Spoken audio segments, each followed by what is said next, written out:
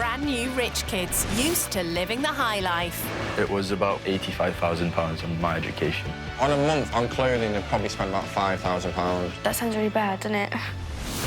They're about to take a giant leap out of their comfort zone. These are flats. I've never been in one of those. I've never really stayed anywhere by myself. They'll stay with typical British families living on the breadline. Obviously, she looks rich. He never had anybody say no to him. This is worth about 8,000.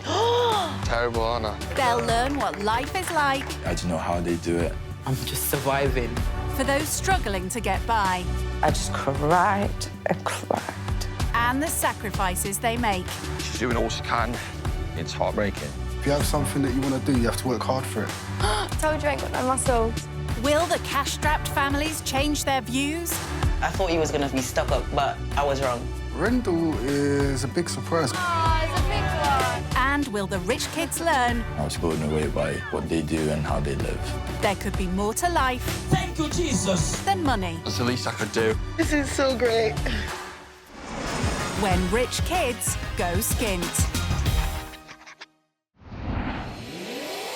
20-year-old Renie is the eldest son of self-made millionaires based in Dubai. My circle has always been people from more or less same family, so we'd always go out and spend big money. Renie's Russian mum and Syrian dad run successful businesses in Dubai.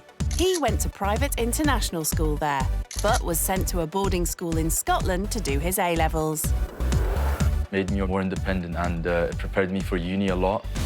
He's studying for his degree in London and rents a flat near Mayfair. So as an international student, my fees are £12,500. And then for the flat, it's £2,500 a month. And it's all paid for by the Bank of Dad. For the last 3-4 years, basically, he's spent £85,000 on my education alone. Renie doesn't have an allowance. He just has free rein on his dad's credit card. My dad, he fully funds my lifestyle. So starting from my uni fees to my housing fees to my nights out as well. He doesn't really tell me there's a limit, but obviously there's a certain extent I can push it to. And as he rarely cooks, he eats out nearly every night of the week. So a main course starts from about £50, which is a steak, and it can take you up to £120 for a larger steak. And going to such exclusive places means wearing expensive designer gear. If it's just a casual night out in Mayfair, I'll probably wear my hoodie. I got it in Dubai and it was about £250. This is more formal. I'll wear this to meetings or if it's a big occasion. It's my Versace coat. Yeah, it was about £450 and I got this in Milan. And if you think that's expensive... I have a Bottega Veneta jacket that I got for my 16th birthday, and that was £10,000. Instead of buying clothes, Renie recently had a go at selling them. So last year I worked in retail for a couple of months, and I did that job more for experience rather than for the money. So being on a minimal wage didn't bother him. So looking back at it, £7 wouldn't even cover the cost of the shoe polish I use. But it did teach him one important lesson. Retail is not for me. I think, personally, I would work best in an environment where I'm in control. So why is Renie putting himself into a position where he'll have little of it? If I'm going there for an experience, I should get the full experience of how it is to live on the breadline. Well, he'll be getting that full-on experience when he swaps Mayfair for South London to stay with the Ugbo family. Magnus, Lisa, and their 5 children. Jesse is 10, David is 8, Excel is 7, Michelle 5, and Treasure here is 1 year and 8 months. Magnus and Lisa grew up in Nigeria, but met after they both moved to the UK for a better life. To me, I imagine life in UK would be like heaven. I imagine that it would be a place that is filled with milk and honey, a place of opportunities. Coming from a world of real poverty, The benefits of around £1,000 a month, plus Magnus's earnings as a care assistant of between £400 and £500, is a luxury for them. What I do for a job at the moment is just part-time because I went back to college. Magnus is studying railway track maintenance. The dream job is to get qualification to be able to work on the railway industry. Even though they're on a low income, Magnus and Lisa make sure they pay the £77 a month for an online tuition service, which provides educational laptops for their children. Select from the choices shown. I think that education is the best legacy anyone can give to anybody. What we spend our spare money on, £200 for JC's football activities, roughly 180 on David as well. Magnus and Lisa skip breakfast every day so they can afford the hobbies their children love. But there's one activity the whole family get involved in that costs nothing. Religion plays a very huge role in my family because life is not always dependent on money. So what are they hoping the rich kid will learn from living with them? I would like to teach the rich to be grateful to God because they are rich. The purpose of their riches is as a result of the people that God has placed around them.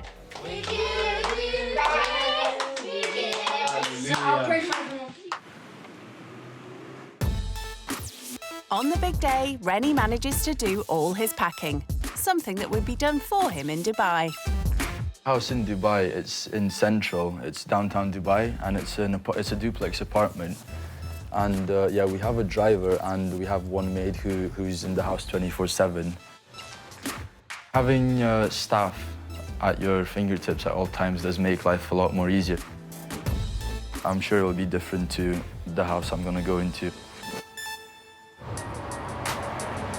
Only 16 miles south, but a world apart, is where Magnus and Lisa live. This area, I don't think I've ever been to it. As he gets nearer, how is he feeling? I'm a bit concerned about personal space. Sometimes I just need to be alone to myself. Oh dear, personal space comes at a price. In this council house with 7 occupants, he may not get much of that here. It's going to be a woman. I think it's going to be a man. Shall we just quickly put this into votes? Who says a woman? How many do we get? 2. 1, 2. All right, then who says a man? 2. Ah, okay, we go 4. Yeah, but you haven't seen That's yet. 5 against. Now that I see the house, it looks fairly small, but it does look quite nice as well. So I'm just excited to see what's waiting for me on the inside.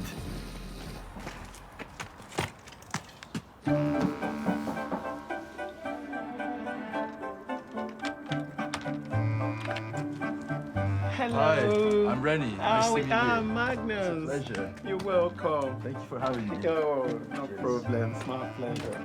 Yeah, come with me, Renie. Come and see my family. Hi, kids. guys. This is our rich kid. Hi, This I'm is Renie. David. Nice to meet you. David, nice to meet you. Yeah, that's Chelsea. Renie. Yeah. Renie. This is Excel. Hi, how are you doing? And Michelle. And of course, it's nice to Liz. see you. Nice to meet you. And How are you little doing? treasure. This is a small gift for your family. Wow. Thank you. We appreciate that. Oh, that's wonderful. Welcome. It's 9 a.m, but no time for a cuppa yet. Despite being the weekend, nothing gets in the way of this family's routine. Now, if you don't mind, we all just have to go out to football. Oh, yeah, Yeah. I'm excited to see you guys play, yeah. That'll be Okay, great, yeah. that's good. So, kids, are we excited? Yeah. Are we good to go? Yeah. Fine, let's get our jackets on now. I love football, so. Oh, yeah. So what position do you play then? Defender and sometimes right wing or left. Yeah? What about you? Um, You play striker? Yeah, so you scored some good goals then. Yeah. I play striker and midfield. Yeah, good position. What about you? Up front. Up front, yeah. So you're the big goal scorer then for the team, yeah. When I first walked in and met the whole family, I was quite shocked. But then I've never seen anyone as excited to see me, really. Renie may like football, but not early morning matches. They must really love it to wake up this early on a Saturday morning. Oh, of course. Saturday mornings, I could not wake up this early, honestly. What time do you normally get up on a Saturday morning? Good question. Depends on my Friday night. If it's if I go out, Yeah. I can wake up at 11-ish even. Leisurely Lions, quite different to Magnus's routine. It's like 6 o'clock. Oh, wow. Yeah. Sometimes because of the excitement, the kids are like 5 o'clock. So you don't really need an alarm then. You have the kids. Let's have a go. You go in goals. I haven't played in a while, bear in mind, so let's see.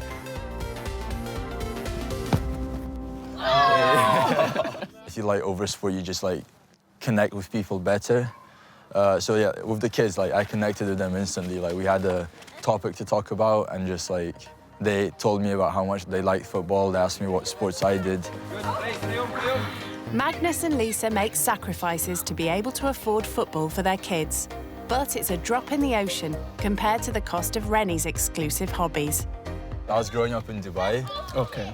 So I used to play a lot of football then as well. I played at the Arsenal football school, just under £1,000. So that was for one term. Then also I used to do ballroom dancing, which is cool. Yeah, no one knows it, but yeah, that's one of my hidden talents. That was £100. Wow. Per person, yeah. So it was quite pricey, which I didn't realise at the time, but now yeah, I'm really grateful. Pricey, but his dad probably didn't skip breakfast to afford it. The total for my boys is roughly about 380. Is that for one term for the children? Yeah. Wow. I think Renie, he's quite lucky, He never had anybody say no to him. I mean, that's amazing.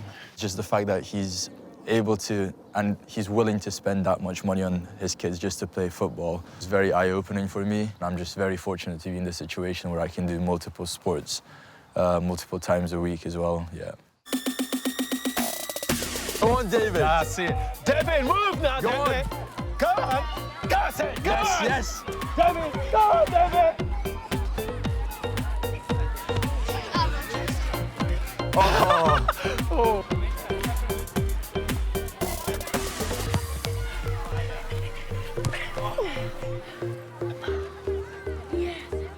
Excellent. Nice stuff. Yeah. Oh, David, Well you proud did of you, very man. well today. That was a good stuff. game. The morning's outdoor exercise means the kids are now ready for their lunch. But they're also exhausted, even Renie, who struggles to keep up with Magnus's energy. Lovely day today. No time to rest, Magnus wants to show their guest around the house. So how many people share this bathroom? Is it just for you and your wife, or is it this for the kids? We share this bathroom between the 7 of us. We have a so family all of of you. 7. All right, okay. And this is the only bathroom that we've got in this house. Okay. Yeah. How many bathrooms do you have in your house? And how many of you shares your bathroom? So we have 4 bathrooms in the house. 4 bathrooms? Yeah, so we have a guest room, one in my room, my parents' room, and then actually we have 5 bathrooms. Yeah. Another one in the common area, and then we have one more in the maid's room, which is just for the maid. That makes 6 then. Wow. So there's basically always a free bathroom, yeah. Wow, that's a lot bathroom. Yeah. Wow.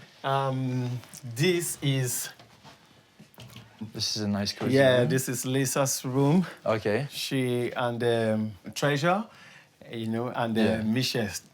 Oh, wow, the 3 of them. All right, okay. Yeah. They sleep in this room. This is my boys' room. Okay. JC and David. Yeah. And Esther as well.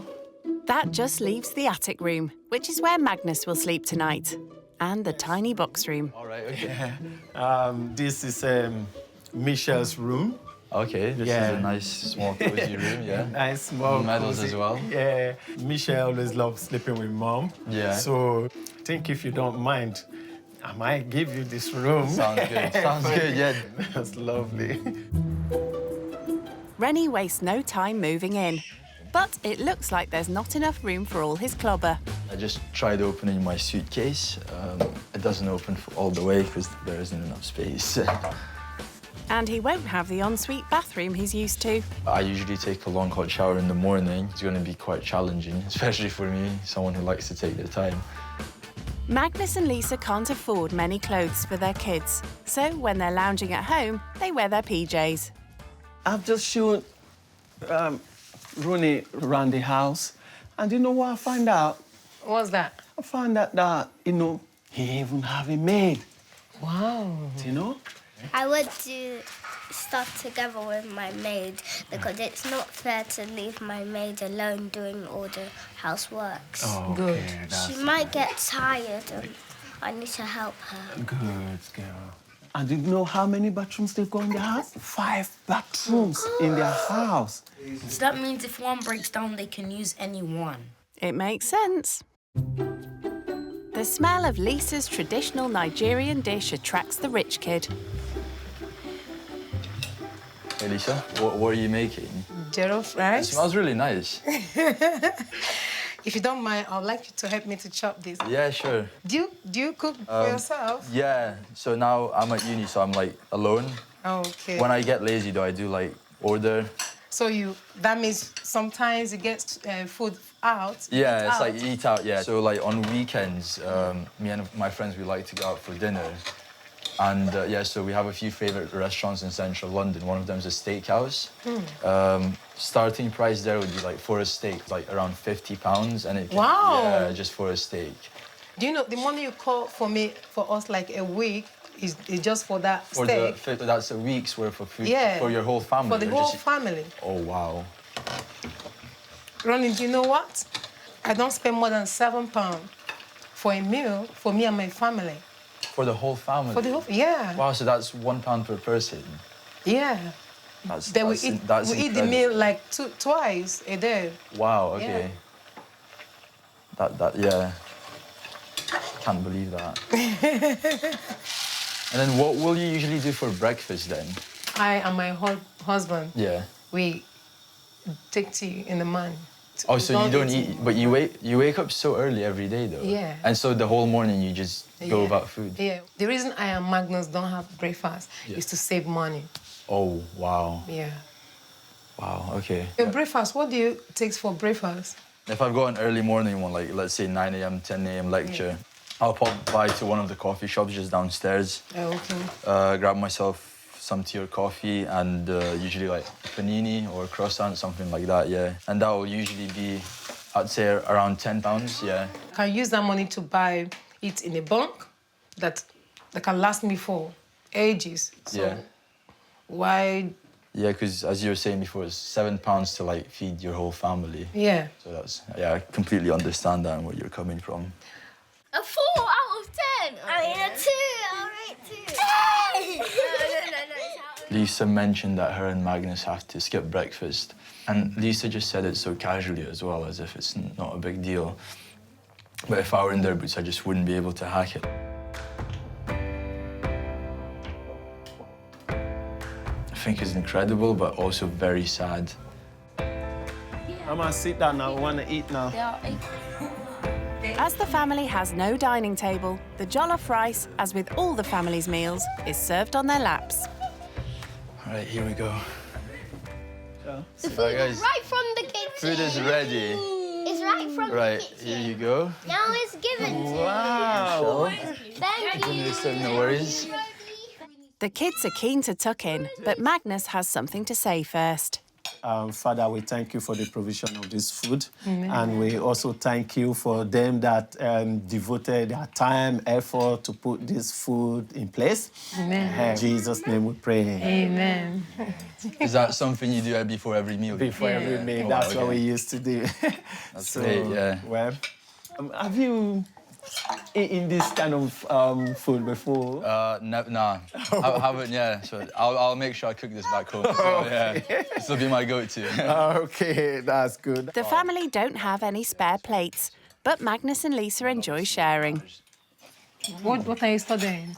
Right now I'm at university in London studying public relations and advertising. Yeah. Good. What about you guys? What do you do? Right now, just concluded 1 year in my college now, track engineering. You know, has to do with network rail, you know, alongside you like part-time in a care industry as a care assistant, 2 days in a week. Sometimes I get paid maybe 400 or 500, depending on the hours I'm able to put in. Yeah. You know. Is that per month, per week? Yeah, no, per month. Per month? Yeah. Oh, wow. For Renie, that would just about cover 2 or 3 nights out.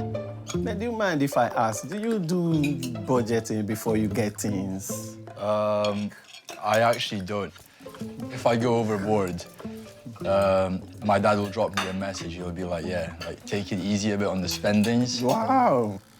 I quite understand with him that once in a while he loves to treat himself. If you do it regularly, that's when there is problem in it. If I say, what's like the max you can spend before you start getting calls from your dad? A month, it would probably be around £2,000 maybe. Wow. That is way more than household income, you know? Really? Oh, wow, okay. Man. In order to keep within their £1,500 a month budget, the family have to limit their children's activities. 5-year-old Michelle recently stopped doing gymnastics. Have you ever stopped any activities that you like because there was no money to go round? Oh, wow. No, I've never been in that situation, really. I've had to stop activities like due to moving like school, city, but never due to like not being able to afford it, yeah. I found Michelle's question actually very interesting.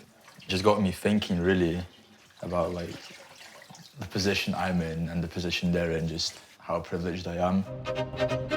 At 6 p.m, Magnus brings out an educational game that will keep the family entertained before bed. Guys, let's have some fun. We've been working all day. Remember, all work and no play? Yeah. 1, 2. The one who makes the longest words from the letters is the winner.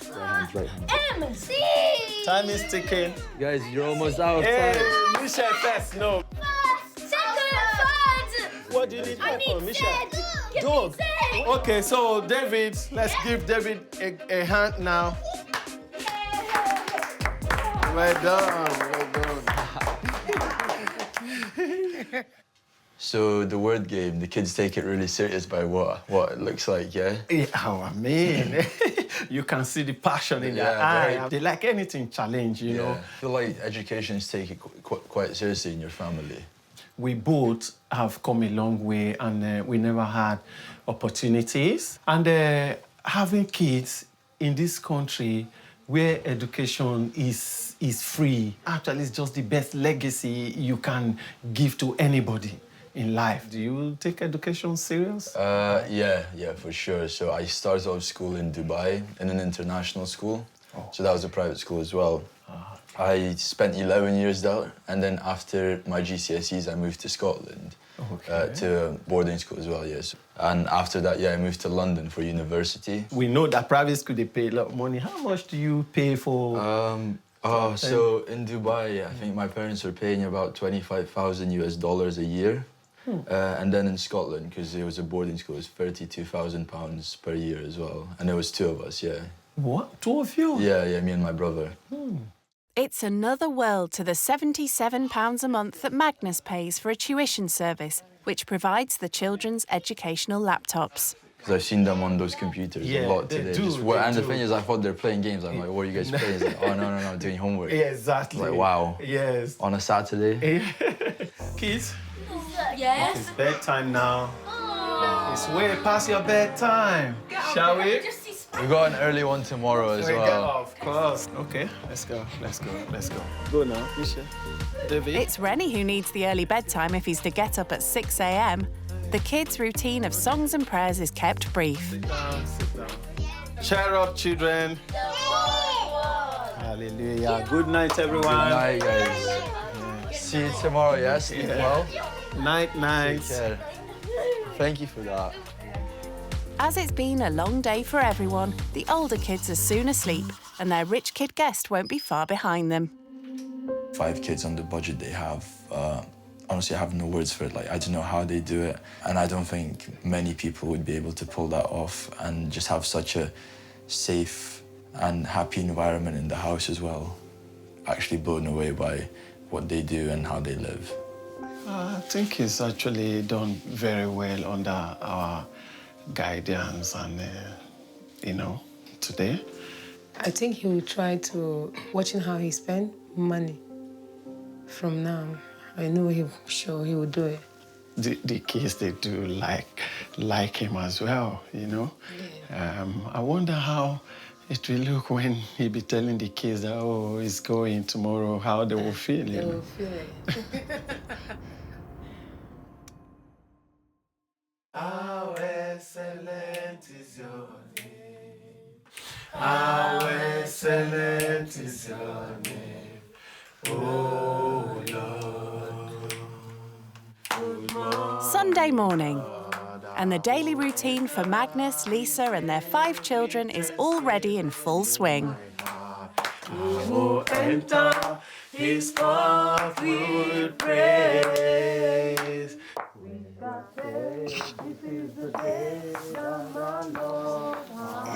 Renie would normally be just getting home from a club.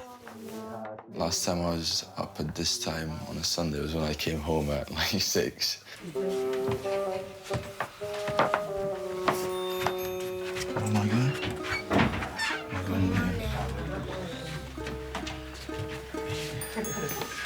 Morning, Ronnie. How are you? Yeah, I'm good. You good? Yeah. Did you sleep well? Yeah, much better. Okay. This is what we do every morning. We wake up for morning devotion. Yeah. Good morning, Jesus. Good morning, Lord. Usually on a Sunday, I wouldn't be up till like 10, 11, sometimes even 12. Hallelujah. Amen. With 5 kids to get ready for church, there's no chance Renie's getting back to bed. Yeah, please, I would like you to help me to iron the children's clothes. All right, yeah. Clothes they used to go to church this morning. Let's do that.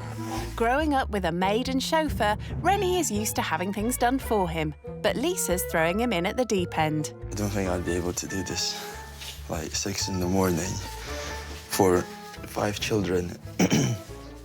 It's quite a lot. It's been a bit more challenging than I thought it would be. Ronnie, do you iron your clothes by yourself or you take it to the dry cleaner? I'll probably take it to the dry cleaner, but eventually I'll probably get an iron as well. How much is it cost? For a shirt, I think it's £3. Wow. Pretty sure per item, yeah. So if I take all these to dry cleaner, how much will it cost? So 11 items, let's say, so £33. £33? Yeah. Wow. Yeah. It's a waste of money. He's going to learn. He's going to do it on his own after he left my house. Am I doing a good job ironing? Yes. Yeah, okay. That's good. Thank you. Well done. When Lisa and the girls finish bathing, then it's your turn to go and wash. Cool, okay. Then. Yeah, magic. Then you get dressed, then we start going, yeah? All right, thank you. Thank you. Yeah. Wait, let me bring towel. All right. Having to key to the bathroom isn't something I'd usually do. But obviously it's a really big family and they share one bathroom amongst 7 people, so I did expect it when I found out.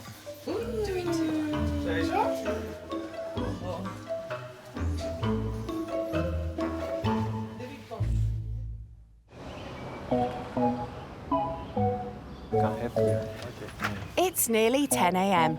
The family are heading to church with Renie, and like Magnus and Lisa, he's skipped breakfast to save the family's budget.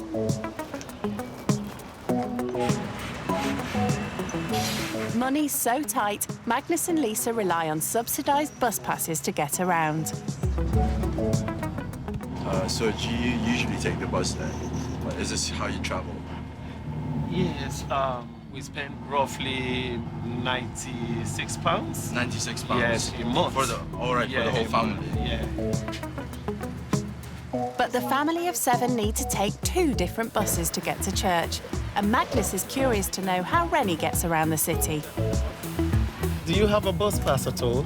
No, because my app is connected to my dad's bank account. So like, if I go out to a restaurant or something, I'll always just order a taxi. In a month, let's say, it'd be around £480 maybe, yeah. That is a lot, you know? I mean, yeah, I guess, yeah, you can say compared to that. what we spend, £96 a month. Yeah. The amount Renie splurges on taxis in a month is the same that Magnus earns to support his whole family. Thinking about it now, that's like, for one person, that is quite a lot per month. But I never really had to think about it. Lucky for some. I thank you for your ever-abiding presence and glory. I enjoy in all my ways. In Jesus' precious name. Amen. Ourselves to receive the glory we saw ahead. In Jesus' name. In Jesus' name. Let's pray some more. Church was a completely different experience to what I was expecting it to be. So when I first came in, I was like confused what was going on because like someone is singing and everyone else is dancing.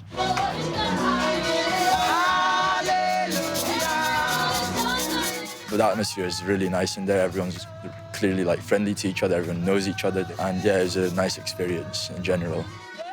This is like offering, you know, when you dance to thank God, appreciation. That's what this means by the dance. This family doesn't really have a lot money-wise, but they come here and they enjoy themselves. And I think it just goes to show that you don't need money to have fun. So yeah, it was a good experience. It was very warming, yeah.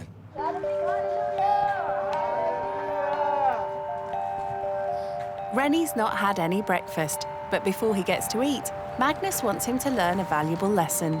I'm going to like give you £7 now, and then you just go get the family. The whole family, The whole family, yeah. Okay. A meal that we can take, yeah? It could be a struggle for spendthrift Renie, who thinks nothing of shelling out £200 for a restaurant meal. This is £2. That's Thank you. £7, yeah? Cheers, yeah, thank you. Okay. Never done a challenge similar to this, so I'm slightly nervous. I hope I managed to like sort it out, but yeah, I'm quite excited as well. Excel. Yeah, let's go. For the first time ever, rich kid Renie will need to think before he buys. He's only got £7 to feed 8 people, but he's got big ambitions.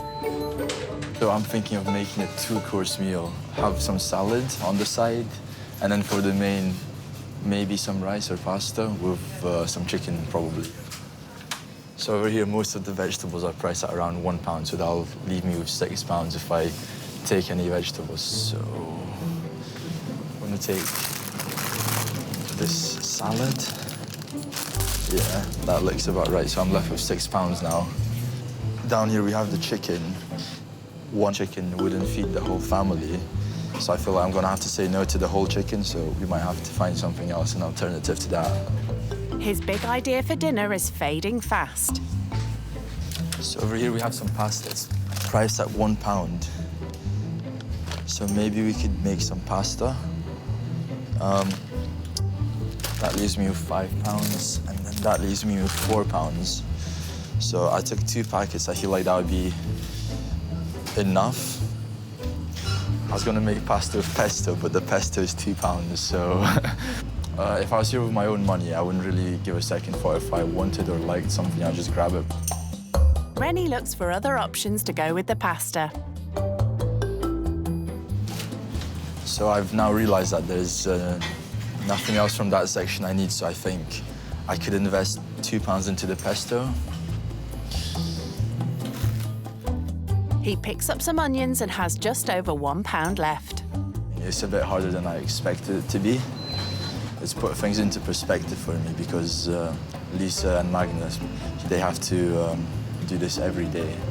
I'm trying to think. I feel like just having just the pasta isn't enough, though. I feel like there needs to be something else to it. I was thinking about getting some cheese, but there isn't any cheese for £1. Oh, wait, hold on, actually, there is one. Mild white cheese. Let's get some, yeah. Hi. Are you all right? £6.58. Here you go. He's pulled it off with 42 pence change. Lisa, I don't know how she does it, but she manages to get chicken, some nice rice, not everything, but yeah, in that sense I failed, but I still managed to get some food. The kids have been cooped up all day. Time for some fresh air, doing what they love. And before he starts prepping lunch, Renie joins them. Renie, can I ask you a question? Yeah, of course. When you were younger, Yeah. did you go for learning activities? Yeah. And then I did a lot of physics classes as well, outside of school. Okay, Yeah. Oh! Nice, David. Oh, what a save. 3-0, come on. I enjoy cooking for myself, but it doesn't happen too often, unfortunately, because sometimes I either don't have time or I just too lazy, really. You can't get much quicker or easier than pasta with pesto and cheese. I'd rather have Parmesan than, I think this is mozzarella cheese. Mozzarella? He's obviously no cheese connoisseur. It's a bit tasteless, to be fair. It's very chewy as well, so I'd probably compare it to plastic, maybe. Well, it was only £1, but it's got Renie thinking if he could cope long-term with so little cash to buy food.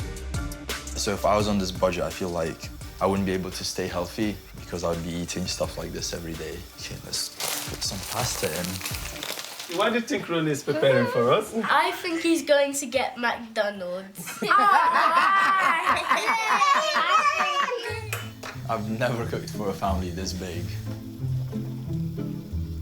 Okay, so for this, I'm gonna need a knife.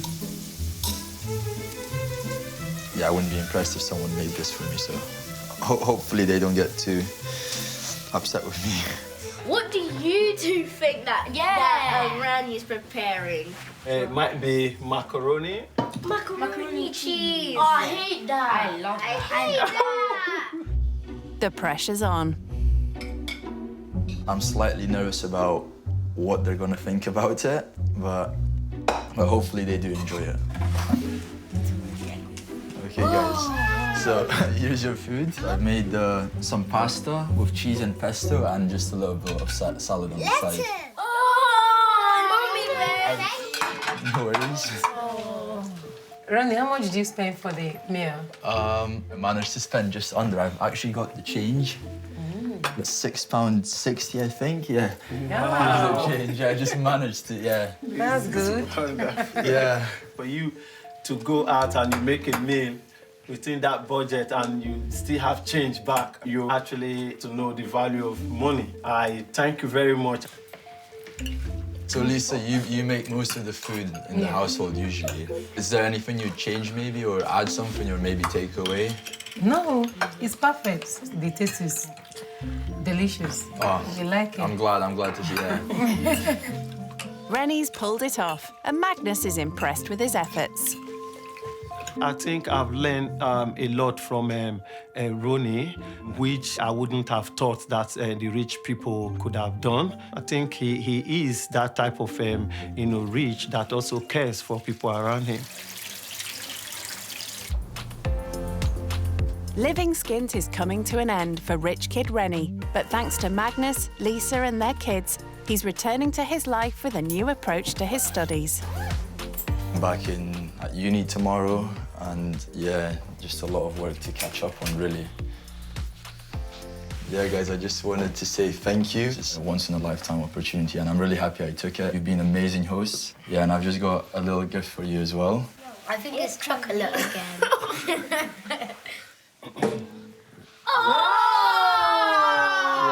So I feel like you guys take education very serious. So here, I got you this guitar, and 12 music lessons. So, yeah, hopefully you guys will learn and acquire a new skill as well. The guitar is for all the children to share. Wow, what do you all say? Thank you, Renie! Yeah, no worries, I'm glad you like it. I am deeply impressed. I thank you so much. Thank you. I think we would never ever get to buy one of the guitars, so I think it's a very valuable gift to us.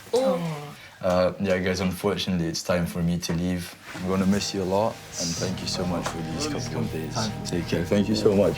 Okay. Yeah, all the best. Kids, keep on making your parents proud. Oh, sorry. Favorite. Thank you so much. Thank you so much. It's nice to have you. I pray the Lord will go with you. Thank you so much. Anything you do, you'll succeed. Amen. In Jesus' Yeah. name. Amen. Thank you, guys. Yeah. Take care. Thank you so much. Bye. It's been an absolute pleasure.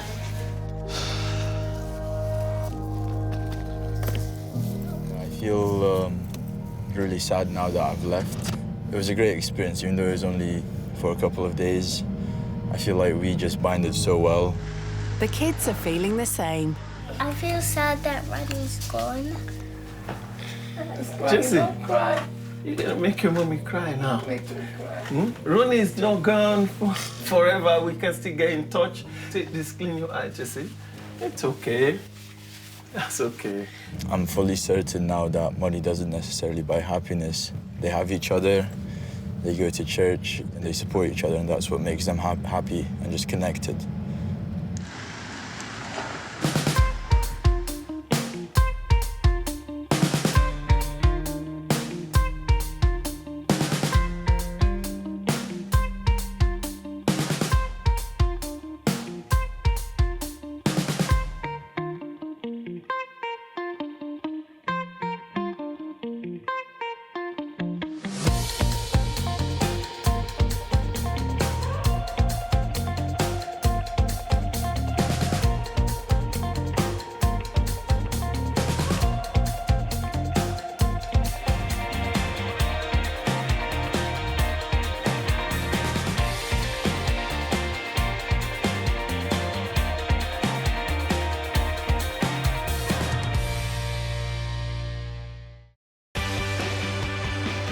Brand new rich kids, used to living the high life.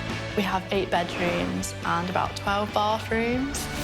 Walking is for peasants. They're about to take a giant leap out of their comfort zone. It looks a bit rough. What's the benefits? They'll stay with typical British families living on the breadline. Wow, that car's really big. People are rich, they're stuck up. Just snobby. Snobby. I think I find it quite hard to live here. Sleeping on a sofa for the rest of your life isn't ideal.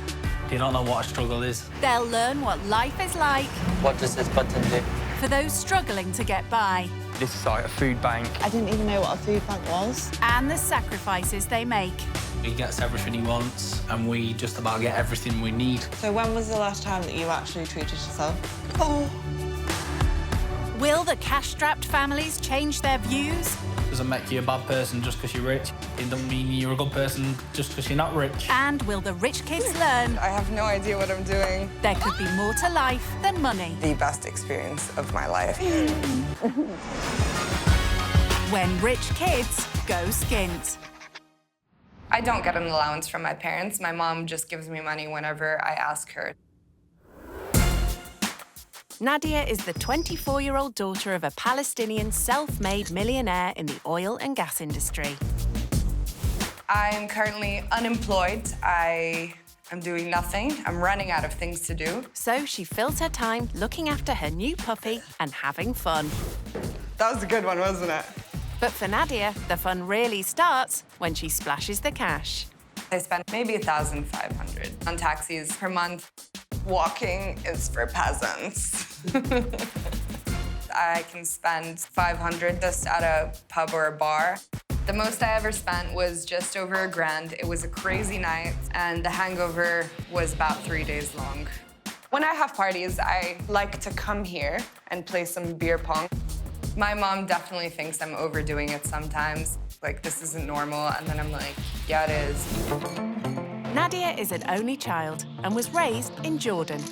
Growing up, I had 2 maids in the house. I had 3 maids at one point, actually. I had a driver, and for me, that was normal. She now lives in one of the family's 3 homes, a plush apartment near Knightsbridge, where she has a housekeeper. I don't really come to the kitchen. I don't really live in this part, unless it's for water, because I need water. I love my bottled water. And when the housekeeper isn't around, food is just a phone call away. I get food ordered about 4 times a day. Can she do anything herself? Yeah, I can make eggs. I can make eggs and cereal. So why does Nadia want to try living skint? I think right now I'm at a crossroads where I'm like, what am I gonna do with my life? Will she find meaning staying with a struggling family who have very little spare money? 40-year-old single-parent Natalie lives in a rented 2-bedroom flat in Bournemouth with her 2 sons. Khalil's 16 and he is studying A-levels. And Eli's 11 years old and he's just started secondary school. When Natalie was Nadia's age, she was pregnant and recovering from a difficult past. I ended up getting in the wrong crowd and taking substances, which just took me down a path of destruction. She turned her life around, but 4 years ago, due to a back injury, had to give up full-time work. So I do 16 hours a week, and that is between the youth work, working with teenage pregnancy, and my hairdressing. She relies on benefits to keep afloat, but Natalie knows how to be creative on her low income. I'm really proud of my home. Everything I've got, I've built myself. Like the bookcase, I bought it cheap and then upcycled it. So I'm quite savvy with how I use and spend my money. Nadia could learn a lot and wants to know what her parents think. They live with her in the apartment. Her mum helps to look after her dad, who has motor neurone disease.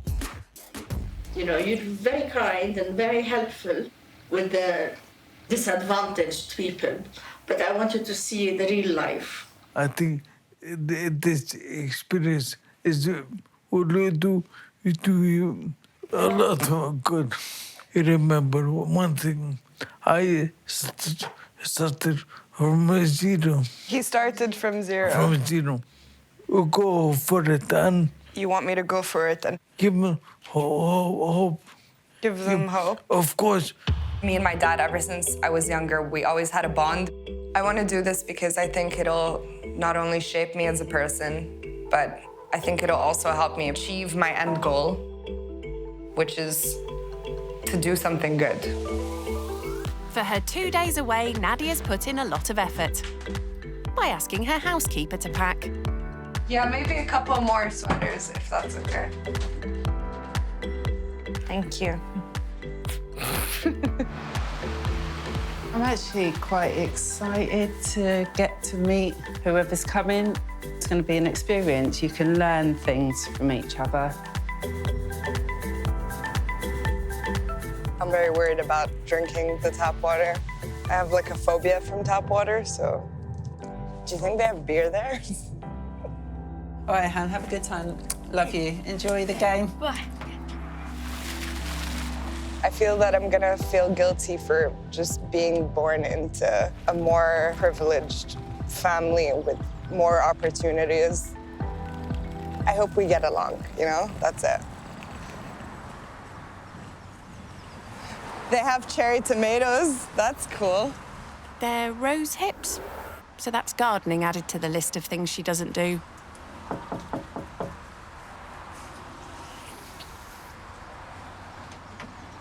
Hi, nice to meet you. I'm Nadia. Hi, Nadia. It's nice to meet you. I'm Natalie. Thank you for having me.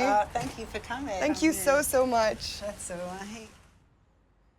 So, welcome to the grand tour. Don't get lost. Thank you. So this is my front room and my dining room, as you can see.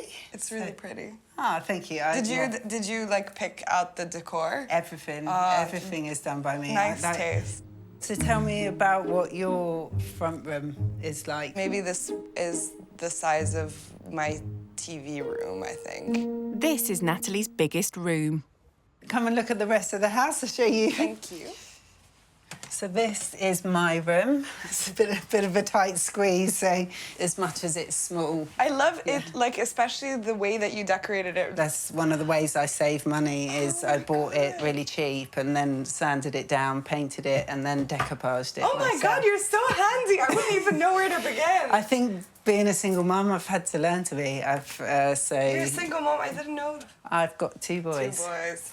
So this is my wardrobe space, and I'm a real bargain hunter, so half of that is from charity shops. My most expensive coat is £25. I don't really shop that much, maybe like shoes. What are the most expensive pair of shoes that you've ever bought? 450, 500 pounds maybe. Yeah, mine's about £15 tops.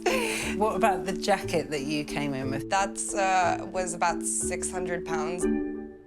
£600 to me, I think I'd feel sick. When you did buy it, does anything go through your mind about... It's not really my money, it's like my parents' money. You'll have to teach me then how to find a good bargain. This is my boys' room.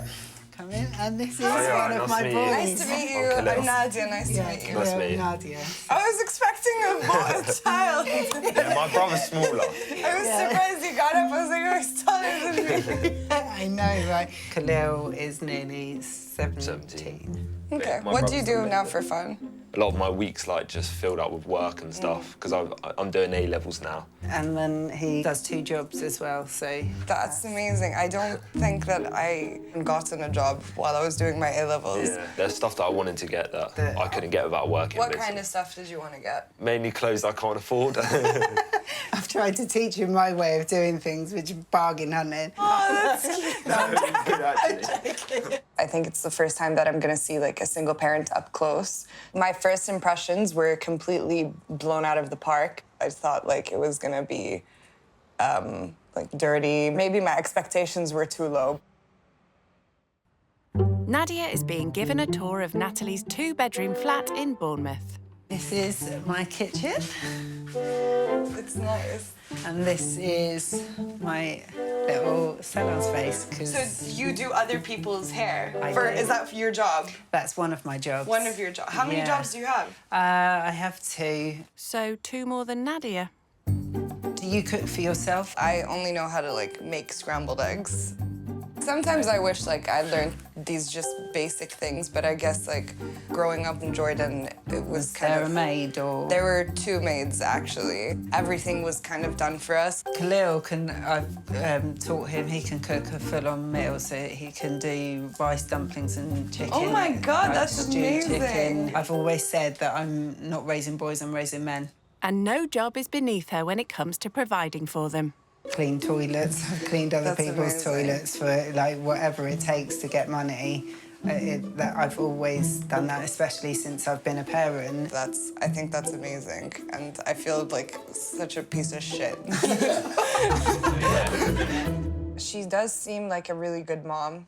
She seems like she'll do anything to make sure that her children aren't missing anything. So come in. So this is going to be your bed for the night. Thank you. This is great. That's all right. I'll leave you to get settled in. So what do you make of her so far? I think she's funny. Do you hear how much her coat costs? It's £600. That's more than I earn in a month. Yeah, that's a lot of money. Isn't it? Natalie's youngest son, Eli, is back from football. This is Eli. Hi, Eli, it's so nice Nadia. to meet you. She's a hugger like us. I saw your baby picture, actually, and I was like, oh my God, he's so cute. Don't worry, it's not embarrassing.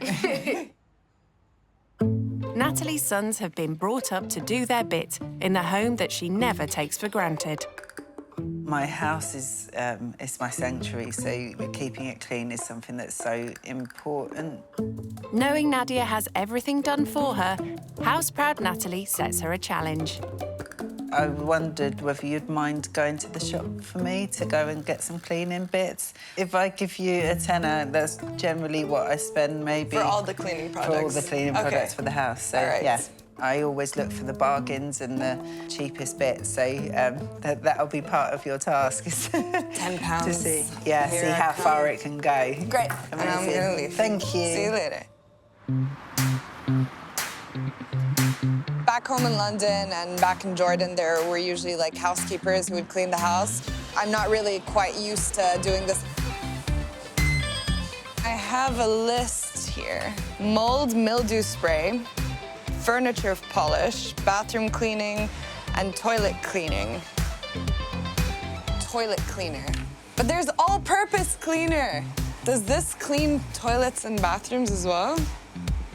I don't know, I'm not gonna get that. I think I'm just gonna get the toilet cleaner. How do you use this? Like, do you put it in the toilet? Do I scrub it? Last time I cleaned a bathroom was when I was living in uni.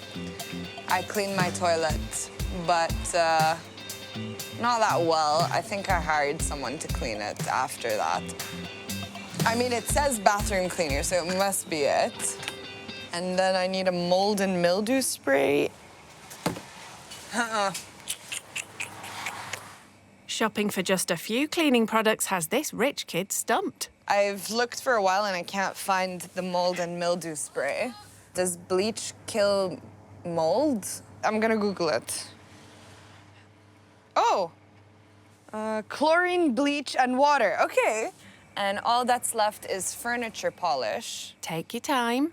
When I think polish, I think like silverware. This is hard stuff. Okay, that's what I'm gonna do. Hi.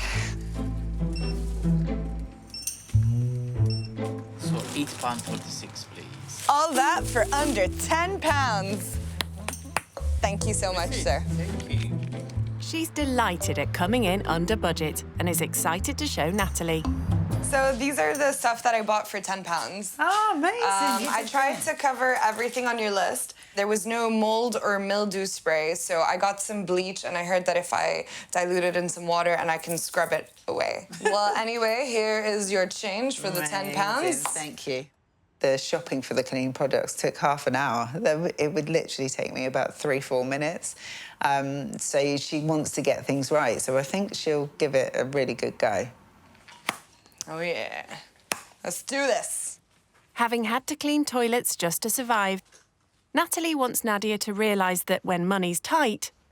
I think I'm gonna start with the toilet first. You have to do some challenging jobs. The pube. Oh, God. She is so willing to throw herself into any task. Oh, I opened it. Success. And really get stuck in. I'm on the toilet. I'm cleaning the toilet. I almost feel a little bit guilty that I've thrown her in right at the deep end, like scrubbing toilets. I never really handle things with like this many warning signs. I mean, look, it has to go all the way around the bottle to tell you, like, don't eat it. Like, is this salad dressing? Like, like, honestly. Nadia spots some mould on the wall. I see what she means. Oh, okay. Oh, it is going. There was never really mold where I lived, so I didn't really discover mold until I went to university. That's when someone left, like, chicken out for an entire week, and then I thought it was salmon, but it was just the color of the mold. I was actually thinking about eating it. Ooh.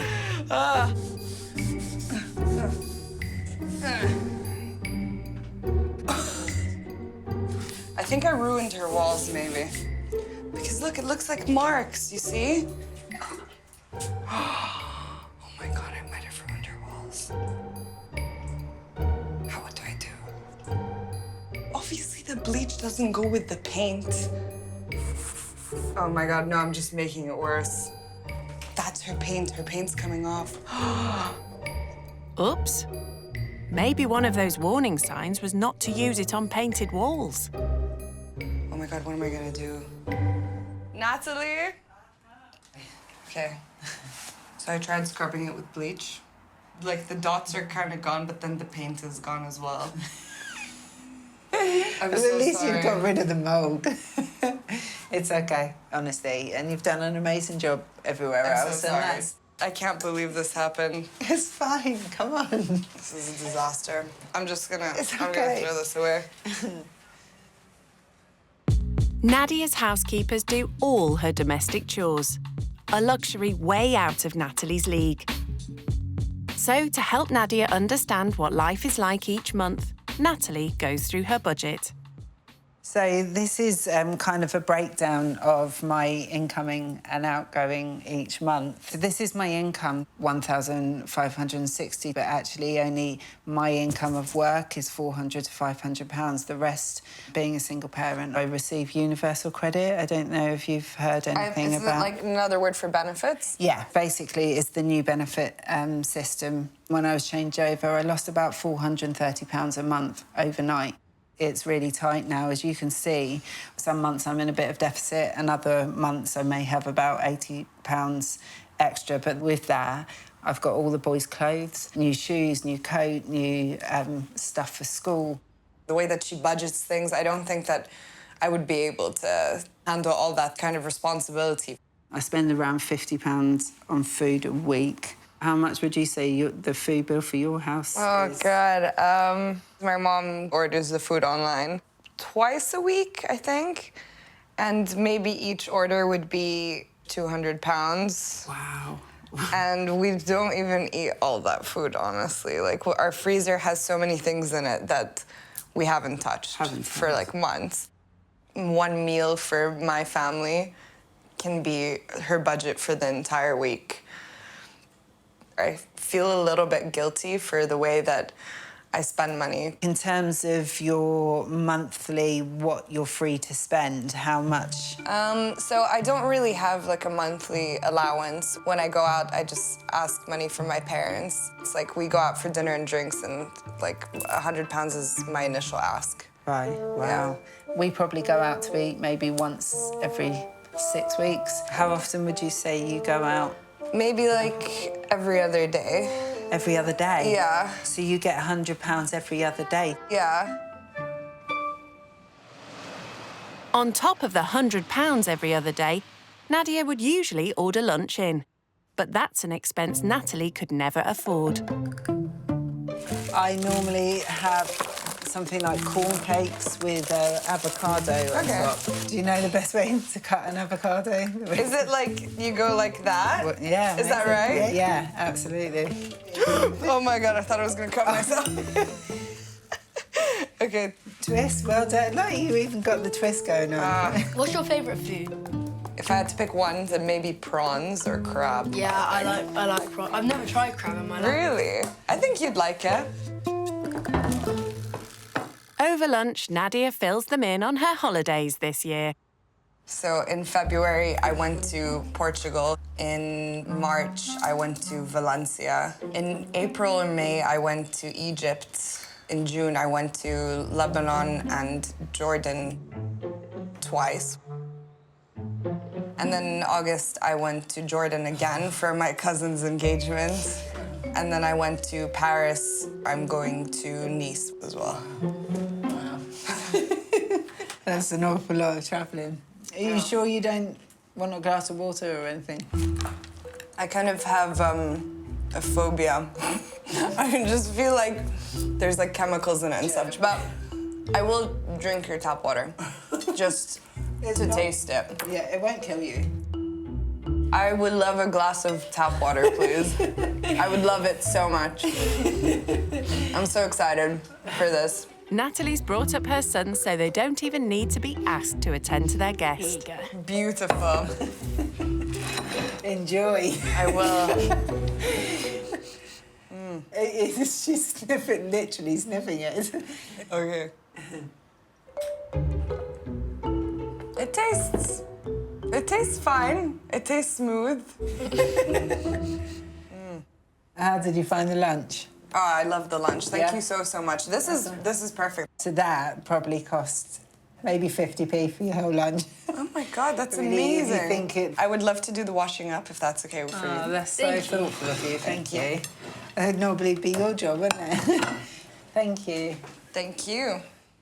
And in Nadia's house, it would be her housekeeper's job. I'm trying to wash the dishes here, but there's this little tub thing that I have no idea why it's in the sink, because usually I just wash each individual dish with the running water. That's probably because you're not the one paying the water bills.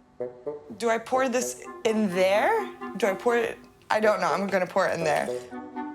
Because obviously she's had maids and she's never really had to do chores around the house, and you have. Do you think it's a good thing that you have, or...? Yeah, because like it's life skills, isn't it? If you're living by yourself, you're gonna need to, how to hoover, clean, do chores. So now I'm thinking to myself, okay, this is to save water. Look at me saving water.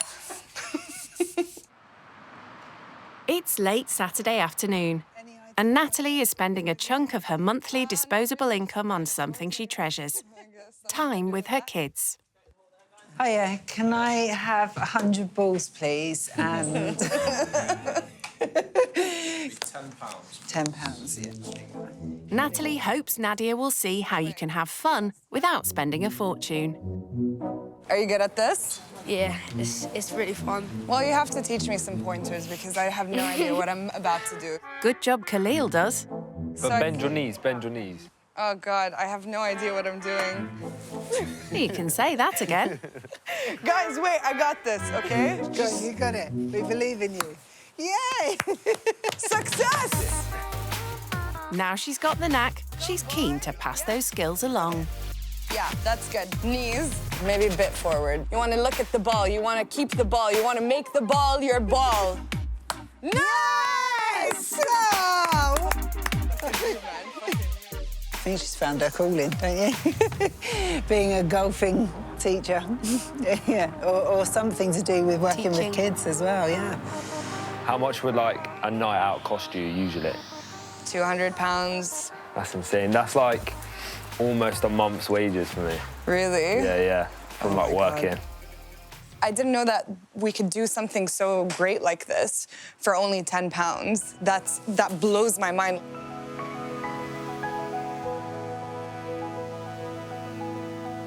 Saturday's budget doesn't extend to dinner out. So Natalie asks Nadia to rustle up something from the freezer. I can do this. This is great. I'll let you figure out how to turn the cooker on. I will figure it out. 16-year-old Khalil is on hand to help. Okay, so if you want to, like, chop some of these up, then I'll, like, try cooking the prawns. Nadia immediately takes charge, even though Khalil's the one who knows how to cook. We should open a restaurant. We're pretty good at this. That's pretty perfect. Can you try one of the celery to see if it cooks? It's too hot. Is it hot? Is it cooked? Is it still crunchy? It's not cooked. It probably won't cook by the time we're done. Wait, was this your... This is my glass, yeah. Okay, should I refill? I'll refill it for dinner. Yeah, thank you so much. That's so nice. It's so sweet.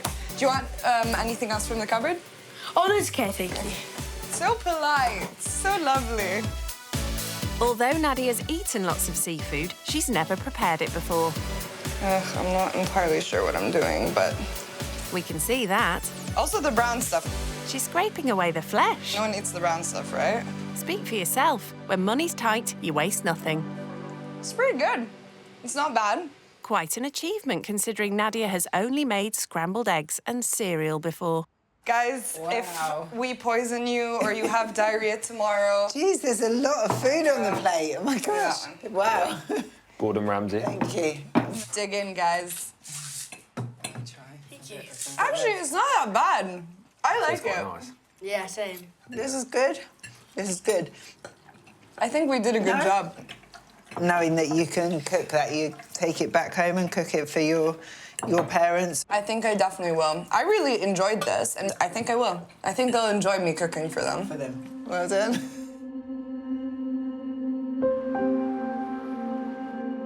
By 9 o'clock, while Eli and Khalil are relaxing at home, Natalie is grabbing the opportunity to take Nadia out for a very different Saturday night than she's used to.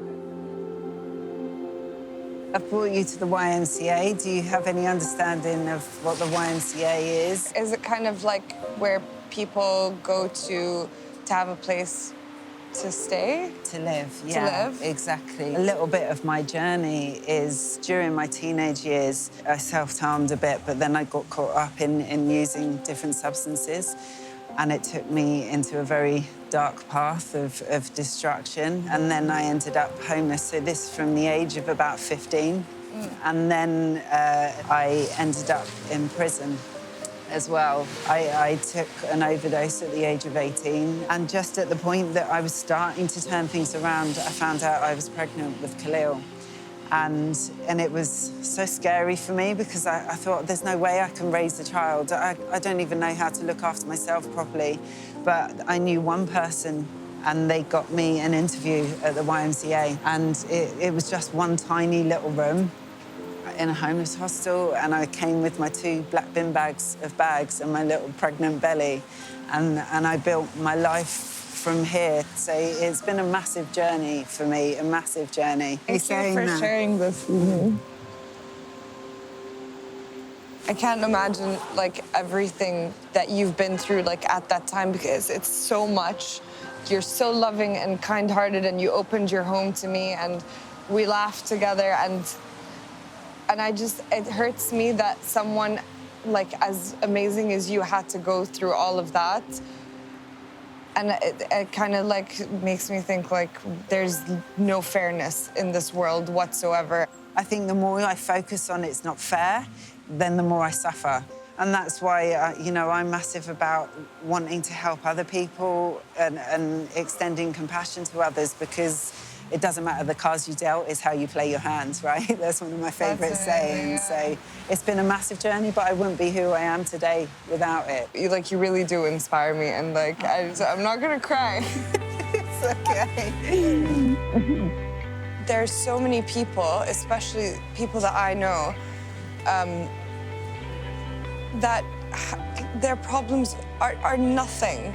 They should be so grateful to just have a roof over their heads, a place to sleep for the night, a meal on their table. And those aren't the things that you learn at school. Nobody tells you people go through this. Nobody talks to you about it.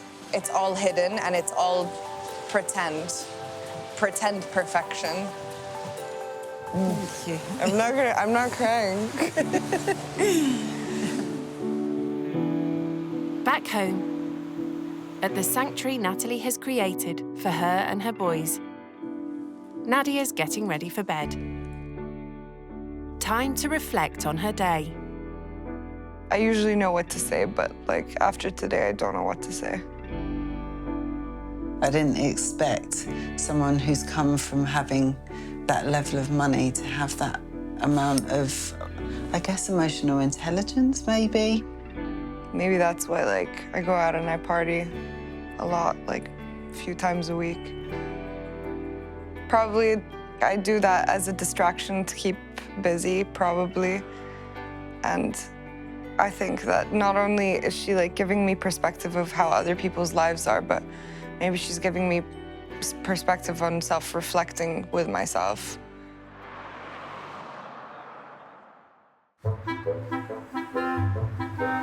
The family are up bright and early, but there's no sign of their guest. Do you reckon she's an early riser, or do you reckon, what time do you reckon? I think she sleeps in. Probably not. Honestly, I slept better than I did in a hotel room. It's so comfy and cozy. I mean, look at me. I look comfortable and cozy, okay? She said, mentioned that she had a puppy. Oh, yeah. Yeah, so then she'd probably, I bet it's like having a new baby for her. She probably has to get up really early. I used to wake up in the afternoon between, like, after 2 p.m. And now that I have my puppy, I wake up at 7 a.m. Maybe that's given her a little bit of purpose, isn't it? Having something to care for. Who can fold a fitted bedsheet? That's a lie. It's impossible. Nadia is being served breakfast, but instead of by her maid... Oh, actual cereal? This time it's by 11-year-old Eli. Thank you so much. Yeah. After experiencing the real lows in life, Natalie has a ritual to make sure her boys appreciate what they have. Part of our morning breakfast routine, how we start our day, is that we do a gratitude list. So we say things that we're grateful for I love that. each morning. For me, it's been important. Maybe things have been tough. I've always wanted to teach them that we are so much more blessed than so many people. So we're going to do that this morning. So today I am grateful that we are in a nice, warm home. I am grateful that I have my mobility in my arms and my legs. I'm grateful for my eyesight that I can see and my ears that I can hear. I'm grateful for the house we live in. I'm grateful for the school I go to so I can learn. I'm grateful for the family that are there for me. I'm also grateful for my friends. I'm grateful for my family. I'm grateful for music because I use it for like getting my emotions out and stuff. I'm grateful for the food that we have so we can like sit down together and eat and then we're not starving. And I'm grateful for my job so I can earn my own money and get my own things. Your turn. For someone as lucky as Nadia, it's going to be a long list. First and foremost, I'm grateful that I've met you guys and for this experience. You've really taught me, like, more than you know.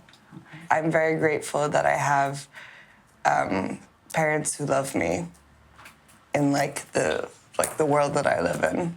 And I'm really extremely grateful for my puppy.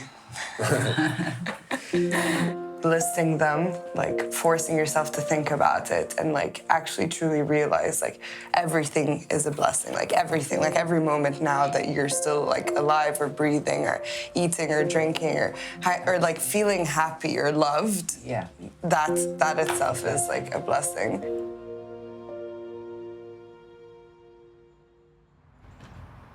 Making a gratitude list prompts Nadia to make an important call.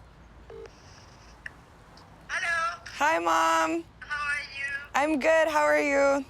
I hope you're having a wonderful time. Natalie is such an amazing, amazing woman. She's really like helped me open up, and she inspired me to like be more emotional. Like yesterday, I started crying a little bit. I'm so grateful to have come here, Mom. So I'm really glad that you supported me. Thanks, Mom. I love you so much. We will always support you, darling. Thank you. And I'm glad you went through this experience and you learned something from it. I'm glad you met these nice people and for you to understand how life is, you know?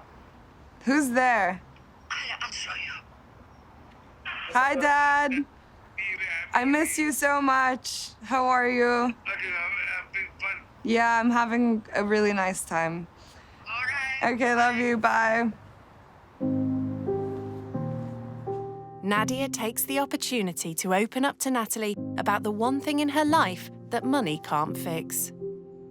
2 years ago, my dad, he got diagnosed with motor neuron disease. Wow, so it's sorry just, to hear that. It's okay. Like the first year and a half was so tough on all of us. Of course. And I really think that had to make me like a bit stronger on the inside. Absolutely.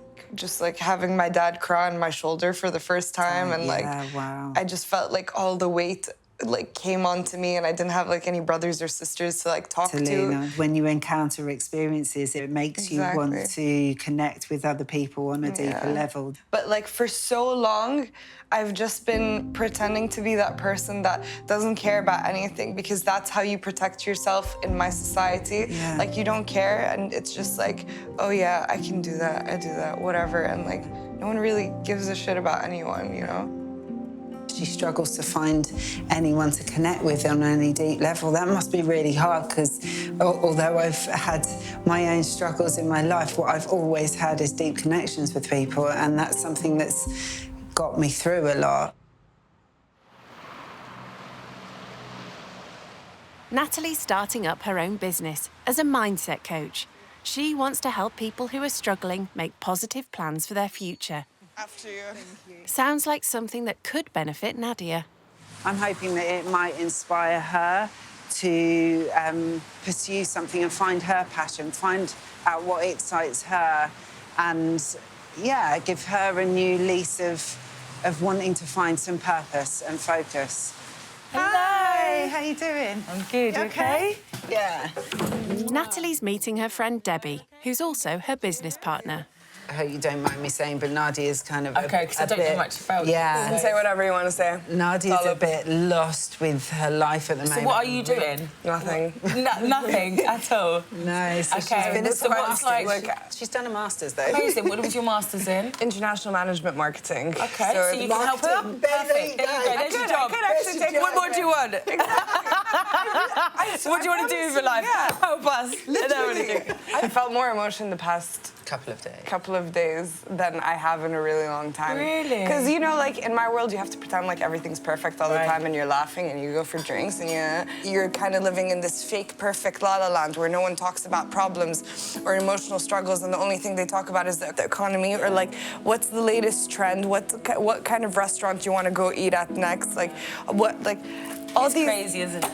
I can't wait to see, like, the change that you're gonna do in the future, and I want to, like, be a part of it as well. If you'll have me, like, I would love to. Our PR manager, right there, very marketing. I'd be happy to help you guys with anything. That's very lovely. That's lovely of you.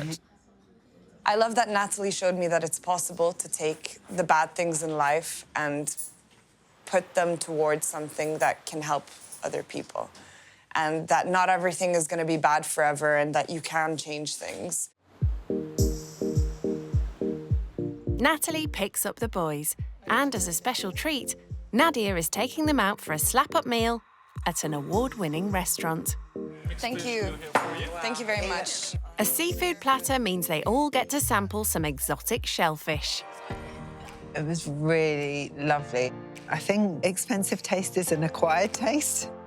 We want to stay in contact with you, 100%. Yeah. We would have you back any day. I think you're really nice. Yeah. Oh, wow. I don't know what to say. Deep.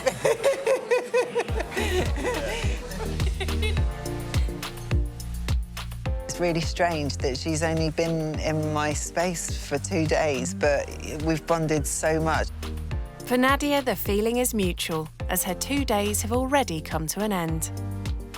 I'm kind of sad that I'm gonna leave. I mean, I didn't realize that I could get attached to people so quickly in just such a short time. I haven't felt this happy in, like, a long time. Like, it turned out to be probably the best experience of my life.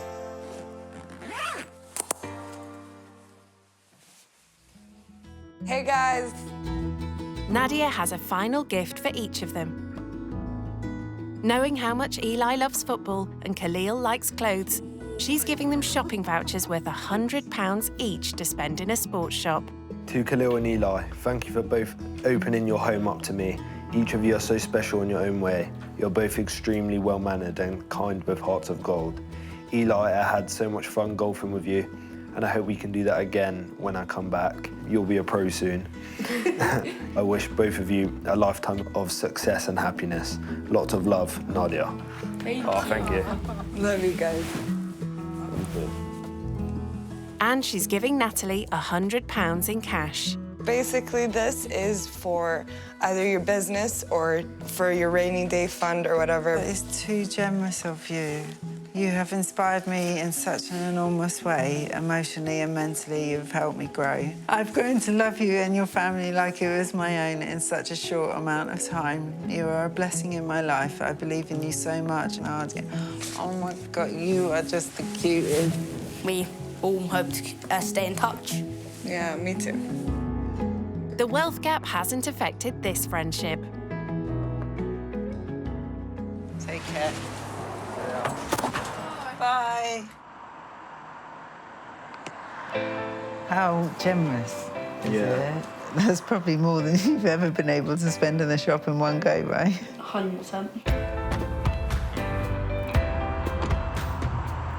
It was like an outer body experience.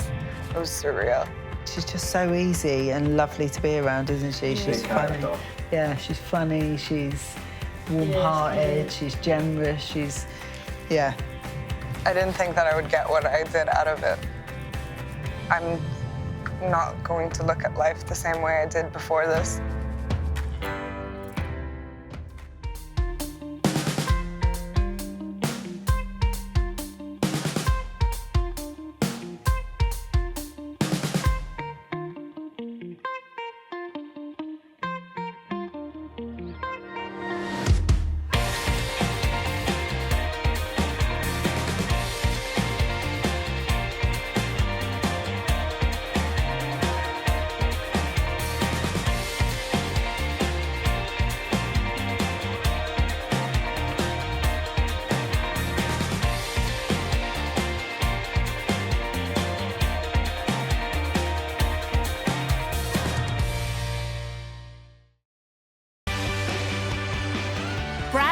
rich kids, used to living the high life. We have 8 bedrooms and about 12 bathrooms. Walking is for peasants. They're about to take a giant leap out of their comfort zone. It looks a bit rough. What's the benefits? They'll stay with typical British families living on the breadline. Wow, that car's really big. People are rich, they're stuck up. Just snobby. Snobby. I think I find it quite hard to live here. Sleeping on a sofa for the rest of your life isn't ideal. Do you not know what a struggle is? They'll learn what life is like What does this button do? for those struggling to get by. This is like a food bank. I didn't even know what a food bank was. And the sacrifices they make. He gets everything he wants, and we just about get everything we need. So when was the last time that you actually treated yourself? Will the cash-strapped families change their views? Doesn't make you a bad person just because you're rich. It doesn't mean you're a good person just because you're not rich. And will the rich kids learn I have no idea what I'm doing. there could be more to life than money? The best experience of my life. When rich kids go skint. I'd say yes, I am from a privileged background. 19-year-old student Olivia has a very cushy life over the next 4 years, thanks to her late grandfather's trust fund. Harry Railbrook, the man himself. He, I believe, was the first one to invent the non-iron shirt. And his company had a snappy jingle to advertise it. Railbrook, top blue in the shirt you don't iron. Railbrook, top blue in the shirt you don't iron. It kind of makes me want to live up to his name. I mean, I've always kind of wanted to start my own business. Who knows if I've got the $1 million idea? I don't know. Determined to achieve that kind of success, Olivia's just started studying international business at university in Edinburgh. But when she's not there, she's at the £1 million family home in an affluent part of North London. I live in a muse house. There's loads of artwork everywhere. That's thanks to my mum as an artist. This one here is worth above 30,000. Olivia's parents are no longer together, and she's an only child. So my family is really, really small. It's me, my mum, my grandma, my auntie, and my 2 babies. I don't actually babies, they're dogs. Paloma and Max. And my mum, she's probably more like my sister. We're so, so close. And this is my baby, my lovely. OK, that was enough. OK, that's enough. A close-knit family is important to Olivia. I'd like to have kids around about 27. 3 kids. I've got some names in the back of my head. One thing's for certain, they'd have to play golf. I love playing golf. There's something really surreal about being on the golf course. There's honestly nothing like that. That was so bad. So, apart from golf, what else does Olivia like splashing her cash on? I love going out in London, Mayfair, clubbing, all the typical party scenes. And what does she wear to all those exclusive clubs? I'd rather spend a lot of money on one incredible piece than loads on lots of kind of rubbish, you could call it. Vintage Moncler, probably about 1,000. Louis Vuitton, over a K. That's £1,000 to you and me. She has expensive taste, but Olivia doesn't consider herself reckless with money. I often ask myself, do I actually need something or do I want it? There's obviously a big difference. She's even done a couple of part-time jobs as a waitress and delivery cyclist. I love bike riding, I love exercise. Why not get paid to ride my bike? So she knows that earning money takes hard work. Per delivery, you'd make £3.75. It did get exhausting in the winters when it got really, really cold. But it was good fun. So, could Olivia cope living skint? I don't think I'd actually find it particularly difficult. And I think completely stripping it back, it's almost like a detox. Well, it won't be a luxury spa detox.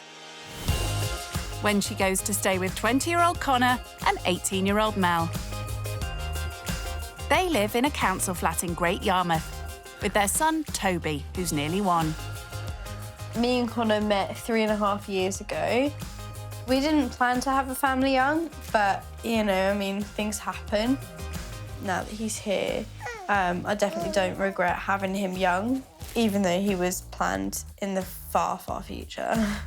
Mel is from Yorkshire, but her family moved to Great Yarmouth when she was 8. It used to be primarily an older person's town, like a retirement town, even though it's a tourist town as well. But now it's just more overpopulated with youths. Connor grew up here and has never had a full-time job. My aspirations is just to get a job, mainly in admin, because I like working with computers and using software. The responsibility of suddenly finding themselves as parents has been a shock to these young adults. The last time we went out for dinner was about 8 months ago, maybe a year.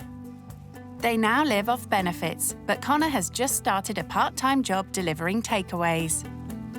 I do a 5-hour shift every day. I have to make 2 deliveries per hour. The pay is around about £4 to £8 per delivery. Mel is now a stay-at-home mum, despite having huge career ambitions. I was going to go to university to become an astrophysicist, but then I fell pregnant.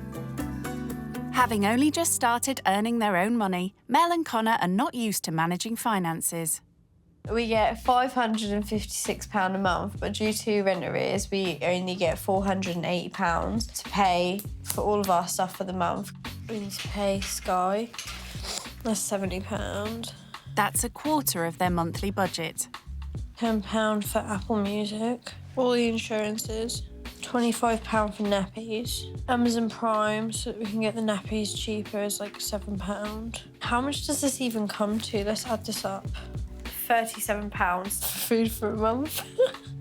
That's less than £10 a week. We would have to then use our child benefit, which is £20.70 every week for more food. They've a lot to learn and are starting to have concerns about meeting the rich kid. I just hope that they, get to know us before they judge us.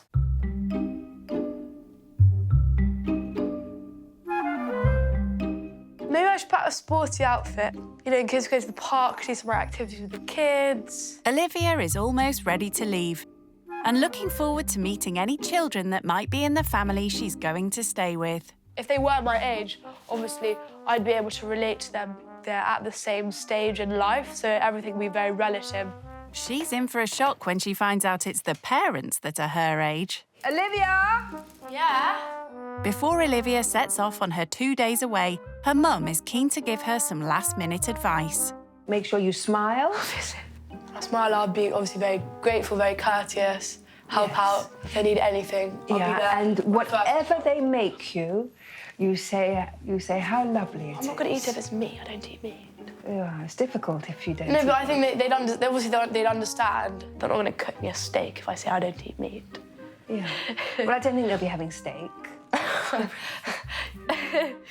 I think it's important that she goes and sees how other people live, and I think it'll make her think, God, I'm so lucky for what I have. 2.5 hours away in Great Yarmouth, Mel is excited to meet their lucky guest. Can't wait for the rich kid to get here. I think it's just more company.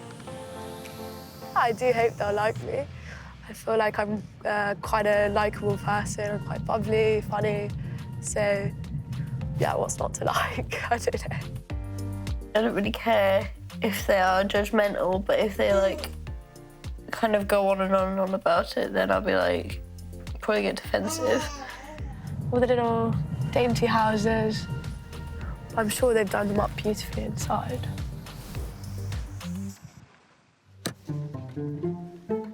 Living in a world full of art, Olivia recognises the work of a local.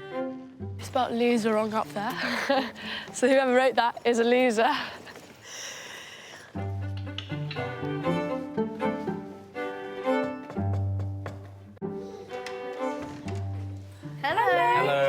Hello. I'm Olivia. Hello. Hi. Hi, I can give you a hug. And what's this little treasure Toby. called? Hi, Toby. Did you want to come through? Yeah, thank you so much. Toby, how old is he? 1. Birthday tomorrow. Aww. Hope she's brought her party dress along with that £1,000 designer jacket. So what's your living room like?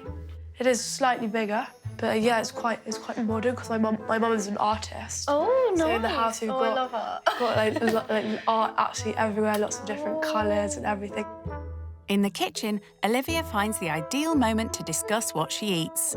What's your like go-to thing to cook for like breakfast? Oh, hash browns and egg with plum tomatoes. Ooh. Yeah. A vegetarian fry-up. Yeah, I don't eat meat. The only meat I eat is chicken. I eat chicken occasionally, but then I'd say I'm pescatarian, but poly-pescatarian. Yeah.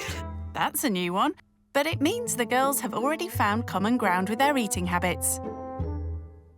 Next up, Toby's bedroom. Does he play with all these toys? Yeah. He's got so many. I know.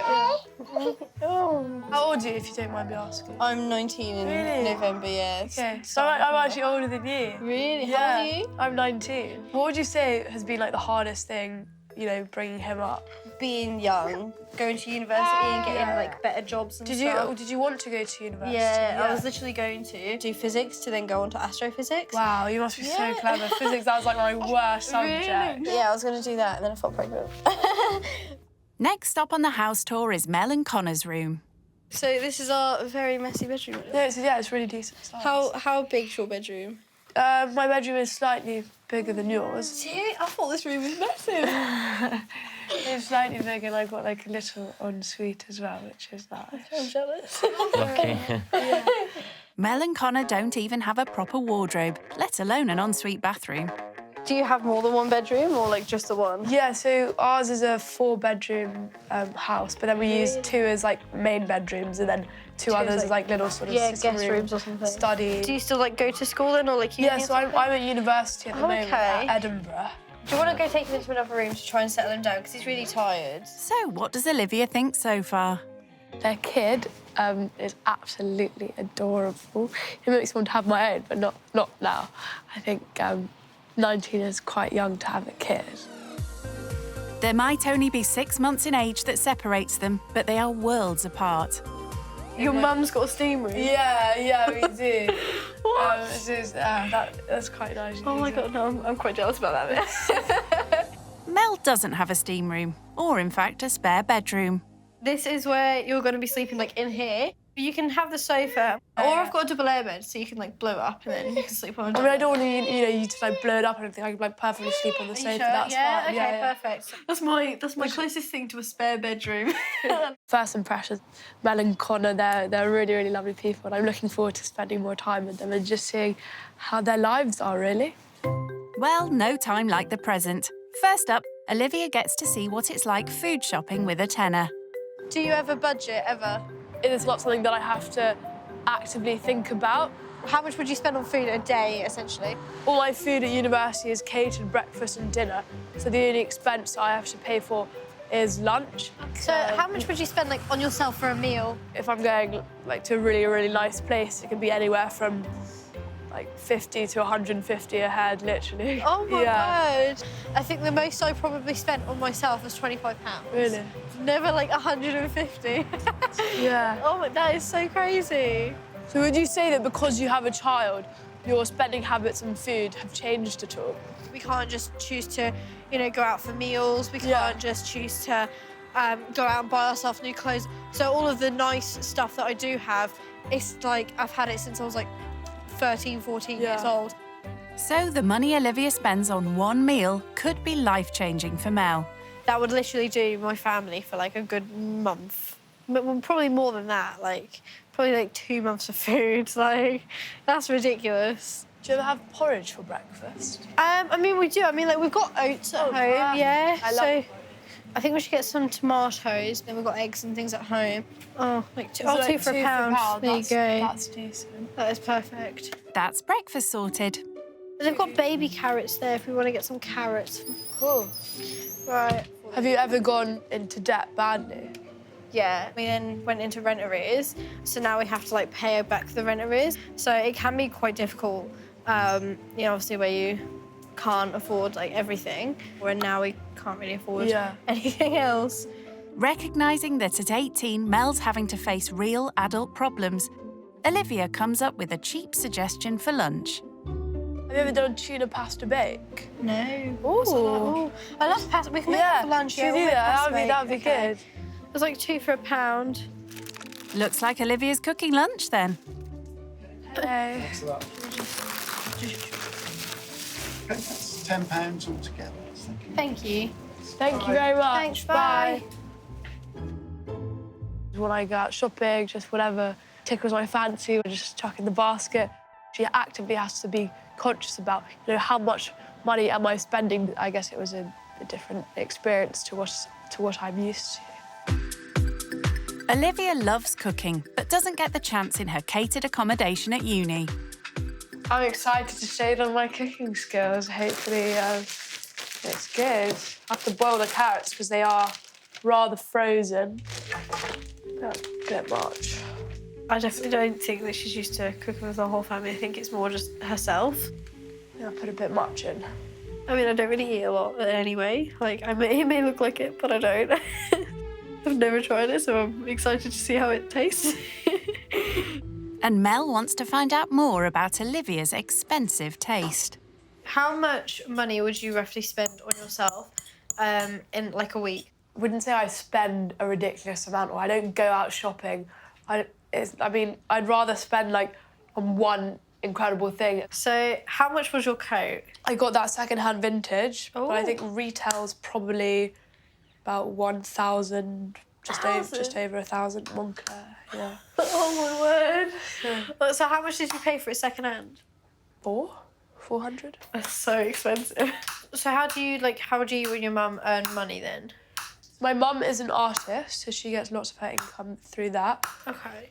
The fact that I'm able to afford such stuff, go to university, get an education, afford these clothes, etc., is to do with my grandfather. Oh, okay. He was, at his time, a very big shirt manufacturer, and it's through that success, through that wealth, that I guess I'm able to afford all these things. And does your mum then give you, like, a monthly allowance? It's more like over the 4 years at uni, I have a certain amount that they've put into, like, a fund that I can use. Olivia's certain amount is almost certainly over the average annual wage, a far cry from Mel and Connor's universal credit. And so, like, after all of my bills this month, I worked out I had £37 to last me a month for food. So have you ever thought about cutting back on certain things in order for you to have more money at the end of the month? The only things that I would technically be able to cut back on would be the Apple Music, which is £10 a month. But without music, it's a bit boring. Mel has reduced her mobile phone bill to £43. At least it's a move in the right direction. That looks good. That looks brilliant. Although this family often eat cheap and cheerful pasta. Oops. Oh, look at that food. Yummy. They've never tried this dish, which costs less than £5, and are grateful to have someone else cook for them. Enjoy, everybody. Thank you. Tony, what do you think? It's actually quite nice. Mel is really proud of her 2-bedroom council flat and hates it being messy. Some of it needs to be folded up and put in his drawers, and some of it's too small, so it has to go in that box. And I'll fold up all these clothes and put them away. So obviously, being on a budget, does that affect the amount of money that you're able to spend on Toby? I mean, a lot of his clothes are actually like Hugo Boss or like Versace, Burberry, like everything like that. But actually, we used to go out and we used to go buy him like brand new clothes from like Primark or things like that. And I thought, well, if I just go on eBay, like this top and this top, they're both, these 2 Hugo Boss tops, I got them both for £1 on eBay. Seriously? Yeah, and this Tommy Hilfiger top, that was brand new and that was only £1.50. Brilliant, absolutely brilliant. Mel clearly values designer gear, but Olivia wants to look beyond the labels. So being a mum at 18, is that something that is really difficult for you? I mean, it's not like really difficult because of my age. I guess just being a mum in general is quite difficult. Do you think you made the right decision then? I definitely do think I made the right decision, but I also feel like should I not have made this decision, I would have had a lot more opportunity in life. But I don't feel like it stopped my dream. Like, my dream will always be there. I've had it since I was a child, so it will always be there. But whether or not I can execute the dream is something else. Like with your career and stuff, going to university, that was something that you really wanted to do. Yeah, exactly. So I just can't win, really. In my personal opinion, even though she does have the kid, I think there are ways around it. Maybe she hasn't found that avenue at this moment. Hearing about Olivia's uni experience, Mel's been made all too aware that her dream of going is on hold. Bye, Connor. So Mel is taking Olivia to the closest university to seek advice about her own future. In my experience, I'm a freshman. I cannot tell you how incredible it honestly is. Really? Like, just meeting people the first time, everyone's in the same boat. We're all new, no one knows each other. I could not recommend it enough. Really? It's just like, obviously, Toby. I mean, maybe they have facilities here that would be able to look after. Maybe, yeah. Realising Mel's dream could become a reality, Olivia is determined she explores all her options. Oh my God, they've got a nursery. That's so good they have a children's nursery. I said that there was a nursery here. Rather than having to rely on Connor to look after him and not work, I can then bring him here and Connor can still work, so that's great. There must be others in your situation, Yeah. which I'm sure all unis would have to cater for. Yeah. You're definitely not on your own. Because obviously you have like such a passion for it. Oh my God. And you, you don't even realise. Yeah, I can my just God, tell. It's being like it's like glowing astrophysics. off you. It really is. Do you want to go inside and have like a drink or something? Yes. There's definitely ways around, you know, your situation and the fact that student finance is available. Easy for Olivia to push, whose entire student life is cushioned by her trust fund. Mel would have to take out a student loan. But that may be short-term pain for long-term gain. I just kind of let my dream die. Honestly, ever since I was a child, I've always dreamt of being an astrophysicist, and even if I didn't want to do that, I've always wanted to go to uni, always. So I think that, like, just being here is just like, it's just giving me such good vibes. Like, I just want to stay. That certainly, you know, opened her horizons to, you know, being able to study here at uni, and it's definitely something that she's going to consider now. It's now 10 p.m. and Connor is heading out to work as a delivery cyclist. Olivia is joining him to get a taste of how tough this job can be outside of a busy city.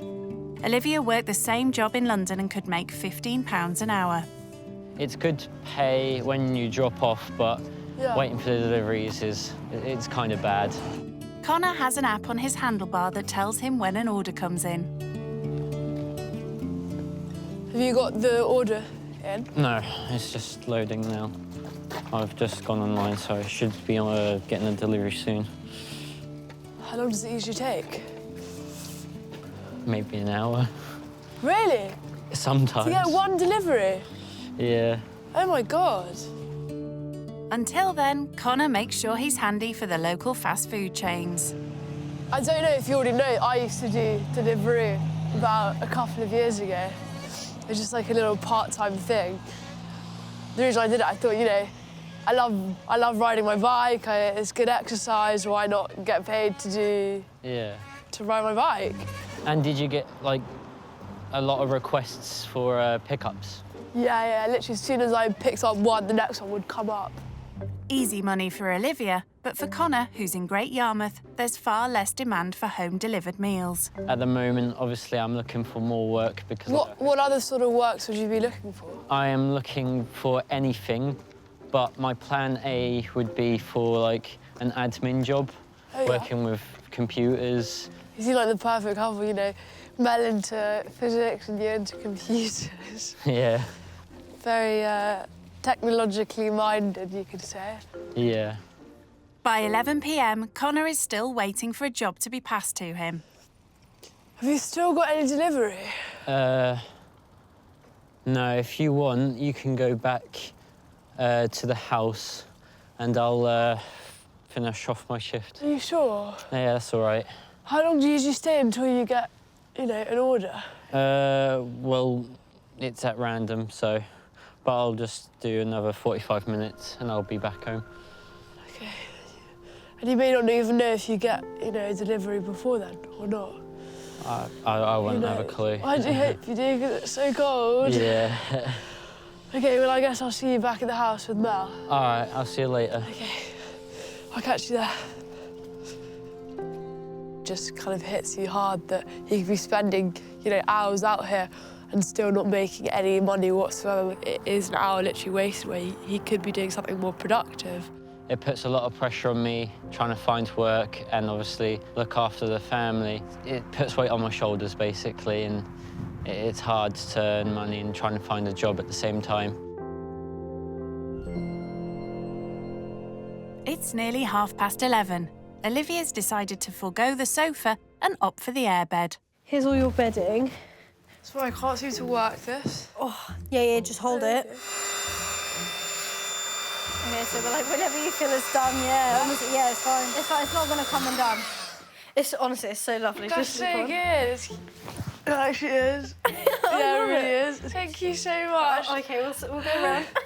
Thank you. Right, so I shall see you tomorrow. I'll see you in the morning. Good night. Before she got here, my perception of a rich kid would be like potentially really snobby, but no, she's the complete opposite. She's such a lovely, down-to-earth person. Like, I just love the vibe that she gives. He thinks the same. It's crazy. She's a mother, but she's younger than me. That's definitely something that I don't know if I'd be able to do. Hopefully the baby won't be screaming, but if it does, that's fine. I'm used to barking dogs, so if baby's crying, I'm sure it won't wake me up. I'm quite a heavy sleeper. I hope she has a really good night's sleep. Good night. It's day 2 in Great Yarmouth. Last night, I slept completely through, so that was fine. I didn't hear the baby at all. After not having much luck last night, Connor decided to head home just before 12. Are you excited for his first birthday? Yeah. Are you excited for the party? Mm-hmm. You're gonna have lots of fun. Yes. Toby's 1 year old, which is really, really sweet. So I don't know what we're doing for that. Maybe a little celebration or something. Who knows? He's such a cutie. Toby's special day is starting off with a treat. I'm going to make him a breakfast that he absolutely loves. Eggs and tomato and sausage. If it was a Saturday morning, if I was back home in London, for example, I don't know, maybe take the dogs for a walk, see some mates, go for brunch. Who doesn't like a good salmon, avocado on toast with chilli and lemon? That's a given. Anyone would like that. They would if they could afford the cost, around 10 times more than Toby's birthday breakfast. Good morning. Morning. Did you sleep well? I slept very well. How was your sleep? Yeah, good, thank you. Oh, that's good. What are you cooking this morning? Probably just going to be eggs and tomato. Okay. I really fancy that. Nice, yummy. What are you going to have? If you've got porridge, that would be we've got lovely. loads of porridge. So, as you know, obviously, like, today is Toby's birthday. Yeah. So you're going to be going into town with me. Yeah. And you're going to get, like, all the party food. Oh, my gosh. Yeah. Okay. Realising that Olivia might be financially quite savvy, Mel wants to put her to the test. So that's a lot of responsibility. I don't want to mess it up. Yeah, all of the party food and, like, decorations and things. Yeah. So, yeah. Okay. The problem is you only got a tenner to do it. Like, you got to do it all. Oh, wow. With so little cash, £10 is all they can spare for their party. Only £10. If I was organising it, the budget would probably be much greater. But it is what it is, and I managed to get around it. Before they go shopping, Mel and Connor tidy the kitchen in preparation for the small party they're having in their lounge. Hang on, little man. Do you want to go run in my bath? Yeah. Olivia, Yeah? could I borrow you a second? Yeah, of course. Is it possible you could clean the table up? He's so messy, isn't Oh, my he? God, yeah. I think he's actually asleep. Oh, he's asleep. Oh, my God. Bless him. Come on, Tobes. Well, once you give him a bath, he'll get really tired again afterwards, and that'll be perfect. Then he's not grouchy in his party. So, what chores do you do around the house, like, to help your mum out? So, yeah, I do the dishes at home. I water the plants. Sometimes hoover. Oh. Yeah. Have That's to clean quite up nice. a baby chair before Yeah. that's the first. What was it like giving birth? To be honest, actually, like, giving birth was nowhere near as hard as everybody makes out. Like, I had the epidural. The labour itself was absolutely horrible, but when it came to actually giving birth, that was the easiest part of it all. How do you reckon your mum would react if you turned around to her and said that you were pregnant at 19? She would be absolutely gobsmacked. She'd be like, no, Olivia, you cannot have a kid right now. If I was in that situation, to be quite honest with you, I would probably get an abortion.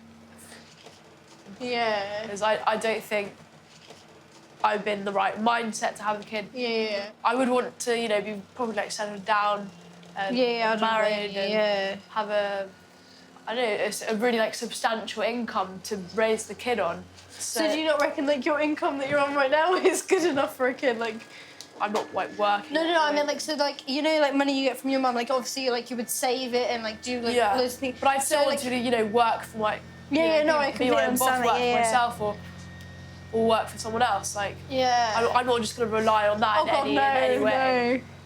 Still, at this current age, no, I don't. At 19, I'm a mum myself. I'm 19 and I'm a mum, but I completely don't blame. Like, I wouldn't advise somebody my age to go out and get pregnant. Like, I'm not going to advise it at all. Are you planning on having any more? Oh God, no. You've just got the one child. You're able to literally just pay out for that one child, and it's a lot easier on yourself. Financially, it's much easier just with the one. Yeah, exactly.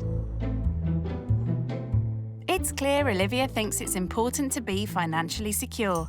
So will she feel out of her comfort zone buying everything for the party on such a small budget? Here's a tenner. Thank you. So basically, you can, you know, get like loads of great things in here, but just remember you need to buy food with that too. Okay. Yeah, have fun. Right, thank you very much. That's okay. The fact that Olivia's used to spending £150 on one meal alone, I think I'm just a bit, you know, scared as to how she's going to be able to, you know, do a birthday party for like under a tenner. So, does Olivia have a plan? Oh, the ratio that I'm going to do here is probably 60-40. So £6 here, £4 on the food.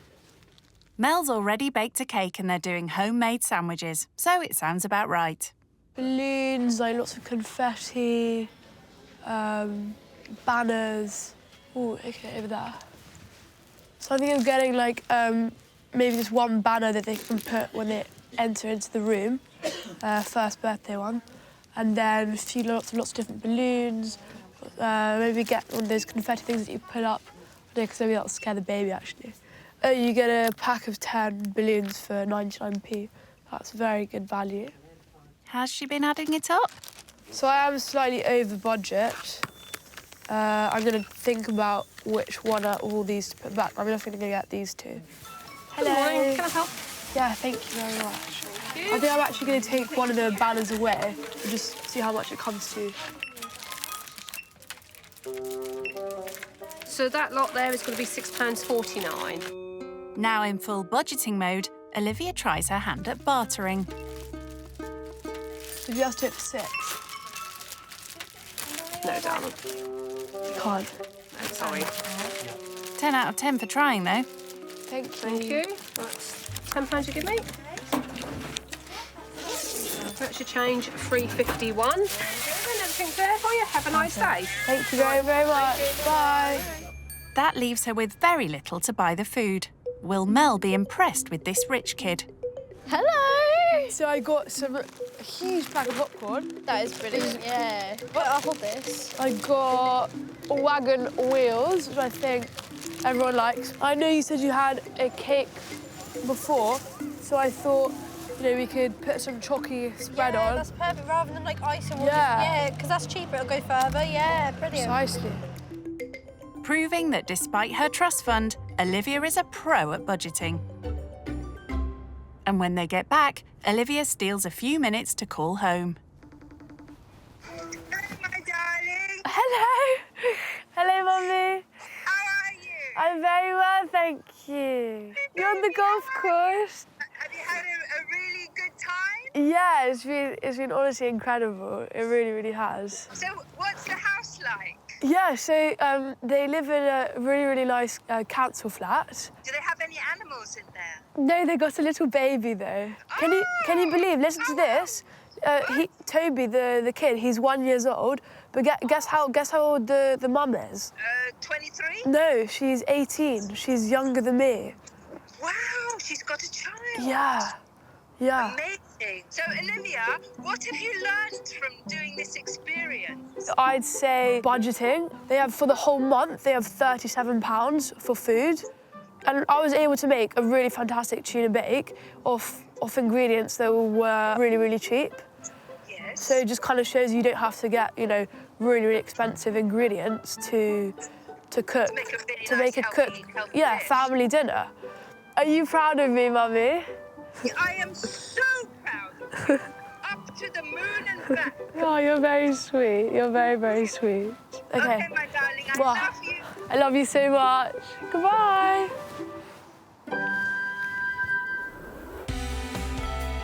Is that in the middle? Yeah, I'd say that's in the middle, yeah. Olivia has excelled with her budget purchases for the party. Now she needs to rise to the challenge and help make Toby's first birthday one to remember. How much did all these presents for Toby cost? Just under £100. It's quite a lot to be spending on his first birthday, no? Yeah. Do you reckon you feel the need to, you know, spend that much on Toby, just on, like, prezzies? Because it's his first birthday, me and Mel thought we might as well, just to make it more kind of special for him. Stretch it out more your side. More your side. More, yeah. It's looking pretty good. Beautiful. Mel? Yeah? Come and have a look what we've done. Ah, what do you think? Love it. I think it looks well nice. And all done just in time for the fun to begin. So should we get all adults to play as well, but we're going to play pin the tail on the donkey. Oh my God, I'm getting dizzy already. Go, more. Yeah, go on. Are you dizzy yet? Yeah, very, very dizzy. Oh, you were so close. That's quite good. I reckon we should let Toby have a go. Right there. Woo, look at that, Toby. Amazing. Toby wins. What does the winner get? Cake. Cake? Not before he's opened his presents, though. Tobes? But the birthday boy has other things on his mind. Tobes? He's not even looking.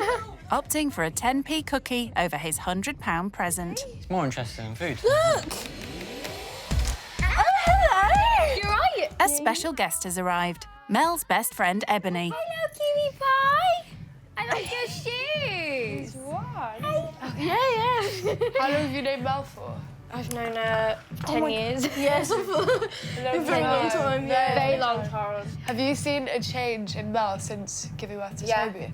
Before she had Toby, she was a bit reckless. Reckless, really immature, didn't care about anything. But since she's had Toby, she's the most selfless person now. All of our money goes on Toby. Yeah. You do your job as a mum and you do a fantastic job. Thank you. It's just, she's an amazing mum. Should we cut the cake? Yeah, come on, let's do that. Let's go. Olivia's pulled it off. The party's been a success. Happy birthday, dear Toby. Happy birthday to you. Whee! Well done. Thank you very much. So I wanted to give you like a little bit of a surprise because I know how much you sacrifice literally everything for Toby. And one thing that you said that you didn't have like any wardrobe for yourself, so I thought why not actually give you something that you'll be able to put like all your clothes in. Oh my God. Should we go have a look? Oh my God. It's in the other room. Oh my, no. I'll look after Toby. I really hope you like it. Oh my God. So you've got like 3 of the lots of drawers, lots of storage. You have to put like there's all of your. 2. There's one wardrobe and it comes in 2 boxes. Thank you so much. I'm so grateful. Oh my word. Sure, this is actually like Christmas early. I actually feel like I'm gonna cry. It's my pleasure just seeing you happy. Thank you so much. I love it. I was actually like speechless. Like I don't know. It's just something that obviously we very much needed. I couldn't be any more grateful for it. Olivia's time with Mel and Connor is coming to an end. Yeah, I'm really sad to be going. Although I've only spent, such a short amount of time with Mel, I feel like we've really, really bonded. And I've gained such a fantastic insight into her life, seeing how she really lives with her incredible little boy Toby and Connor. I cannot tell you enough how incredible I think she's coping with her situation. The fact that she's, a young mum, literally younger than me, but the fact that she's dealing with it, that really shows me, just what you can do. I'm really happy to be going back to, see my friends back at university and do some studying, because I'm behind on that now. I need to do more. I've got essays due on Monday, so I need to get going to that. Well, she'll have plenty of time on the long journey back up to Edinburgh. Oh, goodbye. I need to go. Oh, thank you so much for having me. I'm joking. Oh, goodbye, Connor. It was lovely meeting you. It really was. I'll give you a hug, but you're holding the baby. Oh. Oh no, I just want to see that. Oh, he's crying. You don't want me to go either. Hopefully I will see you soon. See you soon. Perfect. See ya. Bye. See ya. Considering that obviously me and Olivia are very different, worlds apart, we come from different backgrounds, I'll definitely take away that, you definitely can't judge a book by its cover. I mean, just because she's got more money doesn't necessarily mean she's a snob or, likes to brag and rub it in people's faces. I mean, she's the complete opposite, I guess getting to know me and seeing who I am actually as a person, it's not someone who's, a stuck-up, snobby girl just because I've come from, an affluent background. Something that I'm definitely going to take on this is to consider to do budgeting, and when I go out shopping, for example, not just get the first thing I see food shopping wise, but actually consider how much am I actually spending on this, and is it really necessary?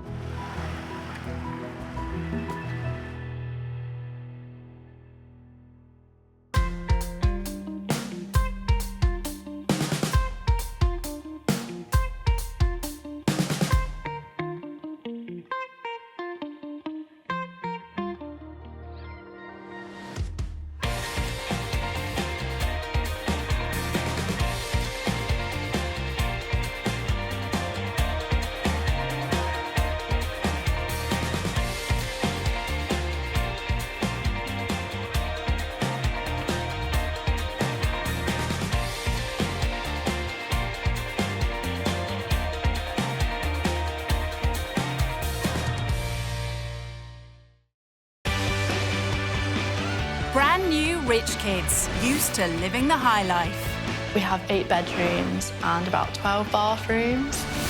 Walking is for peasants. They're about to take a giant leap out of their comfort zone. It looks a bit rough.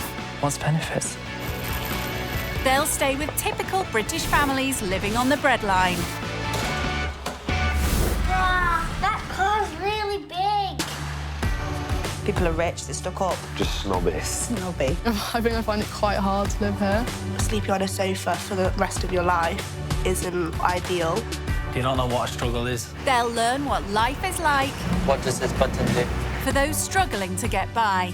This is like a food bank. I didn't even know what a food bank was. And the sacrifices they make. He gets everything he wants, and we just about get everything we need. So when was the last time that you actually treated yourself? Oh. Will the cash-strapped families change their views? Doesn't make you a bad person just because you're rich. It doesn't mean you're a good person just because you're not rich. And will the rich kids learn? I have no idea what I'm doing. There could be more to life than money. The best experience of my life. When rich kids go skint. I do admit I do spend a lot and I should stop, but it's not happening. Sorry. This rich kid going skint is the son of a self-made multi-millionaire. My name is Adil. I live in Cheshire. Adil couldn't wait to leave school and join his dad's property empire, where he was instantly made a director. I don't think algebra is going to buy me a property or a Rolls Royce, let's be honest. Adil and his family have a fleet of executive cars, mostly Rolls-Royces and Bentleys. This is my car for my 16th birthday party. Never driven it, not interested. I don't know why I even got it now. Because he's so rich, Adil has a security guard called Samir, who also doubles as a chauffeur. I will never travel alone. He's always with me. I feel safe with him.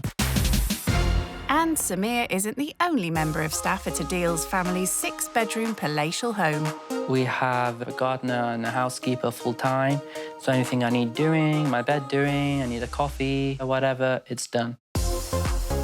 So this is my dining room. We have these very special pictures covered in Swarovski stones. It says Allah. And it's not just crystals on the walls. The main lounge is decked out with customised designer furnishings. Everything's Versace, all the sofas, the chairs, the tables. It's always been Mum and Dad's favourite brand, so we go, well, why not we do the first house Versace? So we went to Harrods and we came up with this good combination. The show house look is important to Adil. He has very exacting standards. I'm a very clean person. The room has to be clean, a cup has to be laid out in a certain way. I feel everything has to be just perfect. That's one of my biggest problems. One of his other problems is shopping. Bags are a particular weakness. This is the Louis Vuitton Prisium bag, and it's only plastic. And at £2,500, that's one very expensive plastic bag. So one of the best gifts I've ever been given by my parents was just this watch, the Audemars Piguet, because it's a special limited piece. So why does a rich kid like Adil want to sample life with a family on benefits? Oh, I don't know anything about benefits. What's benefits? Generally, only being able to afford what you need, not what you want. I'll definitely say I will struggle, I'm not gonna lie. I feel I would struggle not having the highest standards of facilities what I have, like a housekeeper 24 hours. But I just want to learn it and see what it's all like in the real world. Adil isn't going far to sample the real world. The Bennett family live 50 miles away, in Preston. I'm Cheryl, I'm 25. I study at college. I'm Daniel, I'm 26. At the moment, I'm unemployed. Cheryl and Daniel live in a rented 3-bedroom terrace house with their 3 daughters. Miley's 7, Eliza's 5, and Skylar's 2. 11 months ago, the family suffered a financial and emotional blow. Unfortunately, I lost my job. Had a bit of a breakdown, didn't I? You're not earning money. You kind of feel like you've failed your family a little bit. Kind of flips your world upside down. And it's meant they've had to make sacrifices. When did we last go out for something to eat? Probably about 6 months. Yeah, and even that was 11 quid, or you can eat Indian buffet. Yeah. Because of the drop in income, they have to keep a closer eye on their budget. We've got about 1,400 coming in. Yeah. And we've got about £500 once we've paid all our bills. So what do they hope the rich kid will learn from living with them? We're not in this situation through choice. Not everyone has been fortunate enough to have the life that they have. They've never lived. You don't know what a struggle is at all. You know, it'd be nice for them to kind of understand what life is like at the bad end. Living skint with Daniel and Cheryl will be a world away from Adil's normal life. His family want to make sure he's thought it through. What do you think you're going to struggle with then? I think sharing a bathroom, that would be the one of the things, you know what it's like. Okay. Drinking more not having water and things like petty things like that, I feel like a struggle. So cleanness, make sure everything's clean. I think that's what I'm scared of the most. Yeah. Not really the family, but it's just the bathrooms Your lifestyle. and stuff. Yeah, it's understandable. Being Adil's older sister, I'm quite protective over him. So the family he will be living with, I hope they treat him really well. Well, I personally think that it's a really good opportunity. I mean, you're such a good person, and at least it'll show you what positivity you can bring to other people. I am a little bit worried. He'd never done anything like this before, so I would like to see how he would achieve to be out his comfort zone and to be with other people. What if the family, like, expected you to cook or help out in the cleaning? Cleaning-wise, I mean, I don't mind washing a cup or something. That's, like, the most I'll do, or clean a table. Cooking-wise, I'll just have to call a chef or something, because, like, I don't know what to do. You can't call your chef there, Adil. On the day of reckoning, Adil's only worry now is what to pack. I'm still a bit nervous, to be honest. There's so much to choose from. One of my favourite Louboutins, pink satin. Maybe go a bit wild, take the blue colour. I mean, these are still new. Forgot I even had this colour, to be honest. His suitcase alone cost around £2,000. And with his watch and all his designer gear, it's no wonder Adil feels the need for a security guard.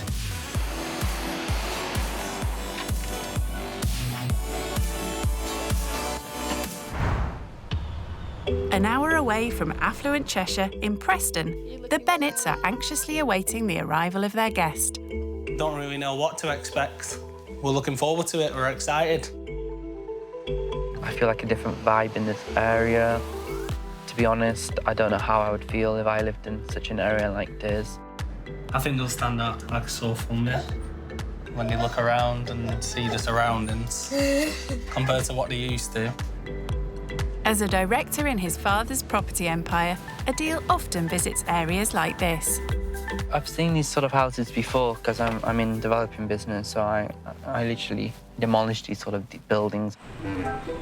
I'm interested to see what they're going to be wearing. I think they're going to be wearing all sorts of designer clobber.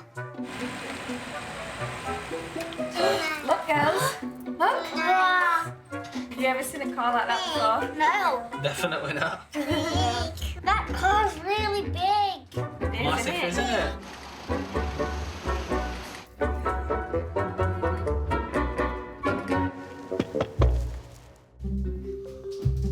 Adil arrives mid-morning.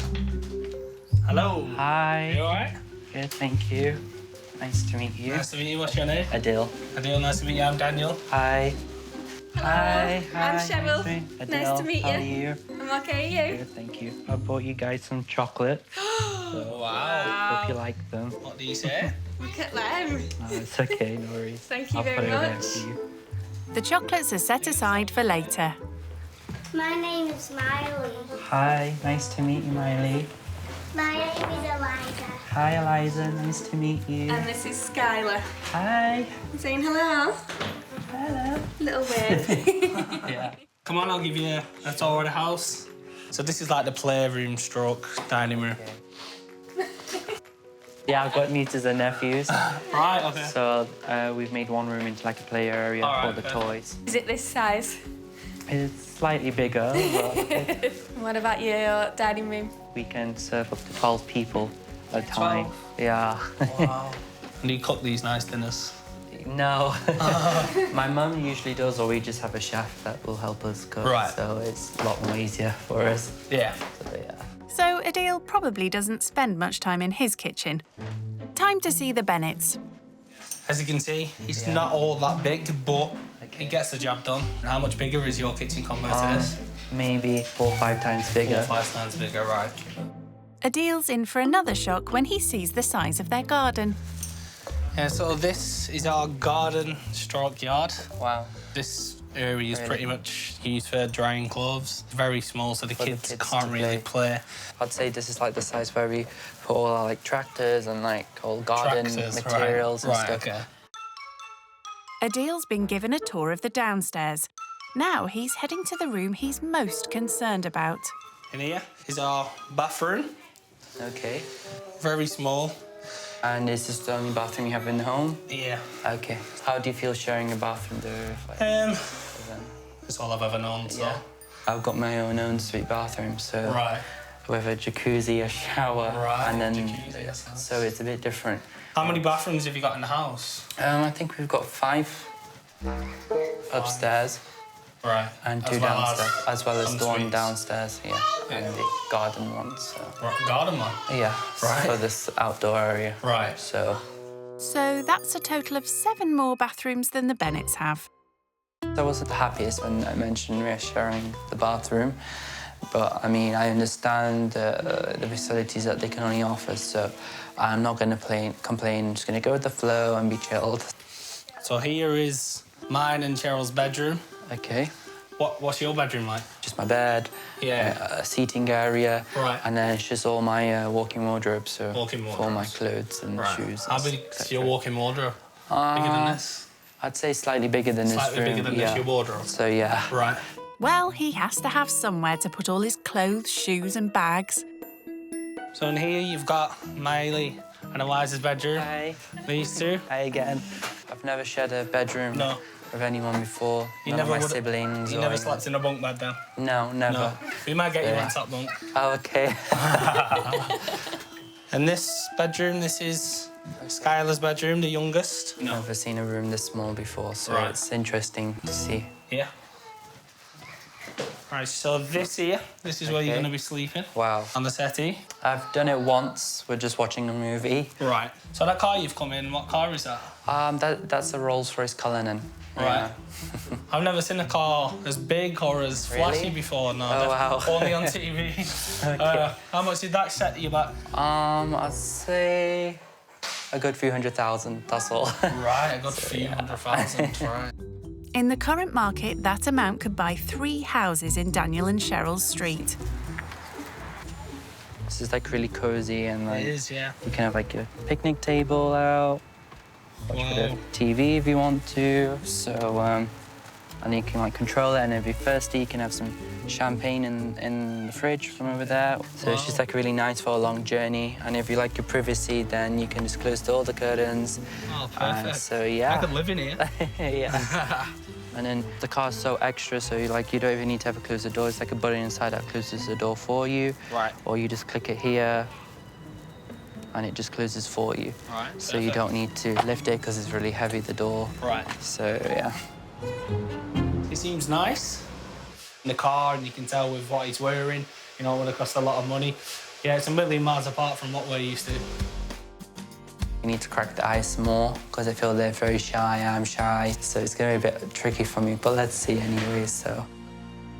To help their guest feel at home, the Bennetts have stocked up on bottled water, as it's the only water he drinks. And just in time for lunch. So what do you put in your sandwiches? We usually have ham and cheese. Okay. Is that okay? Oh, I don't eat meat, so Okay. maybe just cheese. Just cheese, is that okay?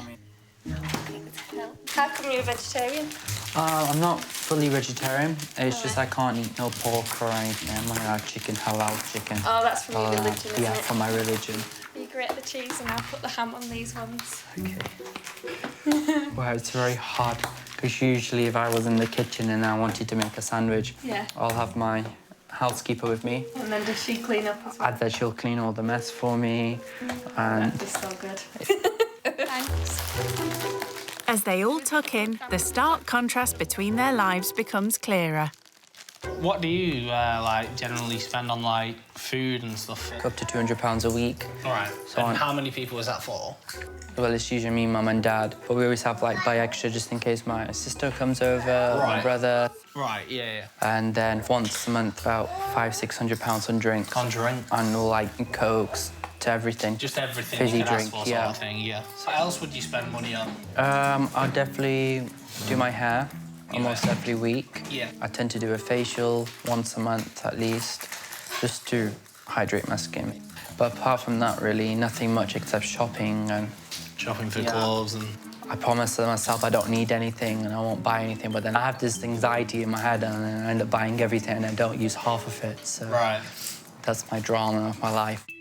The amount of money that he spends on like clothes and that a month, yeah, it's quite shocking when you compare it to us. It's nice to get an insight into his life, and I'm sure he thinks the same. Adil may be a spendaholic now, but his father's childhood in the UK was quite different. What is the family business when you... So my dad is into our real estate business. Right.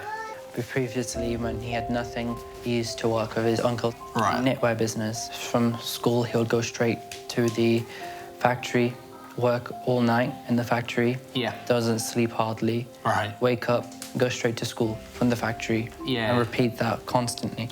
So from such a young age, I think from the age of 8 or 7, Yeah. he started working. And then I think by the age of 12, he goes, I want to start my own business. Right. At 12? At 12. So Right. he never gave up. So he met a few people, the people that was supplying like the yarn or the materials for the job. Yeah. He goes, if you support me, I'll give you this much share in the factory. Nobody took him serious except one of his friends. And then he gave him a shot. So he slowly built out, and then he did it, and it became like one of the best factories in the UK. Worked out well. Providing it well, and it's still running today. All right. Adil's father's factory used to supply some popular high street brands. Daniel and Cheryl can relate to Adil's father's life when he was at rock bottom. Our incomings at the moment are pretty low because I'm unemployed and Cheryl goes to college. We're on benefits, so we receive around about £1,400 for the month, and our outgoings, bills and everything, around about 950. Wow. So then we've got about £450 left for the month. Yeah. Out of that, we've got to pay for our cost of food, 60 to 75 weekly. Also on top of that, we need stuff like nappies and wipes for Skylar, baby, yeah. and then the rest of the money what we have spare, we save that for stuff like emergencies if anything pops up. If that was me, I'd be very upset. I always got to think. Sometimes it does get us down, doesn't it? Sometimes, but You more than me. yeah, me, yeah, definitely me more, just because I see myself as quite traditional in the sense that I'm the man of the house. Daniel is desperate to find work, but Adil had no such problem. He just walked into a gold-plated job. Me just having a job like that, well, I just said, Dad, look, I want to work with you. No problem. Desk was ready, everything, the best was all ready. And it's quite shocking and scary that how people out there are struggling.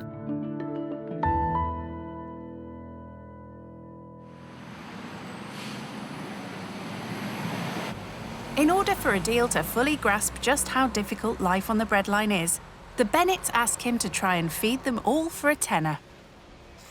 Oh, God. And with that, we would like you to get enough food for us to make a meal for us 6 for tonight. Yeah, so there's the £10. Thank you. So do your best. Good luck. Thank you. Very stressed because I don't mind going to the supermarket, but actually picking the ingredients and everything, and you're responsible for everything, I've never done before. And he's also going to be responsible for cooking the meal. Adil asks 7-year-old Miley for her thoughts. Have you ever tried Indian food? No. Never. Would you want to try Indian food? Yeah. Sorted. So I'll get some of these. It's called a paratha. So it's like an Indian bread type thing. Blimey, there's 15 in each pack. Adil would normally leave everything to his personal chef and decides to call his next best thing. Can I just call my mum for a minute? Hi, Mum. They've asked me to cook dinner for tonight. Can you send me the recipe for dal? You need a small packet of dal, Billy. Okay. Onions, tomato. Okay. Yeah, do you know how to do that? Yeah. Sure. Yeah. Okay. Bye. Okay. So here's lentil. I think we should cook a small packet. 2 onions, 1 garlic, and tomatoes. One of these. Oh, God. I'll get one. You got one. Thank you. So I the see garlic some garlic here. Okay. Red chili powder. They all look red. So we need...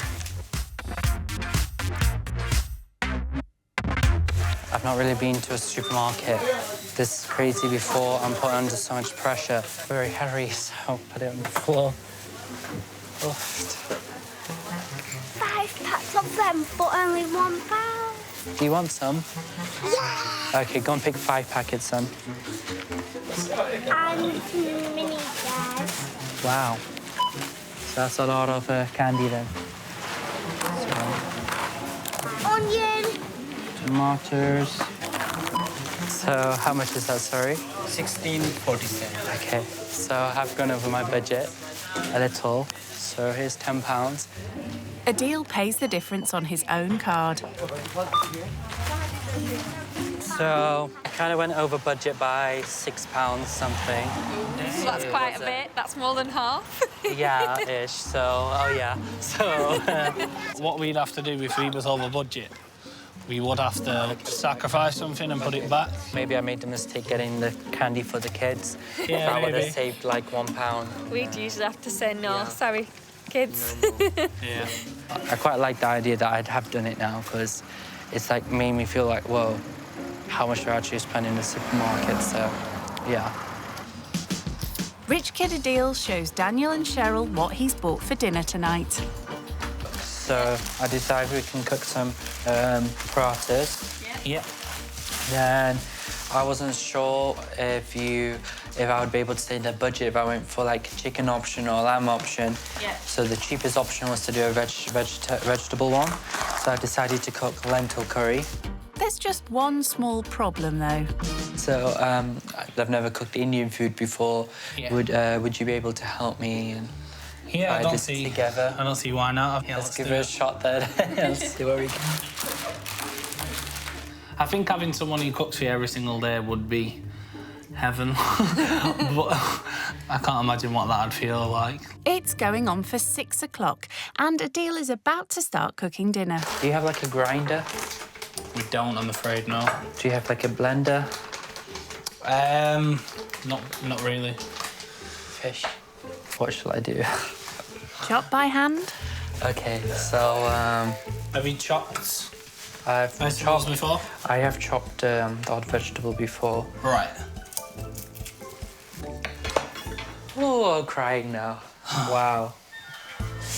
Okay. Do you do most of the cooking in the house? Yeah, typically. I feel like I'm the better cook, so... Okay, why is that? Cooking is something that I've had to do from a young age. When I was in my early teenage years, I lived on a council estate with my dad. 1-bedroom flat, the most probably unglamorous flat you've ever seen. My dad's not very domesticated, and having to be in a situation where I have to fend for myself, that's where I picked up skills like cooking and stuff like that, and just through practice, really. Adil's lentil curry needs to simmer. I think it's going to take about an hour now to cook on a low heat. An hour? Yeah, it's going to take an hour. Why is that okay? It's just that in an hour's time, the kids would usually be ready for bed. Oh, gosh. Well, no. Shall we cook something else as well? So maybe they can try the lentil tomorrow and you can have it now in an hour's time and maybe give them something else. Yeah, we can do that. Yeah. Daniel quickly knocks together a meal to make sure the kids stick to their nighttime routine. There you go. I feel like he should feel like he's a man, because cooking food for your family, your kids, you should feel proud because that you did it. I mean, you did it with your own hands and you put it in the plates for your children. The kids have gone to bed and the curry is almost done. So far, it's good, but I mean, it's my first time cooking completely Indian food. So I'm quite happy with myself to be honest that I did it. So I think my housekeeper will be really impressed right now if she sees me. First, I'll never do it in a Gucci tracksuit. And with his eye for the finer things in life, Adil plates up. Presentation. I commend his efforts. Yeah? He's put some real effort and thought into it. Thank you. So I hope you like it now. The moment of truth. I know, I feel like I'm in Mary Berry or something.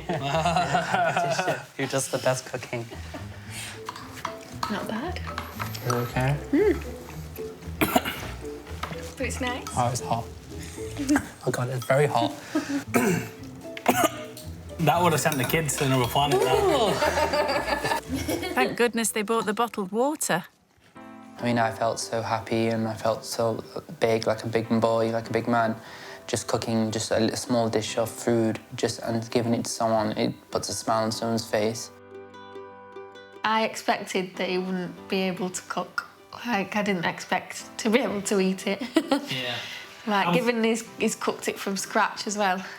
Yeah, he's surprised us and he's done really well. Let's go. Adil's housekeeper would normally clear away after dinner, but here there's no such luxury. He said he's probably washed a cup or maybe a plate in his life and that's it, so Why not getting to learn on the job properly? Okay, maybe that's not a good idea. It's washed. Oh, sorry. I think Riley can wash up better than you. I mean, I already feel so tired and I've washed, what, 4 plates, 3 plates, something like that. How do you feel about washing up with that watch and that tracksuit on? I mean, the tracks I'm not really fussed because I'll just send it to dry cleaning. You could take the watch off. I have a habit that I never take a watch off. Maybe. So, could I just get some hand cream on because my hands are literally dried out. There you go. I don't know what's happened to it. It's look old now. Put some hand cream on now. While Adil rejuvenates his skin with hand cream that costs 2/3 of their weekly shop, Cheryl takes over. I didn't think it was possible to be bad at washing up, but he's just proved to me that it is. Doing it first time, I kind of made a mess, and then so at least I tried. And he's trying something else too, overcoming his fear of using a shared bathroom. Quite an achievement for someone who admits to having an issue with cleanliness. It's 9:30 p.m. and everyone decides to have an early night. To make his bed more comfortable, Adil gets out his £750 designer blanket and a spray he brought in his expensive plastic bag. Oh, thank you. Daniel makes sure their guest won't be cold. Is that all right? Yeah. Yeah? Jobs are good. And what's this? It's just to help me sleep, detox you. And you just like spray it on your pillow? Spray it everywhere, and I've even got like I've got a hand balm, I've got a rolling one as well. It just relaxes you. What are you talking about? Yeah. It's a special spray. It can get nice. It smells nice. So, yeah. Definitely recommend if you've got children and you want to sleep, you have a nice extra sleep, so. Right, we'll let you get ready for bed. Thank you. All right. My only preconceived thoughts on him before you arrived was that to be a lack of understanding of why we're in the situation we're in. I always carry my home blanket for my bedroom. This is like one blanket I always use in the home, with them downstairs, upstairs. So it has like my home smell I feel on it. So I love to use it when I'm out, away, but yeah, I'm definitely very homesick and I miss my room. I definitely got like a stereotypical image in my head that he's rich, so he's going to be spoiled and he's going to be, you know, brash and outspoken and whatever, but he's not. He's quite the opposite. But he'll definitely do for tonight, as long as I've got my home blanket, so I'm a bit happier.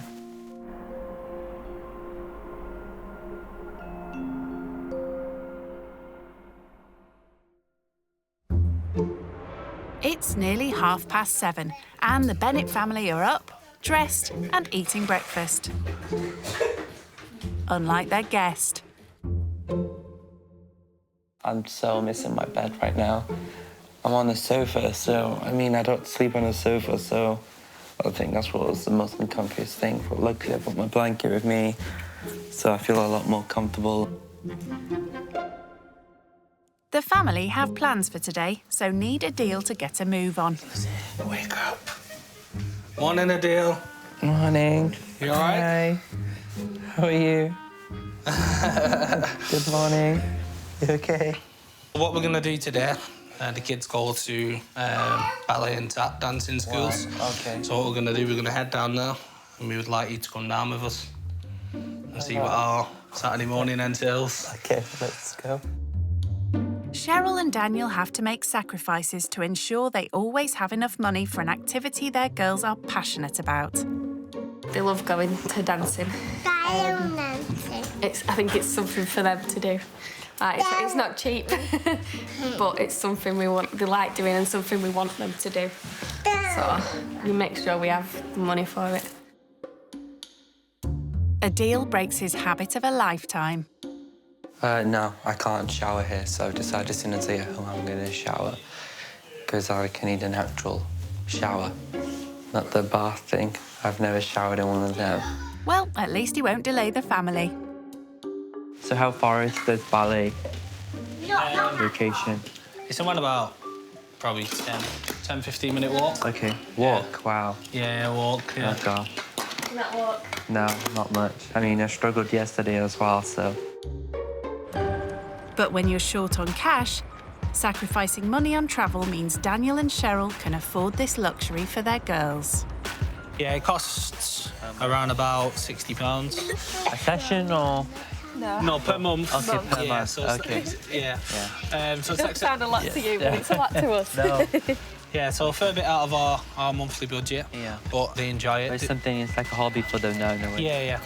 Have you got any hobbies that you have to pay for? Just going to the gym at least 2 to 3 times a week with my personal trainer. And how much would a personal trainer session cost you? Around £50 a session. £50 per hour? Per hour.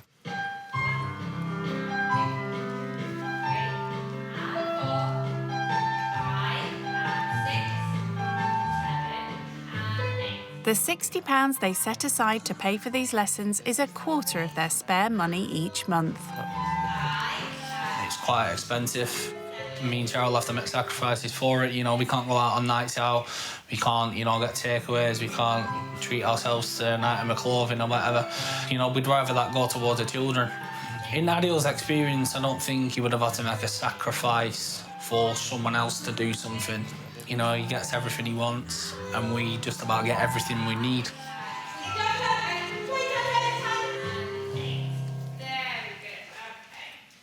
I understand now why you set aside the £60 now. Keep them happy, give them something to look forward to, and give them a skill to learn. So it ticks quite a few boxes. Can get you somewhere in the future, maybe. Yeah, definitely, you never know. So if you had a child, would you be getting involved in their lessons? I wouldn't physically do the dad thing, but I don't mind standing and watching. Right. I wonder whether they do Gucci leotards. Wow. Might consider. Oh my God. It just makes me feel like £60 is just my haircut or something. So I don't realise how much £60 can actually be for some people. I've never made a sacrifice before. It's clearly woken me up now, to appreciate what I have more. Daniel and Cheryl don't have a car, so today Adil's getting a taste of how they travel when it's too far to walk. We're gonna go into town. Okay. We're gonna go and get the present for my dad's birthday. Yeah. How we're gonna get there? We're gonna get on the bus. Stop. Yeah, we're gonna get on the bus, so no fancy cars. We could just take the rolls if you want. Unfortunately not. Okay. How far is it from your home? It's around about 1.5 miles, 2 miles. Wow. Yeah. Okay. And that's how we usually get about, to everywhere, basically. I can't do the bus, though. Eh? Can't do the bus. You can. Good stuff. Have you ever got on a bus before? Never. Never. I thought it was funny, the fact that he's never been on the bus before at 19. Quite bizarre, really. Me, personally, I would never get a bus. So you don't think you're I want to pay extra. on the bus when No, you get I'd rather pay extra and get a taxi or something. You'll be all right. Oh, God. It's here. Yeah, let me just get out of the wheel somewhere now.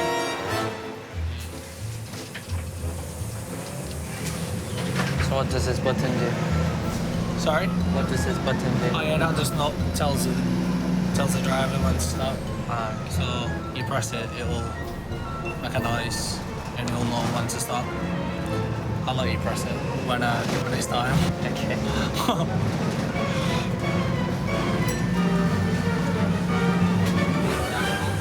Just press the bell.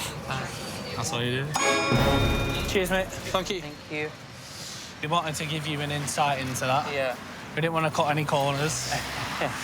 We still have to walk a lot now from the bus stop to the... Yeah. I'll be honest with you, I don't think I'd ever use the bus again. You don't think you'll ever use a bus again?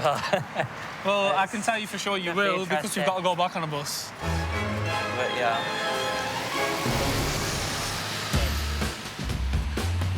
Daniel's shopping for his dad's birthday, but he can only afford to buy him something from a charity shop. What do you think? I don't know, because I've never met your dad, so I wouldn't It's all right, it's all right. sure. If it looks... I mean... I'll be able to point you in the right direction. Yeah, that's not bad, that shirt. Funny enough, I used to work in Bernardo's as a part-time thing. Yeah. And just, contribute, help, organise, the shelves, And I donated a lot of my old stuff for a little bit of Gucci or something. So maybe I attracted more customers. That's really good. Yeah, yeah. Testament to you, really. And it speaks volumes for the kind of guy that you are. Thank you. Daniel settles on a plain white polo shirt for £3. Let's do it. And they head home. I think he does now understand a little bit more about sacrifice after spending these last couple of days with us. And hopefully, you know, he can take something with him from this experience. Staying with the Bennetts has been an eye-opening experience for Adil. He's keen to share his feelings with sister Serish on his personalised Louis Vuitton mobile phone. Hi. Hi, how are you? Good. I'm missing you. How are you getting on? So far, it's been good. I was asked to cook a dish for dinner last night. Yeah. And we did it. Yeah. I'm absolutely amazed by that. Fantastic. I think you can make me one now when you get back. So I'd definitely say I've learned a lot comparing to my lifestyle. Whereas if I need £60, £100, whatever, it's just there. Yeah, I'm really proud and I'm shocked, to be honest, that you've been able to do it. So, honestly, Yeah. King High, well done. Super Thank proud. you. I'm looking forward to seeing you and having a lovely catch up with you. Thank you. Yeah, You too. take care. Take care. Bye. Love you. Bye. Bye. Love you. Bye. Yeah, I feel more happier now, more relaxed that I spoke to a member of my family and they feel so proud of me. So it's definitely a proof to our family that I've done an achievement. The Bennetts were hoping to show Adil how they can have fun for free at the park before he leaves. But as it's raining, they have another free activity to entertain the girls and their guest. Never thought I'd be making slime. Taking part in such a messy game, especially while wearing a £1,000 designer jacket, is a huge step for Adil. What colour should we go for, girl? Pink, yeah. I'll let you do that. I think the slime kit was built for someone wearing Gucci. So.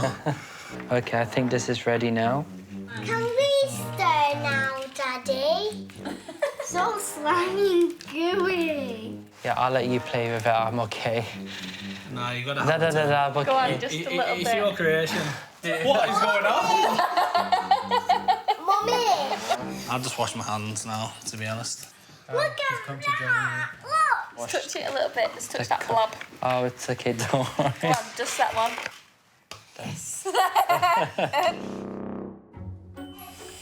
I mean, it's not the first thing I'd really want to touch, but we just have to go with the flow.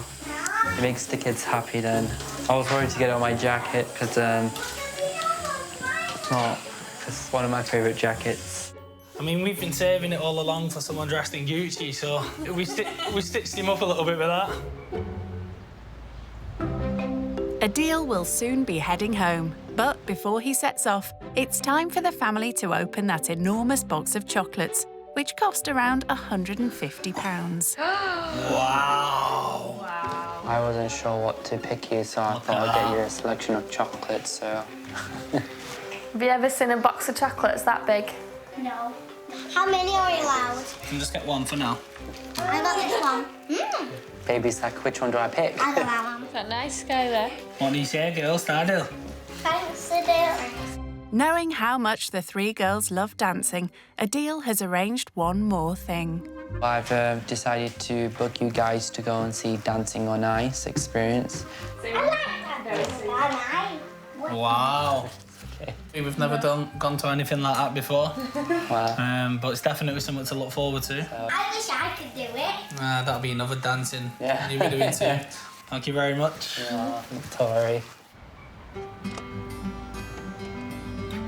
It's time for Adil to leave. And as ever, Samir's on hand to make sure Adil's tracksuit never gets wet.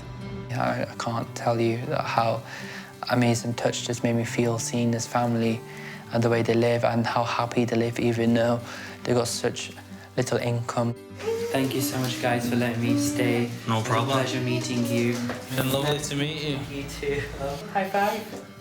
Yay! Hey. Thank you, guys. Thank you. I think this experience has taught us how much money you've got in the bank doesn't define who you are. Doesn't make you a bad person just because you're rich. It doesn't necessarily mean you're a good person just because you're not rich. They can't afford adventures going to Dubai and such places, but they still try to put a smile on their kid's face, and it just amazes me. It's really touched me. I feel a very big difference now. I wanted to keep him. And these cars. No, just him.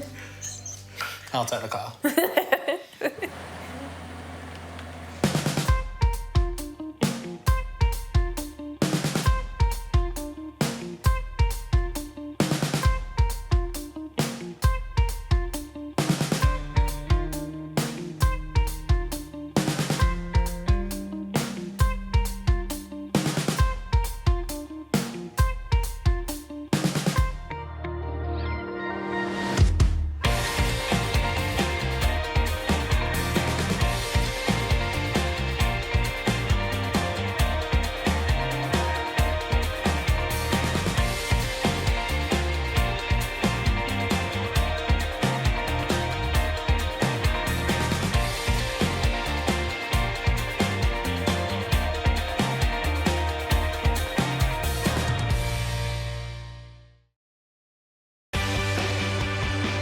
Brand new rich kids, used to living the high life. We have 8 bedrooms and about 12 bathrooms.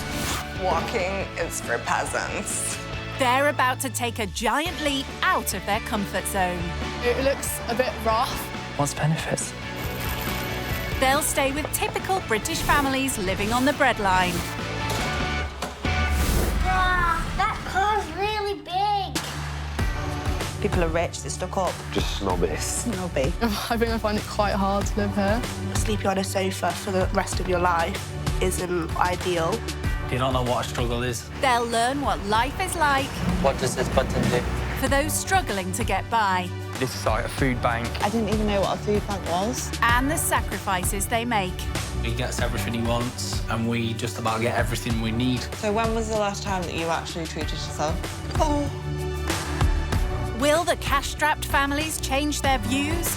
Doesn't make you a bad person just because you're rich. It doesn't mean you're a good person just because you're not rich. And will the rich kids learn I have no idea what I'm doing. there could be more to life than money? The best experience of my life. When rich kids go skint. The rich kid going skint is Devon, the spendaholic daughter of a millionaire businessman. I absolutely love shopping. So I'm probably addicted to it. Devon splits her time between Cardiff, where she goes to uni, and her parents' 8-bed palatial home in Exeter. This is kind of just the main living room. It's kind of like a mixture of modern furniture and sort of antiques. And yeah, I really like the chandeliers as well. This is the kitchen. It's quite nice because it's quite big, particularly like the Aga. Just one kitchen in this mega mansion? There's 3 kitchens. Blimey, next she'll be telling us they have 12 bathrooms. We have about 12 bathrooms. That works out at 3 loos for each member of Devon's family. I have basically the whole top floor to myself, so I have 3 bathrooms to myself. Of course you do. On top of paying all her bills, Devon's parents also give her a £500 allowance. And she can't spend it fast enough. There's like a few things with like sort of tags on that I haven't really worn. A designer wardrobe's not the only thing Devon splashes her parents' cash on. I do love eating out. I eat out quite a lot. I do get takeaway quite a bit. So I could probably spend £50 to like £100 a week on deliveries. I wouldn't say I really have to worry about money. My parents could always kind of back me up. I don't have to be really super cautious about it.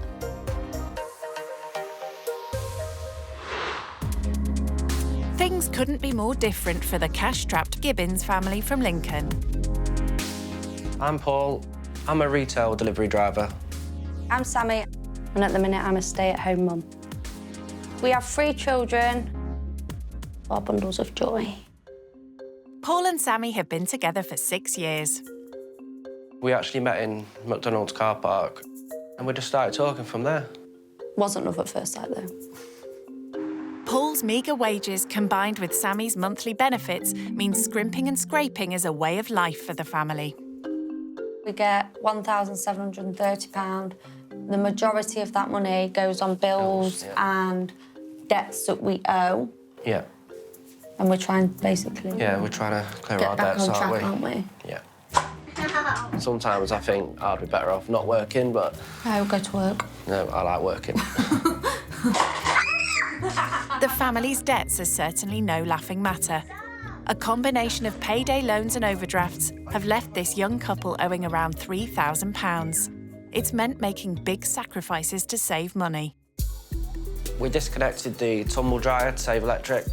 We turn all the appliances off after we use them. Switch the shower off if you're not using it. That we don't saves really electric. have baths either because obviously that's The turning wall. the heating on. And we've also found that if we are cold, it would go and put a jumper on and maybe an extra pair of socks and my dressing gown instead of turning straight to the heating. The family can only afford to rent a tiny 3-bed terrace. And Sammy's feeling a little unsure about welcoming a rich kid into her home. I want the rich kid to be open-minded, not feel like they've got to judge me because I haven't got what they've got. And I'm a little bit nervous that they're going to be a little bit arrogant. Sammy's not the only one feeling anxious. It's kind of weird now because I know, like, I am actually going. Yeah, it's all getting, like, serious now. Before she heads 260 miles north to Lincoln, all Devon has to do is decide whether it's her Gucci or Louis Vuitton bag that will accompany her. Looks like it's Gucci. So this bag was kind of vintage, so, like, it wasn't as expensive as it would be if it was, like, a brand new bag. Second hand? So around £20 then? This one was about £300, but new, I think it's like £1,000. In Lincoln, the family are awaiting the arrival of their well-off guest. Obviously, we're not very posh, are we? Nuggets and chips would make us happy. They're like caviar sauce. Do you know what I mean? So, yeah, I feel a bit scared. Low-cost ingredients have clearly never been on Devon's grocery list. I think a loaf of bread probably costs about £3, £3.50. I'm not really sure. Cheapest milk, maybe like £2. Crikey! Where does she shop? It's 11 a.m. as Devon arrives in Lincoln. I guess I see a few shops around here, but there's no Waitrose. I feel nervous. My biggest fear will be them not liking our house, you know, because our house, you know, we love it. Anything we have, we work hard for. Hate to tell you, Paul, but Devon already has quite a few opinions about the area. It looks a bit rough, like quite run down. There's quite a lot of rubbish on the floor. The houses look quite small. Yeah, I guess I am a little bit out of my comfort zone. I guess it's not really sort of an area I'm used to. It's not really the sort of house I'm used to either.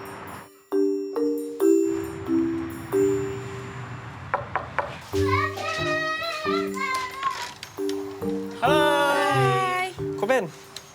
Lovely to meet you. Love to meet you. My name's Devon. Nice to meet you, Miss Sam. I'm Paul. Sammy. Hi. This That's is Ruby. Ruby. You're going to say hello? No, a bit shy. This is Levin. We've got Ellie and Harley in Harley's there a as baby well. that keeps running to try to get back to us. So is this your main room? No, this is the dining room where we kind of eat, and if I get fed up of the old ones, I'm going to go away, go play. Yeah. With the family of 5 cramped in the 3-bed house, Devon will have to adjust to rather more modest living arrangements than she's used to. My house is quite big, so it's almost like 3 houses. We have 3 separate kitchens, but obviously we only really use one. But that's, yeah, it's quite big. It's kind of, yeah. Yeah. Only one narrow galley kitchen here, I'm afraid. As you can see, it's quite small. Yeah, it's quite cramped, isn't it? Yeah. But it's not what you're used to. So we've had to turn the handles in so we don't catch ourselves. Yeah. This is the bathroom. Yeah. shower, but It's quite small. It's good enough for us, isn't it? Yeah. In my house, I have like the top floor to myself. Do you? So I have like 3 bathrooms to myself. So cool. Yeah. Do you need all of them? No. No, don't really use all of them, to be honest. For someone used to 3 bathrooms of her own, sharing one could be quite a challenge for Devon. But that's the least of her worries. The door doesn't shut, by the way. So we're going to struggle with that. Okay. But I'm going to fix it today, hopefully. If we do go to the toilet, we do just kind of tell people, you know. Okay. Is this your playroom? No! This is our living room. This is Ellie. Do you want to go and tell her how old you are? Speak louder so we can hear you. She's the shy one. She's 8. How old is he? He's 17 months. No sign so far of a spare room for Devon. This is where you will be sleeping.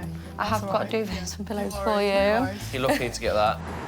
So, how are Devon's living quarters shaping up? There is like feeling of shock.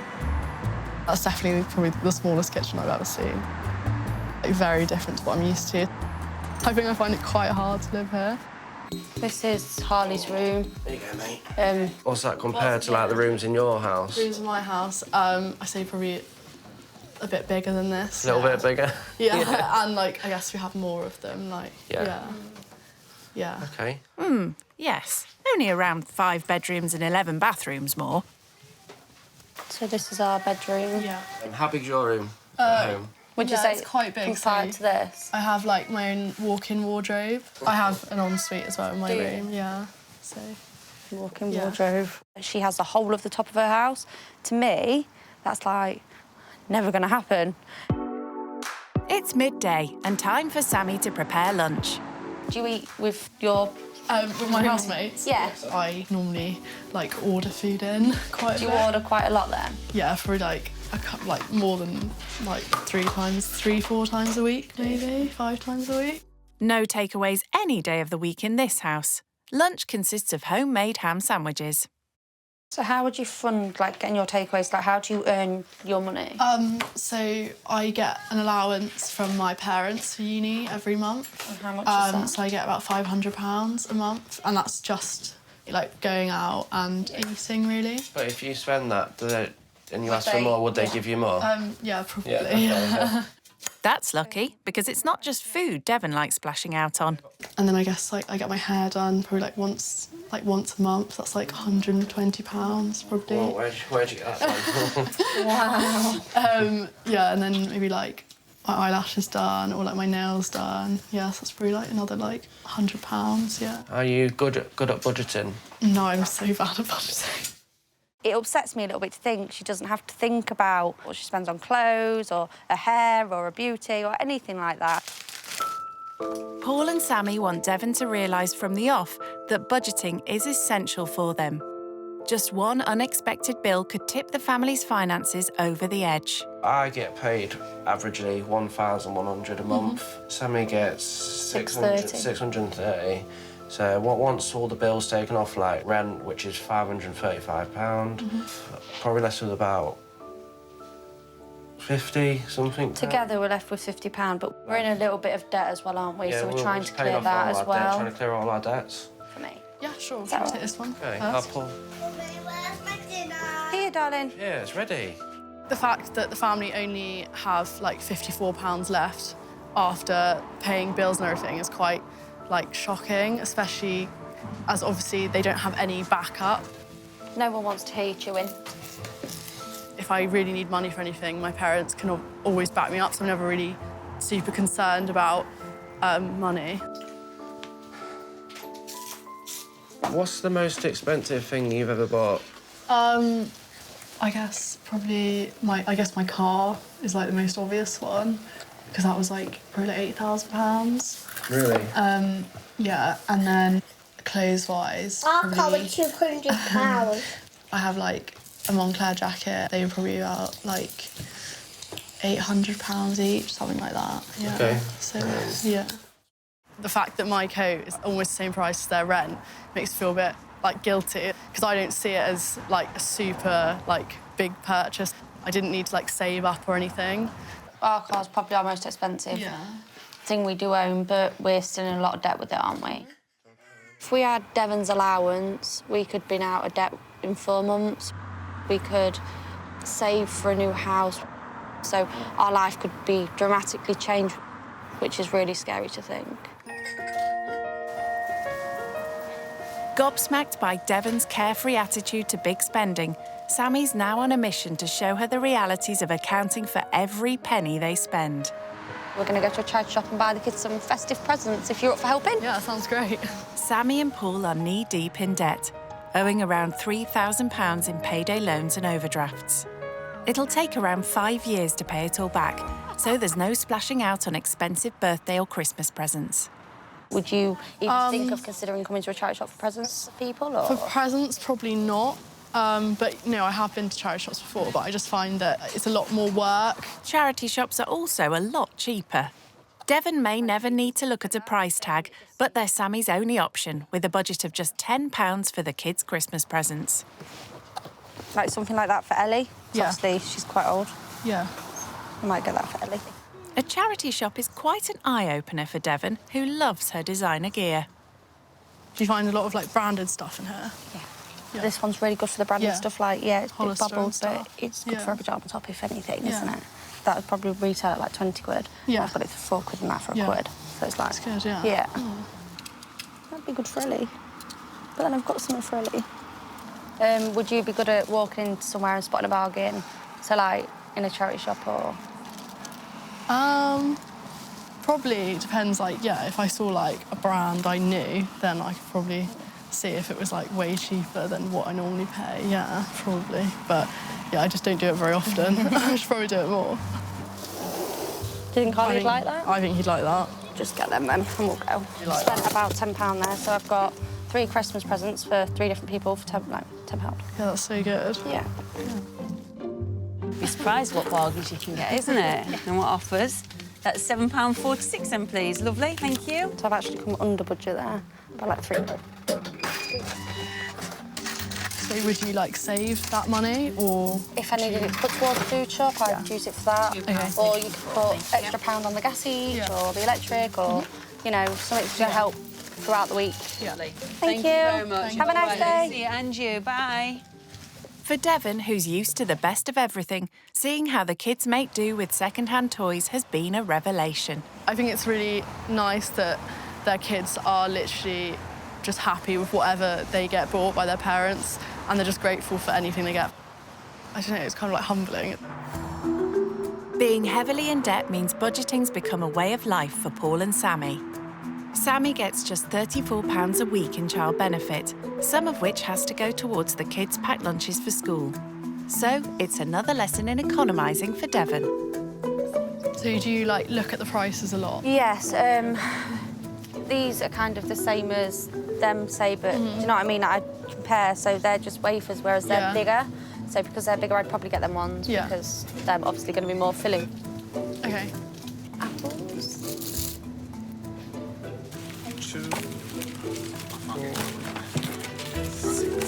Pay-as-you-go energy meters can work out more expensive. £5 on each gas and electric. £5 sure. But when they owe so much, it's one less monthly bill for Sammy to worry about. £20.29, please. Thank you. Good news. Sammy's expert budgeting of her benefits has left her with a couple of pounds to spare. If the kids now said to me, on Monday, can I have some sweets after school? I can now because I've got £2 spare that I've not gone over budget with, if they behave. When I saw how much the family have to budget, it was quite, like, eye-opening, because obviously in my life I don't really have to budget at all. I don't really have to think about how much I have left for the week. It's, like, really hard what they're doing. Back home, the bathroom door hasn't shut properly for months, as Paul rarely gets time for any DIY. But today, he's managed to rope in his rich houseguest to help on her return from bargain shopping. This door obviously doesn't close. Yeah. So I'm looking at moving the door back a bit. I was wondering if you could give me a hand. Sure, yeah. I'm not sure if I've got much help, but I can try. You can try. Yeah. If I start by just, like, taking the screws off, I'll just give you that one. So, Do you do any DIY? I mean, I've at home or? Yeah, I've changed like light bulbs and stuff. I mean, nothing. Yeah. Nothing Something everyone can do, yeah. I don't know. But my housemates at uni cannot change a light bulb. Okay. Paul works long hours as a retail delivery driver. Do you want to come in and then hold the door? That'd make more sense, wouldn't it? I've been meaning to do this for a while, you see, and I just don't get the time. Yeah. Not with being at work all week. Yeah. Not finishing till 10 o'clock. You don't want to. You don't really feel like doing I don't want to do anything, to be honest with you. You haven't got hold of that now, have you? No. See if it'll close this as well. All right. I'm going to shut you in a second. All right. Hey. There we go.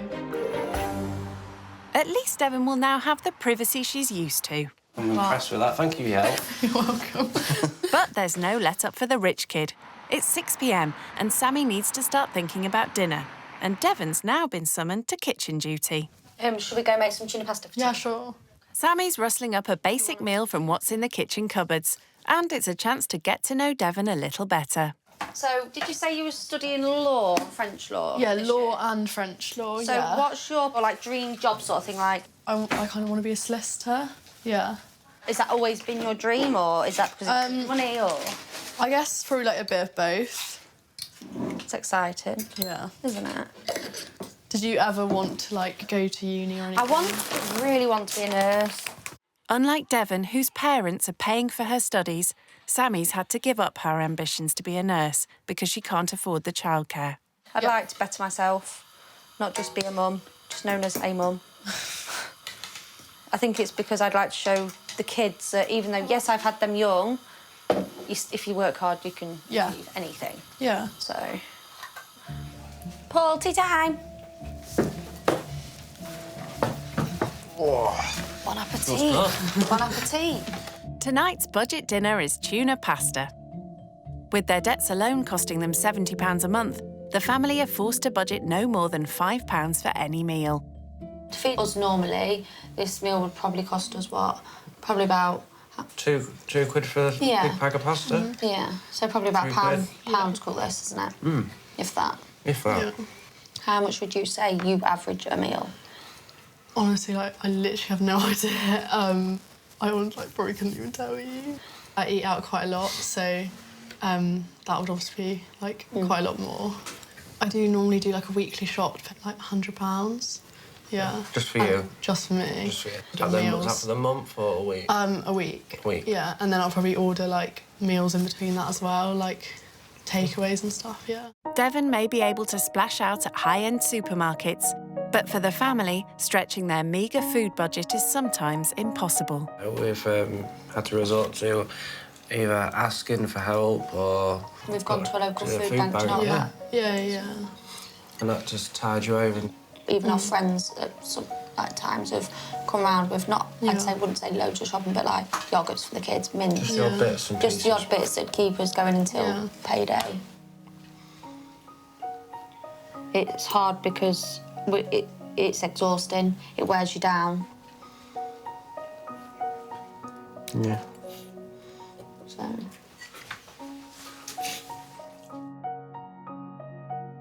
That you're working a lot and you've got the kids, you're probably tired after having the kids.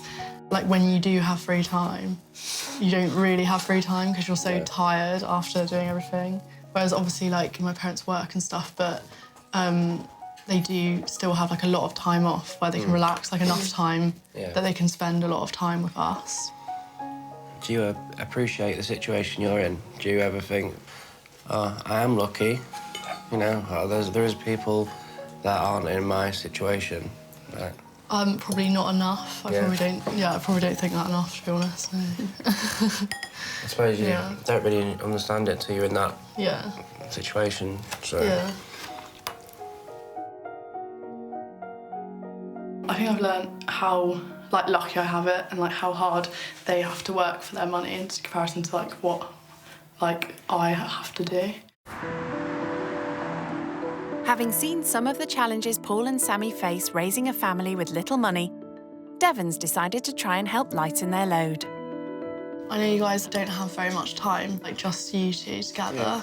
So I was wondering if you wanted me to just look after the kids for a bit and you guys could go out and get a drink or something. That'd be really nice. That'd be amazing. Yeah. Devon has babysat for friends in the past, but tonight will give her a taste of the pressures of parenting 3 young kids. Bye. See ya. Bye to Mummy. Are you going to say? See you soon. Have fun. Ring us if you need anything. Be good, yeah, girls? Little wonder Sammy and Paul are so quick to get out the door. They'll only be a 2-minute call away, but it's the first time the couple have enjoyed a night out in over a year. Hiya, can I get a Carlin? Please, and... You're going to come read the book? We're reading the book now, Ruby. It's just nice for them to have, like, some time by themselves because they obviously don't get, like, much time alone without the kids. That's nice. It's lovely. Cheers. What else she's doing back at home? I think she'll be doing fine. I hope so. No problems at all. No, come on, no kicking. No, Mummy and Daddy aren't going to be happy if you kick. No. Come on, let's read your book now. Yeah? I will read all of it. I will. I think she'll be fine with the kids. Yeah, me too. We'll get back and we'll just be able to put our feet up. That's the plan, isn't it? That's the plan. Doesn't look like things are quite going to plan for Devon. You need help? Careful. Book? Book. OK, no jumping. Hard work for her, but she seems like she loves children, so... She might not after tonight. You want to do one book at a time? Which one? Mine, because you started reading it first. Mine. Started reading mine first. Mine! Right. It's 9 p.m. and time to get the kids to bed. Surely that'll be the easy part. Night-night. Night-night. Night-night, Ruby. Not go to sleep. Not going to go to sleep? You're going to try and go to sleep? No. Perhaps not. This has been a long time coming. Cheers, Devon. Looks like Devon's the one who could do with a drink. Oh, my God. I'm absolutely knackered. So parenting's not quite as easy as you thought, then? Probably, like, way more tiring than I expected. They're both very energetic. And, yeah, I think they're both very overtired. So, yeah. I really hope that the kids have been good. I'm a bit nervous to find out. Hi. Hi. How did it go? Hi. Good. Yeah, all in bed now. Thank you so much. It was so nice to go out and just spend like an hour together. I really appreciate it. We actually do. Yeah. Was it a bit crazy? A little bit, yeah. They're quite energetic. I think they got a bit overtired, but yeah. No doubt Devon's also feeling a little overtired by now. But sadly, it's a sofa instead of a comfy, king-size bed to recover in. There you go. All good. Night. Thank you. Right. Night.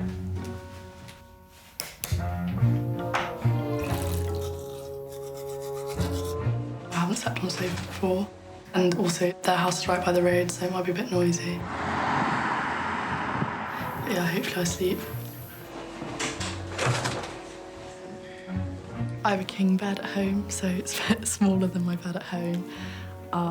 And obviously, yeah, it's not a bed. Never mind, Devon. There's a first time for everything.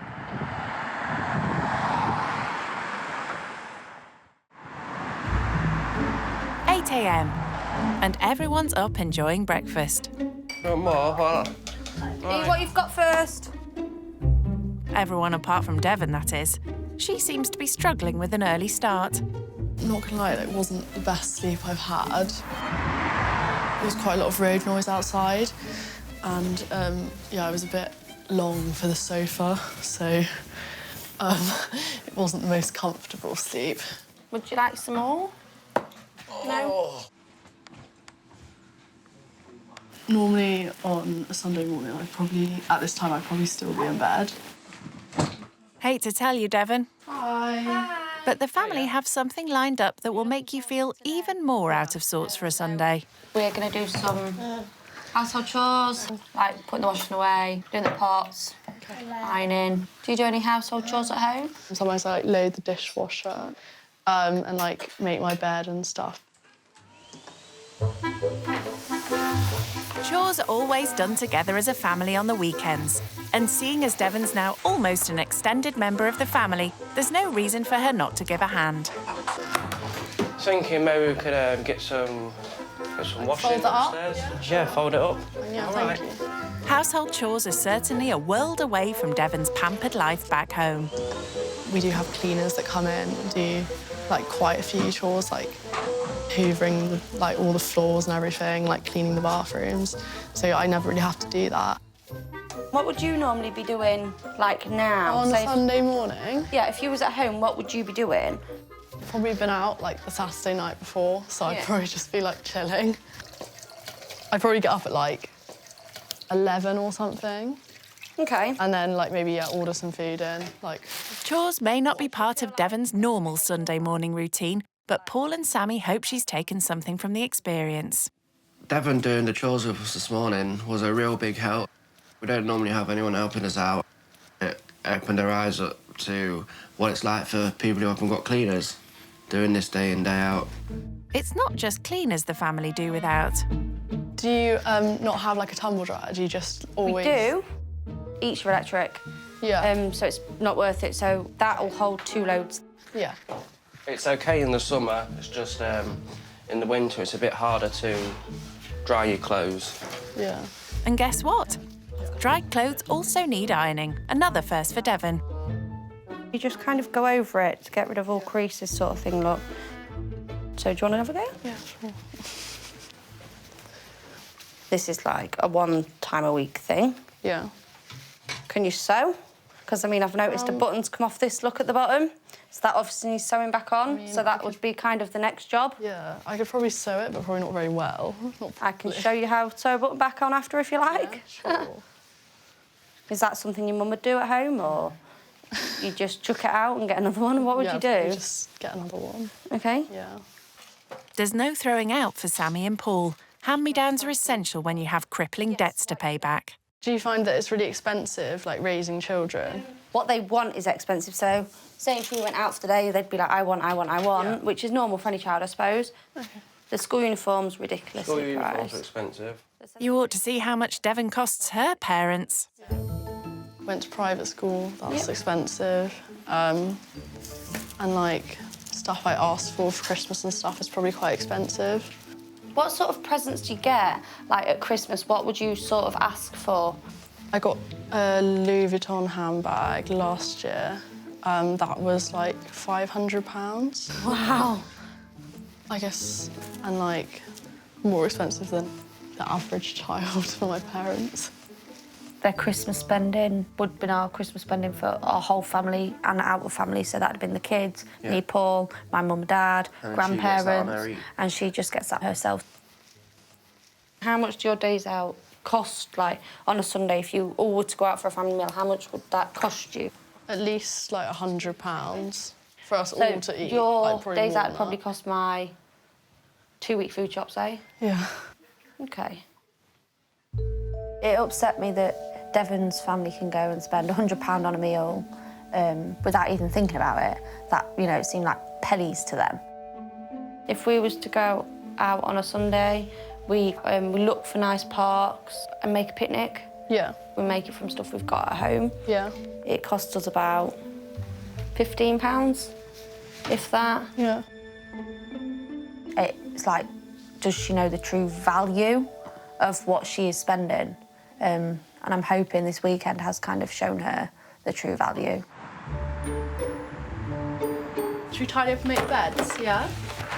When it comes to her schooling, Devon's parents have always given her the best of everything, including a private education totalling almost £100,000. This tomb belongs to a man called Tutankhamun. Tutankhamun, yeah. Private schools may be out of reach for the family, but Paul, who had his first child at 19, the same age as Devon is now, is determined to give his children the best start in life. A, B, C, D, E, F, G, H. Alright, so it's I, is it? Yeah.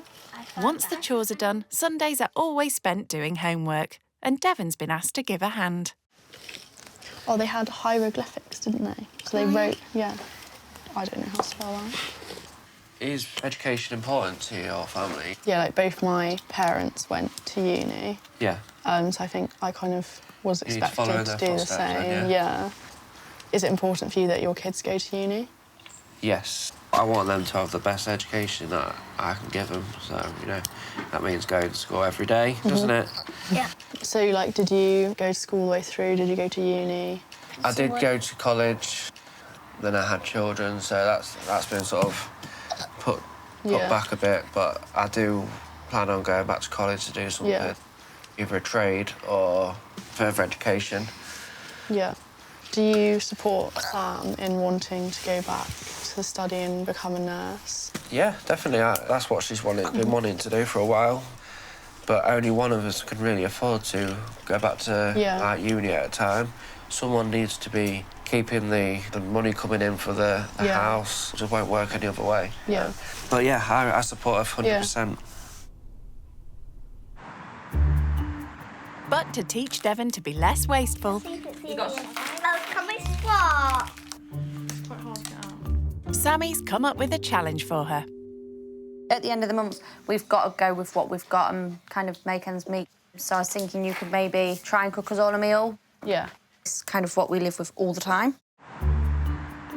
As it's 5 p.m, Sammy wants Devon to make the family's dinner. So this is my meat freezer. But there's no money left in the food budget for any fancy ingredients like she's used to. What do you have? Got chicken, pork chops. That's kind of it, really. Okay. Devon will instead have to make do with what's in Sammy's kitchen. Chicken? Yeah. Yeah. And then I've got sauces in that cupboard around the corner in the dining room. So do you want me to leave you to it? Okay. Yeah? Yeah. This could be quite a challenge for Devon, who's more used to throwing out what she doesn't eat. I can only cook what's here, so I think that's like a bit harder than being able to like think of a recipe and then go out and choose the ingredients. I think I'm going to make sweet and sour chicken because they already have the sweet and sour sauce and the chicken and the rice. So, yeah, then I don't really need to buy anything else. Good thinking. Although Devon's already hit a problem. I have absolutely no idea how to defrost chicken.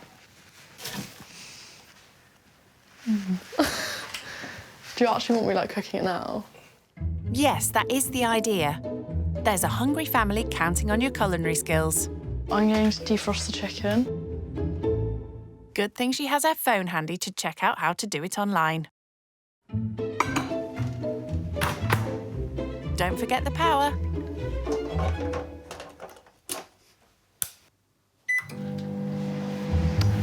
It's defrosting for a minute, but I'm going to probably put it on for longer. But you're supposed to watch it. I don't really want to kill anyone. This is going to take hours. Luckily, Sammy's on hand to keep an eye on proceedings. Hi. How's things going? Yeah, I'm not really sure what I'm doing. I feel like this is defrosted, but I'm not really sure. So I kind of feel it. And it feels defrosted to me. Yeah. Well, that's at least a start. But now Devon's facing her next problem. Yeah, I don't know how to use the cooker. Time to call the expert back in. Sam? And as ever, she's keeping a close eye on the cost of everything. So what we do is, would you mind switching the microwave off because that saves electric for me? So if we're not using something, we do switch it off. We always switch this off because it saves on gas. And then you click this. Okay. So which one are you using? This one? Yeah. And then it's this one here. Okay. Okay. Yeah, thank you. Thank you very much, Lee. But I didn't even know that really saved money. Not really something I've ever thought about doing. It's probably also the first time Devon's been forced to use what's left at the end of the month to make a meal. Despite battling to even turn on the cooker, somehow she's managed to serve up dinner. Looks beautiful. Looks really nice, thank you. Right, try. Tell me how much you want. Keep going. Keep going. That'll do. I know you're hungry. That's fine for now, thank you. Thank you very much, Devon. Put them in your ear. So how much would this meal that I've made have cost? I'd say about £5. And that's for 6 of us. Blimey, take note, Devon. That's less than £1 per person. I was just thinking, because you were talking about how the chicken was really cheap and everything, I was just wondering if you ever think about, like the animal welfare or, the environmental impact. I've never really thought into the fact of an animal's welfare. At the minute, our main priority is keeping the roof over our head and keeping food in our children's bellies. Organically sourced chicken from a posh supermarket is not on the menu. Devon's dying to know what the family make of her culinary efforts. So how did you find the meal? I actually found you did really well. I think you did originally get 2 pots of sauce out, didn't you? And you only used the one, so I thought that was absolutely brilliant. And you got 3 bags of chicken out and then only used 2. So I think you did really well. So give yourself a pat on the back. And it tasted great. It did. You know, when the kids have seconds, you've done fantastic, and all 3 of them did, so and I finished you deserve mine, a pat on the back. Devon's time living skint with the family is almost over. Having realised how hard they work with little downtime with the kids, she has a surprise for them. I just want to say thank you for everything this weekend. No, it's been lovely. It was actually lovely, getting to know your family, getting to know the kids. They're all so cute. Thank you. Got you 3 tickets for the kids for the new trampoline park. Oh, thank you so much. Thank you. That's brilliant. I love them. Absolutely love them, won't they? Yeah. For now, though, it's time for Devon to pack up and say her goodbyes. It's kind of sad to be leaving the family. They're all so nice. I think it's really made me open my eyes to how other people live. I will miss them. Oh, I can't carry you both. Are you going there? Yeah. Never seeing us again. I'm going to keep in contact with your parents. How are you going to do that? On Facebook. We really enjoyed it, haven't It's we? been fun, hasn't it? Yeah. Oh, so hug. I feel like I gained someone new in the family that I'd like to keep in contact with, so. Yeah. Right, well, bye. It's been lovely. Yeah, it's been great. Thank you for staying. Thank you. Honestly, thank you. Yeah, Make sure we keep in contact. Yeah, we'll do. Thank you. Thank you. Goodbye. Living skint has had its ups and downs, but the experience has made an impact on spendthrift Devon. I love the time I spent with the family. I think I'll take away the fact that I am really lucky, and I need to probably appreciate that a little bit more and realise that not everyone is lucky enough to live the way I live.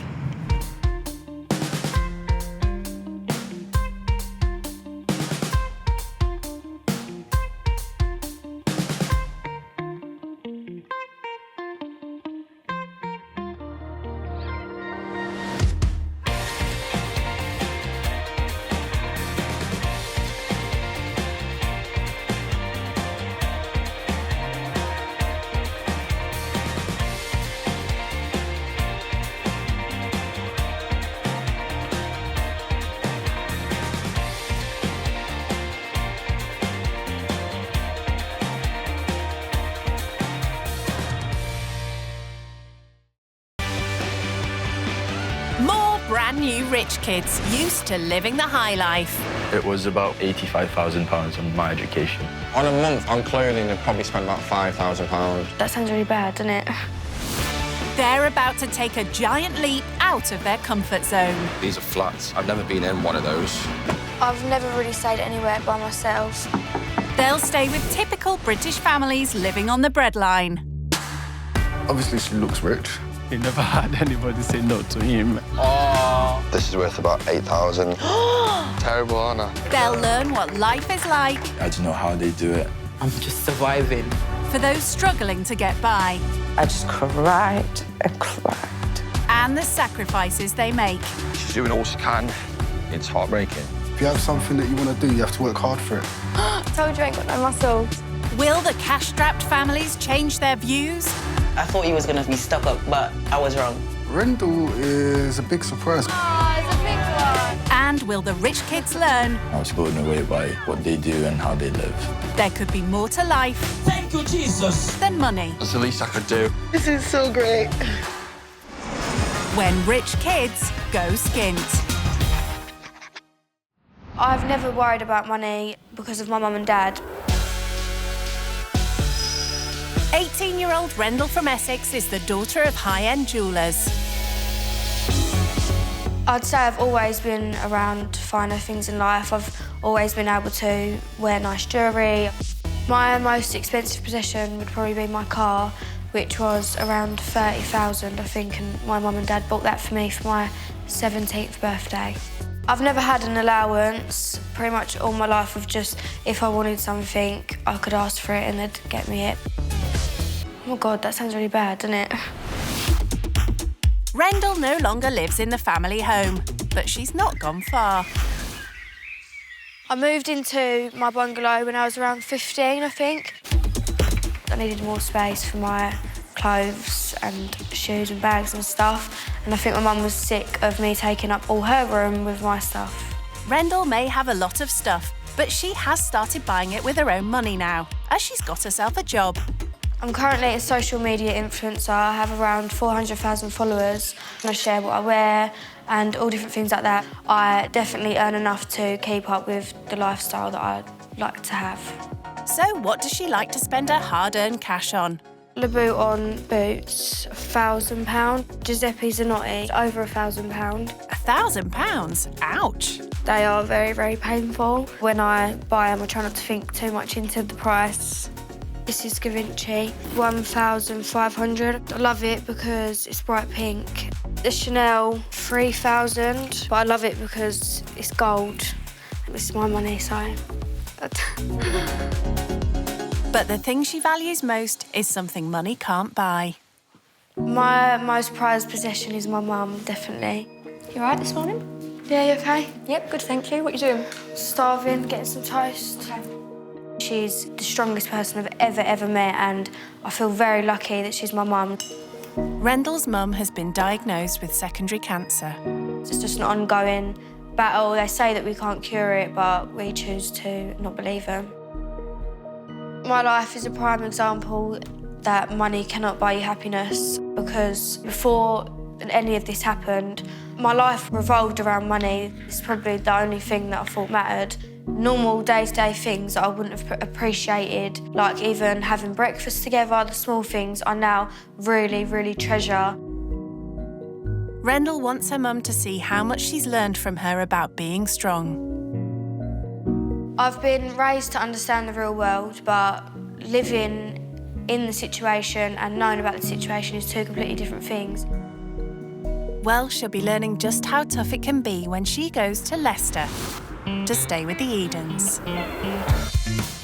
33-year-old Tony, Diana, 28, Izzy, who's 13, and 4-year-old Tiago. Money is mad tight. It is. We have to budget for absolutely everything. Everything.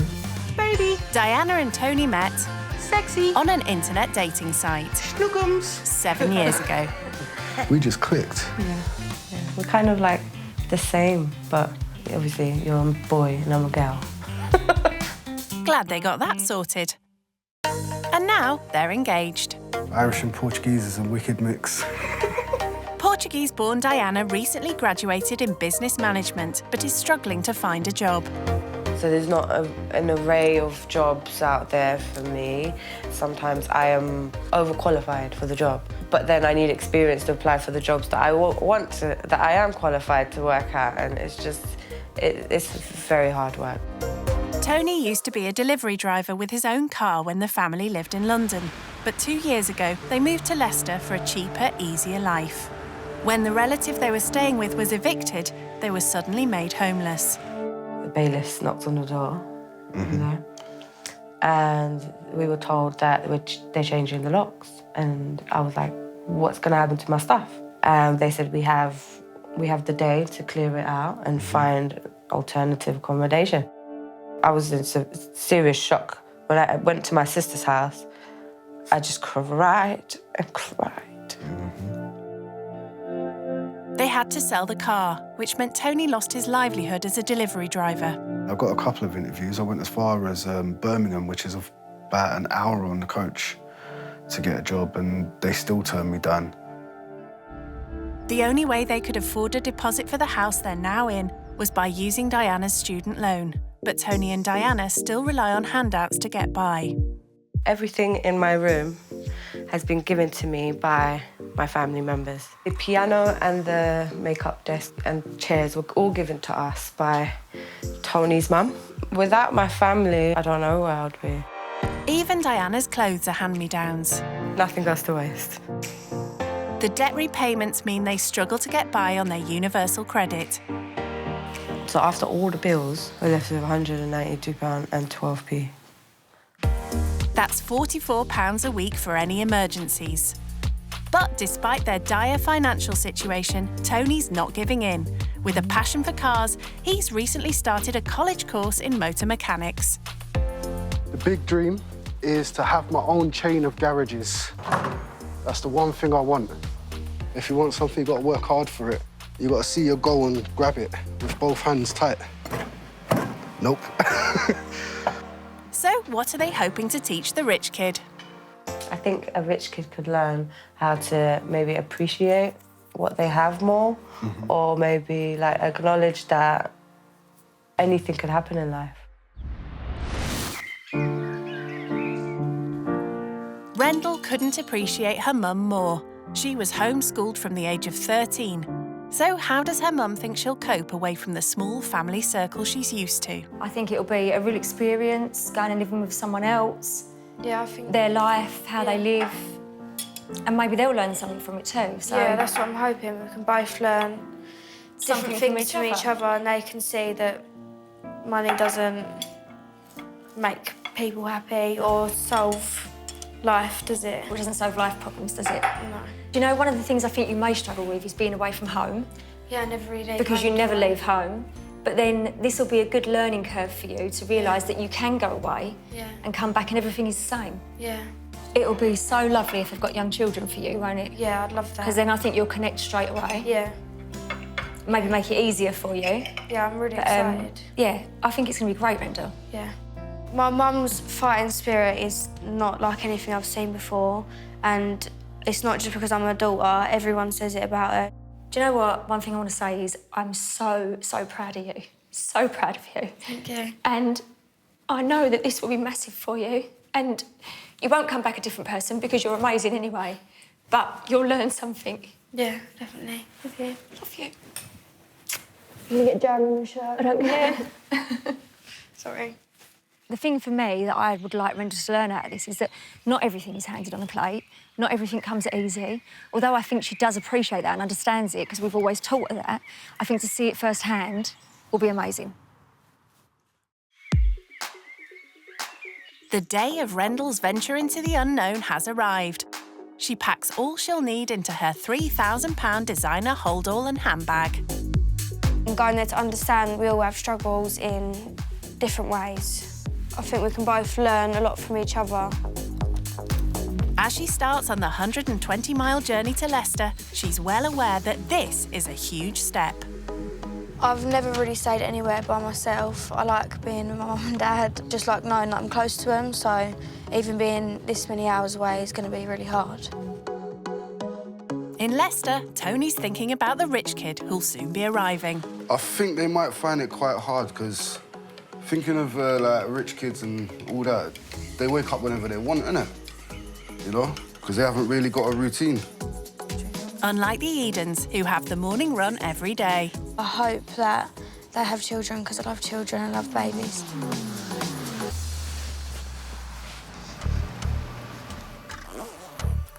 Hey, can Daddy have a cuddle? I love you. Mwah.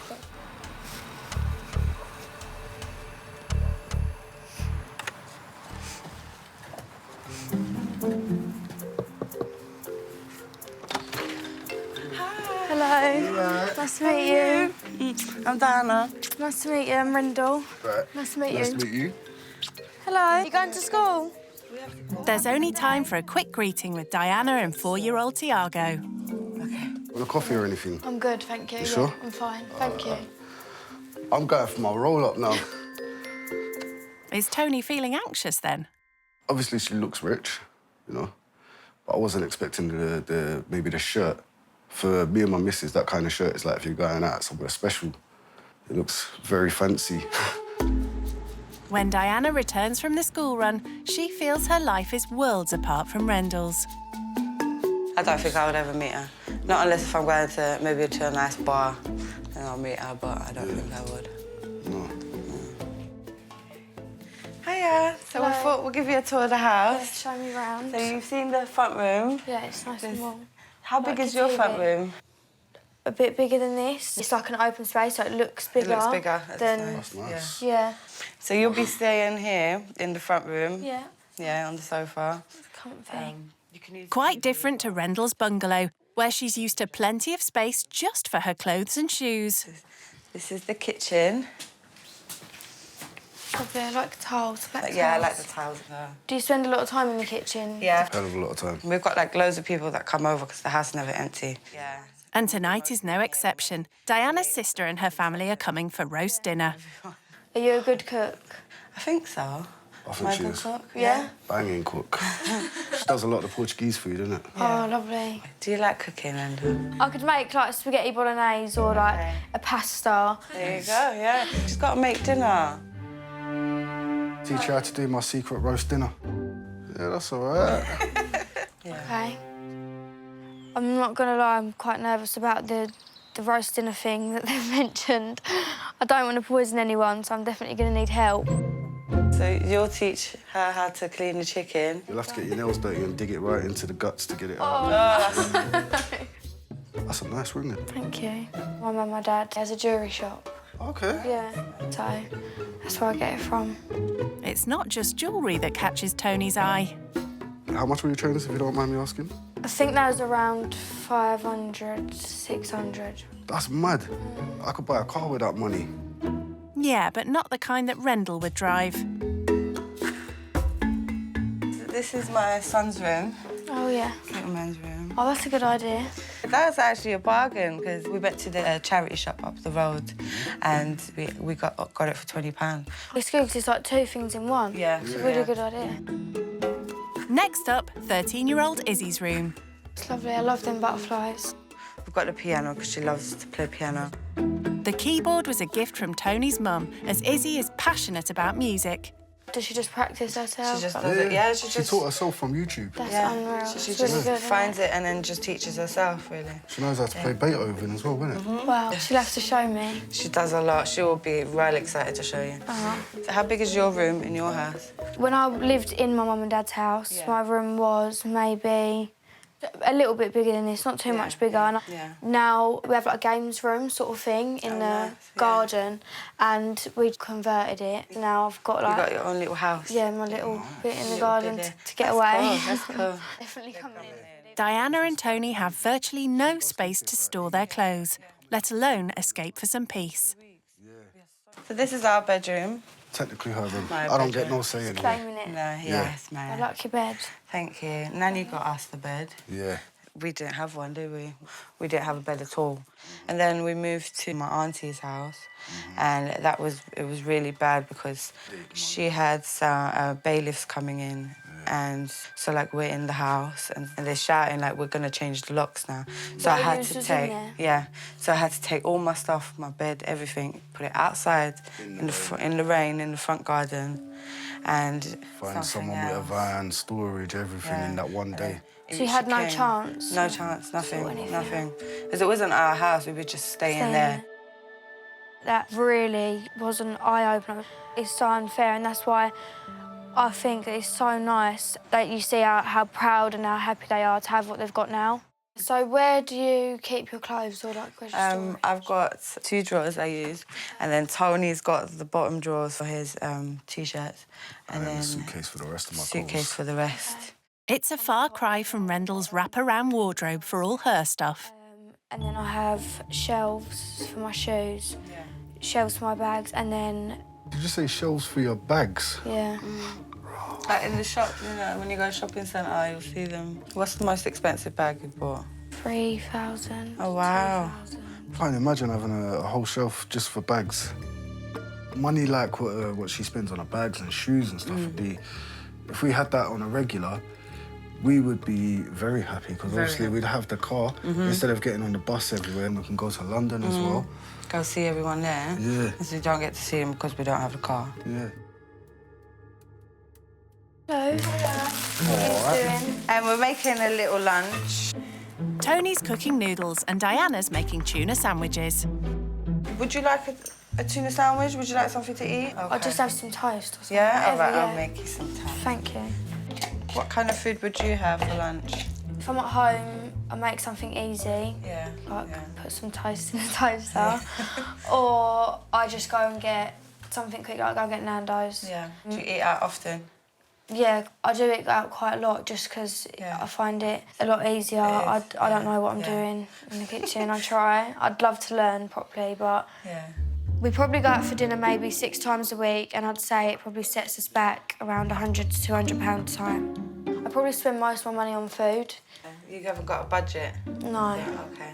Now I've got my own money, I'm a lot more wiser with it. I've realised, well, I can't just chuck the money away on things because be left with nothing, and I try not to ask my mum and dad for money ever now. Good. What do you do for a living? I'm like a social media influencer. Yeah. I just do posts for companies. Oh, cool. They send me the clothes or like whatever the item is, and I take a photo in it, and then they pay me. If you're stunting in their gear, do you get to keep it after? Yeah, it's all right. That's cool. Yeah, that is cool, yeah. So how much money do you get from that, if you don't mind? Some months I could get one post from a company or a brand, and that might be for, say, for example, like £200, and then I could not get another post that month. But then other months, like I've had like post deals where it's like 3 posts for like £1,000 or like... Wow. £1,000 for taking just 3 selfies. Nice work if you can get it. Diana and Tony are at the other end of the spectrum, struggling to even get a job and make a crust. The bills going out, in total, we have 1,200 and something going out every month. And we only get like 1,700. We don't get, so after paying everything, this month we were left with £197 for the rest of the month. We don't have anything else. We've had times where we've had £50 for the whole month. Yeah. And we have... Between us and the 2 kids. Yeah. So it does get very, very difficult. It gets really stressful, really stressful. Because we can't, like, go out and do something. There's a park that we go to and it's got horses in there, and the kids can touch the horses so they come up to you. I think they're the best memories, though. Yeah, they are. The little That's one things are the best things. Yeah. After lunch, Rendle joins Diana on her visit to the job centre, somewhere Rendle has never been. So you have to find certain amount of jobs per day, per week. And like sort of apply for it? Yeah. Oh, okay. And if you don't get that amount of jobs, then they won't pay you, so you won't get paid at all. So they pay you to search for a job while you're searching for a job? Yeah, while I'm searching, yeah. Oh, okay, that's good. Diana's been unemployed since she finished her business management degree 6 months ago. So even though you have like your degree and things like that, is it hard to find a job still? Even with... It is hard to find a job because they don't know how good I am. Yeah. So they have to hire you to find out. Yeah, exactly. With Tony now studying to be a mechanic, Diana is desperate to start earning a living. I'm going to search for business consultants, yeah. And that's it, really. It just shows every sales consultant job around, and then it will give you, like, how much you want to earn. It is a different world to her because she hasn't been in that position, really. So, yeah, that's what we do.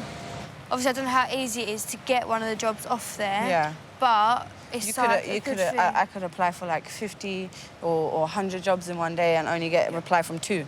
Really? Yeah, it could be like that.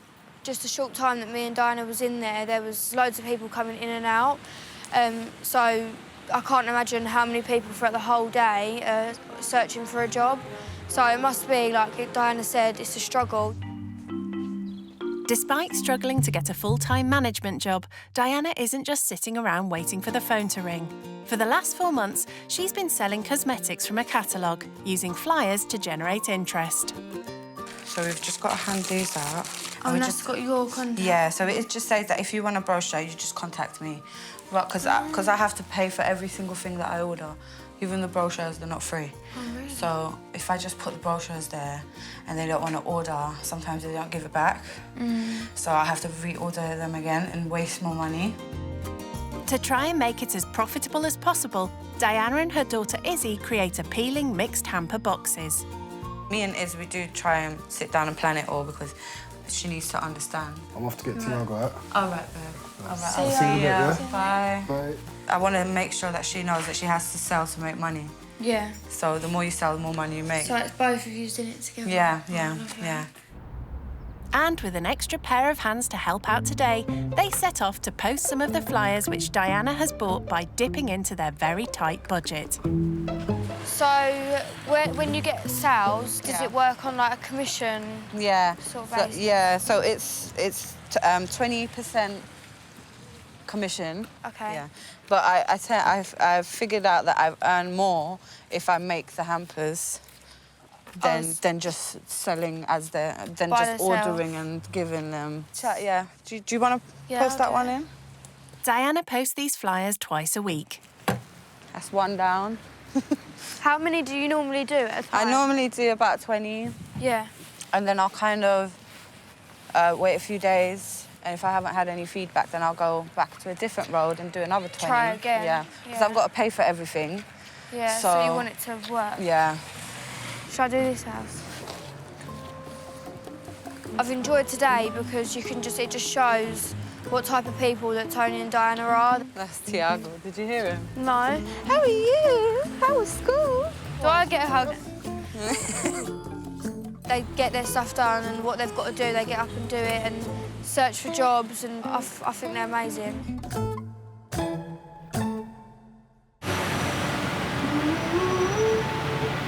Despite their lack of money, the Edens do a dinner every week for when Diana's sister and her family come round. We've got £20 to spend today. Okay. For 9 people, so we're gonna get the chicken, the top one. It's not. Thank you very much, my love. Thank you very much. With just £11 left, Bye.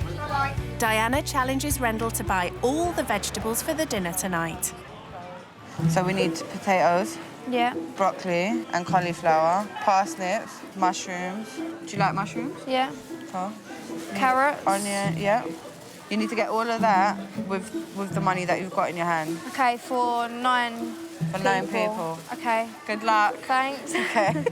And as Rendle isn't used to food shopping on a budget, let alone buying it for 9 people, she struggles from the start. This is hard. This is the worst part. Excuse me. Okay. Do you have any broccoli? No, right behind you, young lady. Very nice broccoli there. Thank you.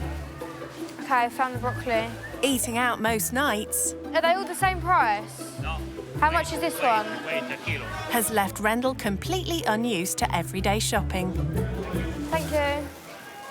Yeah, one ticked off. £8.50 left. That probably wouldn't even cover a starter at a restaurant where Rendle eats. Parsnips. And having only ever seen cooked parsnips, Are they parsnips? They're sweet potatoes. Sweet potatoes. Yeah, I need parsnips. she's no idea what the raw vegetable looks like. Are these parsnips? That sounds stupid. Okay. But she does show some business nous. Can you only get the bowl or can you get half a bowl? You can get half. Okay, can I have half a bowl of mushrooms, please? Thank you. Will Diana be impressed with her haul? Okay, I think I got everything. Perfect. Ooh. So I've done well. How much change do you have left? Oh, you did brilliantly. Very good. Thanks. Very good.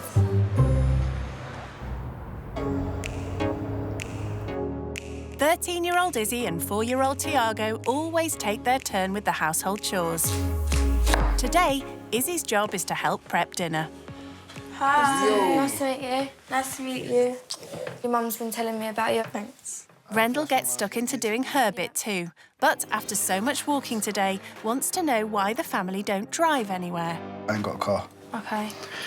I can't afford one. Yeah. You had a car, didn't you? I've had a few cars. Yeah. My very first car, yeah.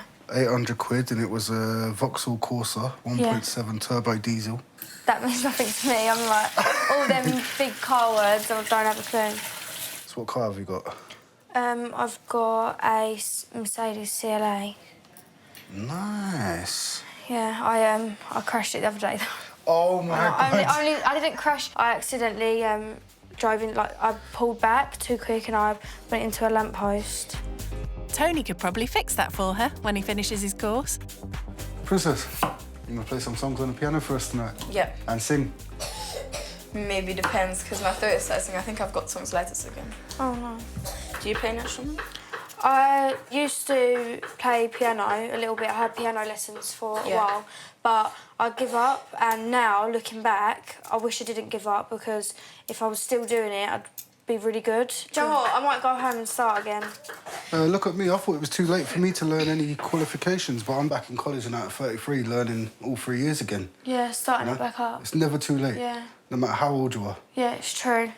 If you have something that you want to do, you have to work hard for it. That's what my granddad always said. He taught me that. Yeah, that's right as well. Rendle is a big surprise because she's so down to earth. She's such a nice girl. Actually, she's fully out of her comfort zone. And she's about to face another challenge, meeting Diana's sister Emma and her family. Hi, sis. Hi, Maxie. I'm quite nervous about meeting, like, the rest of the family, but I don't know what they're going to think of me. Do I get one? Give her a high five. Oh! The chicken is cooked and dinner is about to be served. Banging! Rendle seems quite at home with the Edens, but the dinner she helped cook is about to come under scrutiny. It is very nice, yeah? Do you agree? She did a good job. Thanks, guys. Do you know what I'm going to do for you? Because I like you. I'm going to write down the whole recipe for you. Oh, my God. You're giving it away. He's never done that before. I feel special. And as they all relax together, Rendle realises the Edens value family as much as she does. Because, like, no matter where you go, anywhere in the world, your family will always be there. Yeah. So we want to make sure that we are together at least once a week. Yeah. At least. Yeah, like, have one day. Yeah, just one day where we all come in and we just find out what's been happening in everyone's world. Yeah, that's lovely. How close are you to your family? Me, my mum, my dad, my brother, my nan and, like, my niece, all them, we're really close. Yeah. Like, yeah. Good. Yeah, we are really close. Good. Your family is just always there. Mm-hmm. Definitely. All the time. We have little walks as well. Yeah. Before the food. Play board games, yeah. They cheat in Monopoly. No, we do not. Yeah. You cheat. I you as well. cheat. Everyone cheats. Every family has this debate, don't they? Yeah. Who cheats? Yeah. It's normally, like, my dad is to cheat in the Monopoly game.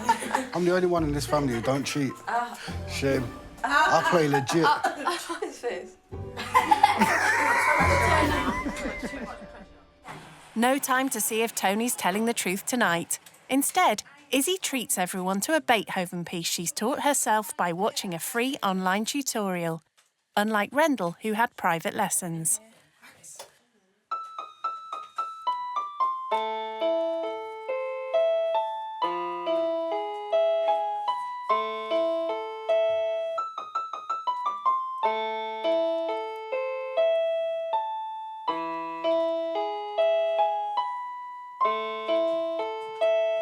That's what I know. At 9:15, Go get a hug. the extended family head home. Bye. And the Edens get ready for bed. What do you think of? Do you know what? I'm actually going to miss her. Are you? Yeah. When you first saw it, did you think she was going to be stuck up? Honestly, yeah. I had a weird feeling. A little bit in it, yeah. I thought so too. But then, I don't know why. But then she spoke and then it sounded like us. Yeah, it's... Isn't it? That's when I felt a lot more comfortable. I'm like, okay, she sounds like us. That's why she's the Rendle's final challenge is sleeping away from home. Whenever I stay anywhere, I'll bring my mum's blanket, so it feels like I'm still with her, I'm at home. I just put that next to my head when I sleep. It's just a smell. I suppose it's just a comfort thing.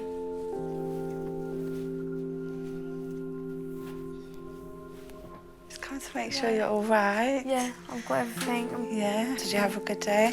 Yeah, I've really enjoyed it. Yeah. Obviously, I didn't know, like, you don't know how people are gonna think of you. Yeah.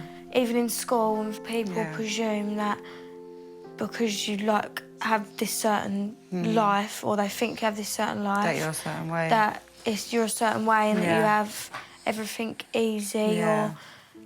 And 5 years ago now, my mum got breast cancer, but she had a mastectomy and they told her she was cured. 6 to 9 months down the line, it come back to her bones. The doctors say that it's not curable. We choose not to believe. We always think there'll be a way, because there has to be a way, but... yeah, that's, like, really changed me as a person as well. Like, before that happened, I've always been raised to be grateful, but that was just a whole nother thing. And we're closer as a family now. Like, we appreciate the little time. Like I always say, like, today's little moments are tomorrow's precious memories. A lot of people don't have that love. Yeah. Today has been everything I hoped it to be. I've learned things, and hopefully they've learned things about me. She said that her mum's got cancer, that she had breast cancer before, but then it came back. Got more aggressive. Yeah, and that's why, like, life that happened, just giving her a different view to life, basically. But it's hard. Nice, man. It is hard. It's mad hard. And she's very young as well. Yeah. I feel it for her, man. I'm not sure what they thought about me to begin with, but I just hope they like me, really. I'm really tired. It's been, like, all new things for me, so I'm a bit worn out. But, yeah, I think I'll get a good night's sleep.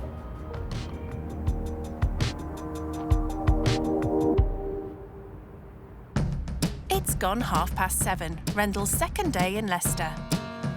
I slept quite well last night. I was really tired, so, yeah, I had a good night's sleep. I'm missing home, not seeing my family. I'm not sure what today's going to bring, but I'm looking forward to it. Tony and Diana have a full day planned for Rendle, but first they have the school run, which doesn't stop even when you have a rich kid to stay over. Have a good day, everyone. Put this on. Can you do it, or want me to help? I can do it. Show me how you do it. Oh my God, well done.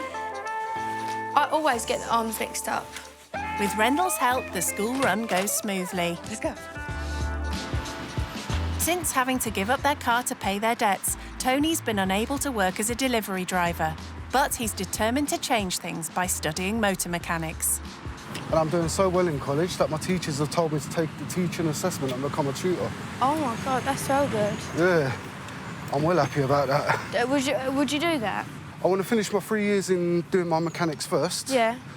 And then I want to take my teaching assessment. Oh, that's brilliant. You know, and then I open up my own place. But then you can come to me and get your car fixed. Yeah. You know, when I'm driving to lampposts. No risk of that here, as without a car, Tony relies on the bus to get him to college. At least we've got seats. Yeah. What made you, like, pick, like, stuff to do with cars and, like, mechanics out of anything? I love cars. I love engines. Yeah. I've always been into cars. I know it sounds weird, but, you know, when you get into an argument and all that, engines calm you down. Just like your, like, therapeutic thing? Yeah, basically. This is where we're going to get off.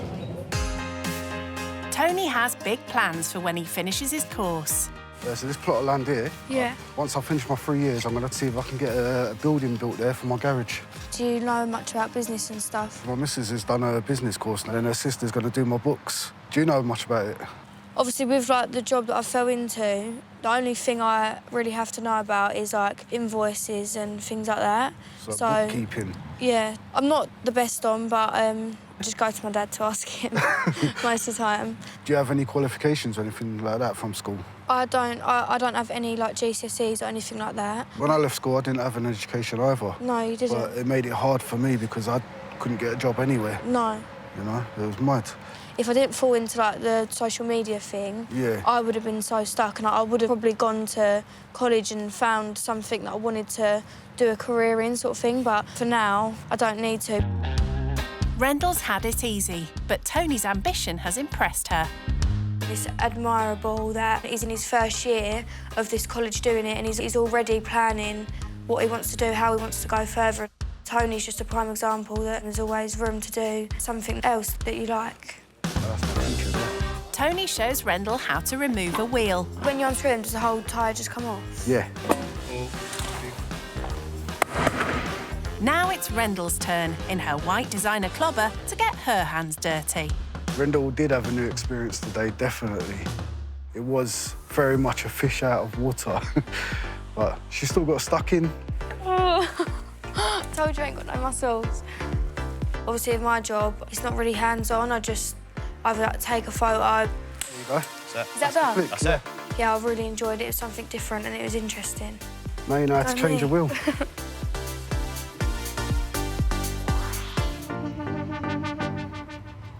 When they get back, Izzy and Tiago are home from school and Rendle has a special gift. Oh, my God.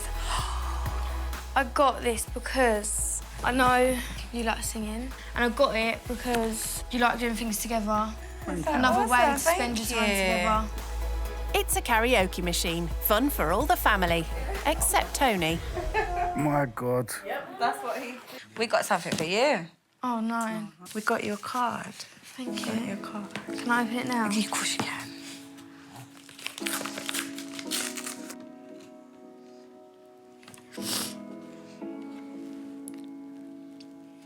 I can't read it out, I'll cry. Yeah, stay there, I'll get you some tissue.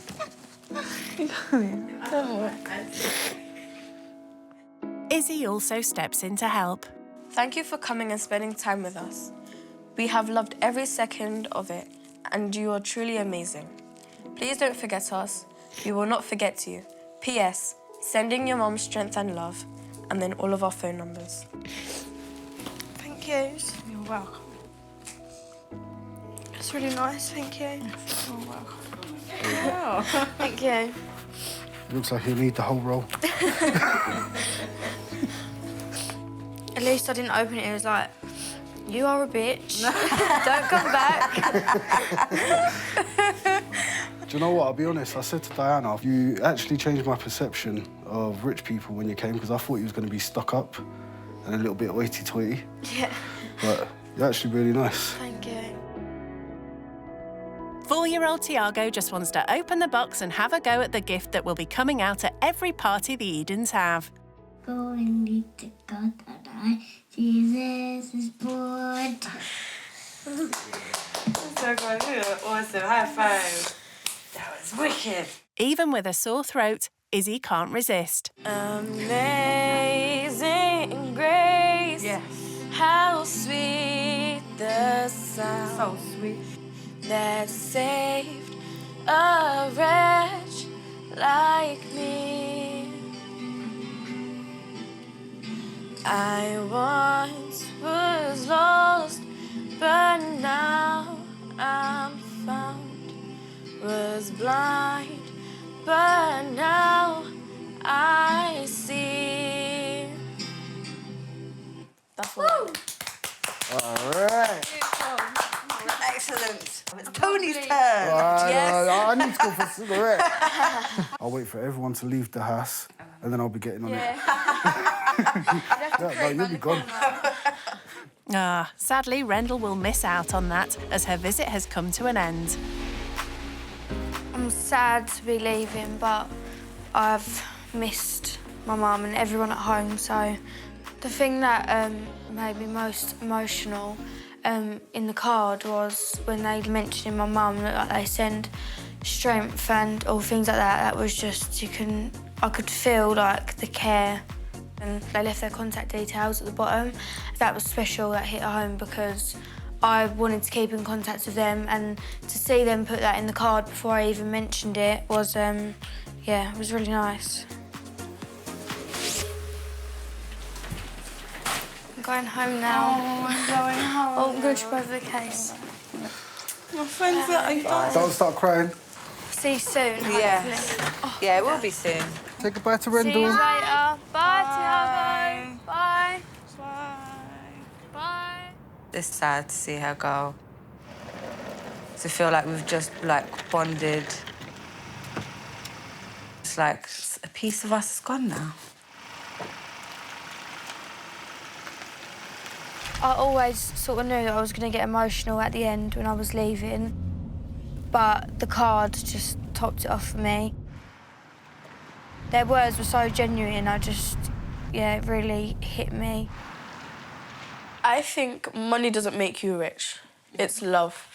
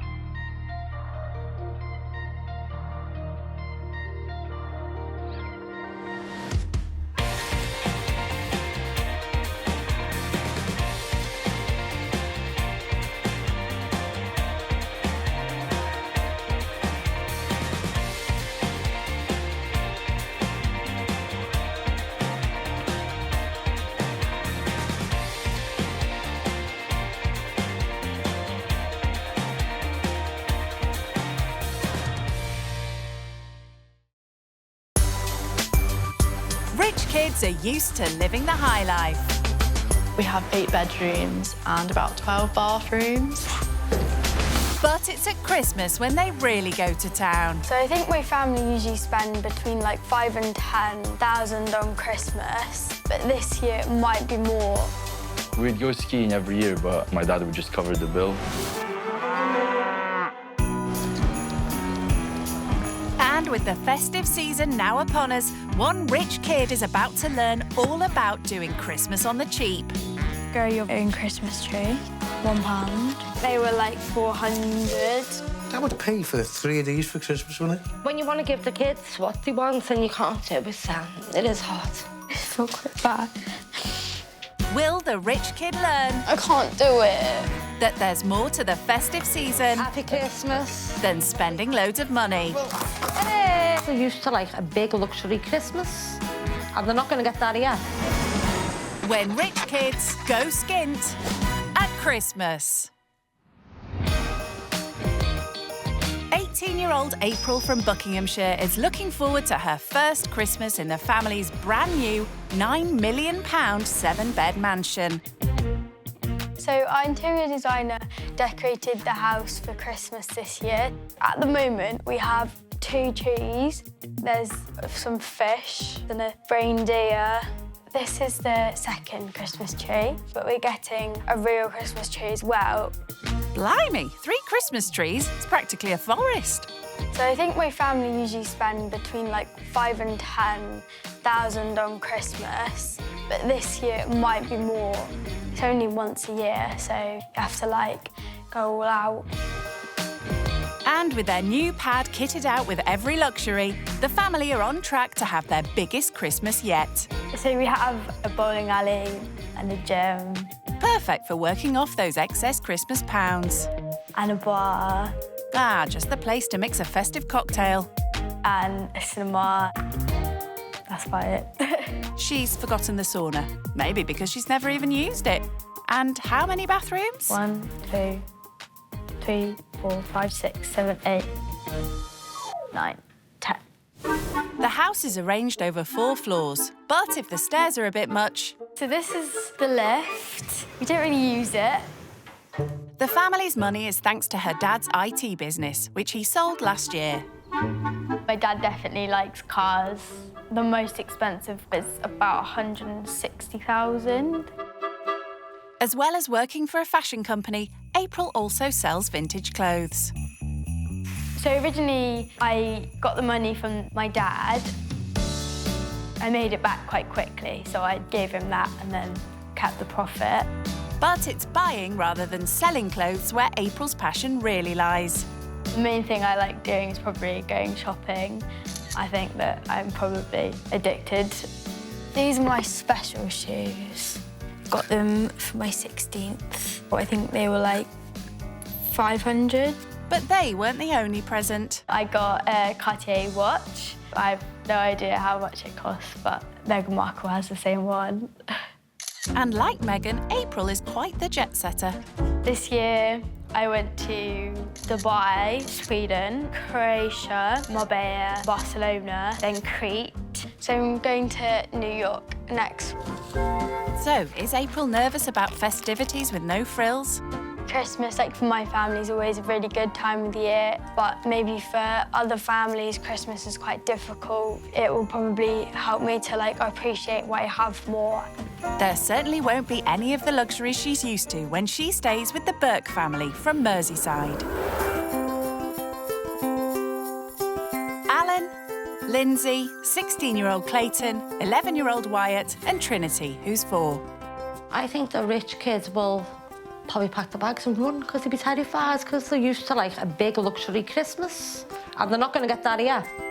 Ex-children's entertainers Lindsay and Alan met 20 years ago when he was doing a full Monty show at Lindsay's workplace.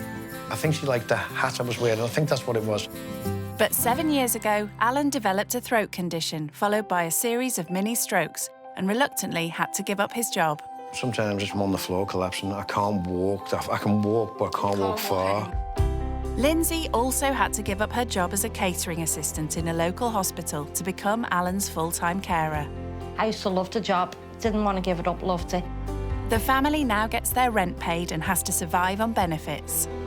We have about £160 coming in a week, and then by the time we get our shopping and stuff like that, lucky if we've got £10 left. Before I got ill, it was OK because I was on quite a decent income, £700–800 a week. I went from there to basically £160. It's a bit difficult, you know. You've got a budget on that, you know. With the household finances having taken a huge hit, the only way the couple can afford Christmas is through a loan, which they pay back with their child benefit. I get about £800, and that's got to do with the whole Christmas. Children, presents, everything. Lindsay, this is getting worse, you know.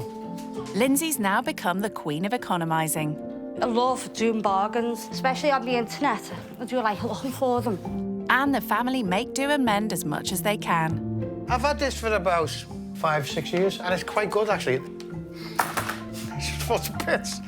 It'd be great if you could wave a magic wand and we could have money and just do what we want.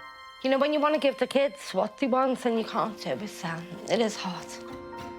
So, what are they hoping the rich kid will get out of staying with them? We're going to show the rich kids exactly what it's like for us at Christmas. I like to teach them that you can actually budget rather than spend. Maybe to let them understand how other people live. To help overcome her pre-trip jitters, April's having a last-minute pep talk with her mum, Beth, over some sushi.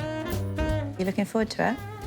Yeah, I'm excited, but I'm a bit nervous as well. I bet. I think it's a fantastic experience because obviously I grew up in just a normal household. I didn't have the things that you have. It'd definitely be interesting to see how another family does Christmas, Christmas shopping maybe, and buying presents. Yeah, it's really difficult to really understand these things until you actually see them. What if they ask you to clean and tidy and things like that? I like to think I would be fine. Exactly, that's the thing, isn't it? It's this is what we think, and it may be completely different. It may be not cleaning the toilet. Cleaning the toilet, yeah. I don't think anyone likes to clean the toilets. Hopefully, you know, it will lead you on to being aware of other people. Yeah. With the big day here, the rich kid's up before dawn as the issue of just what to pack weighs heavy. Stress. Oh my God, this is hard. Mum! I always feel like I have nothing to wear, but that's probably not true. Probably not with 5 wardrobes full of designer gear. This is Louis Vuitton. This is Ralph Lauren. I might wear boots and bring these.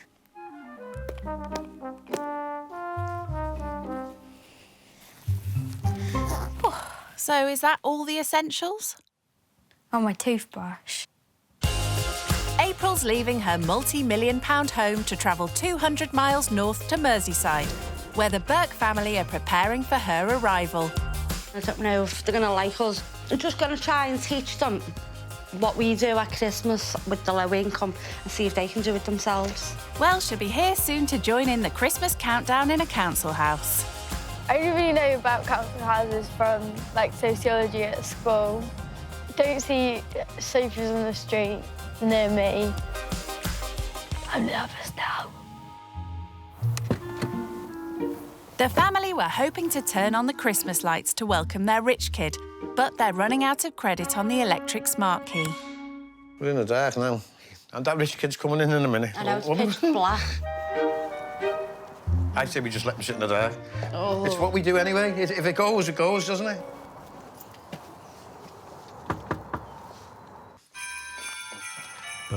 Hiya. Hi. Hi. Nice to meet you. And you, love. Hi, I'm Alan. Hi. Nice to meet you. This is Trinity. Hi, Trinity. This is Wyatt. Hi. And this is Clayton.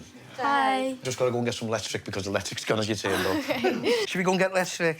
Say see you in a minute. Bye. Say see you in a minute and see you in a minute.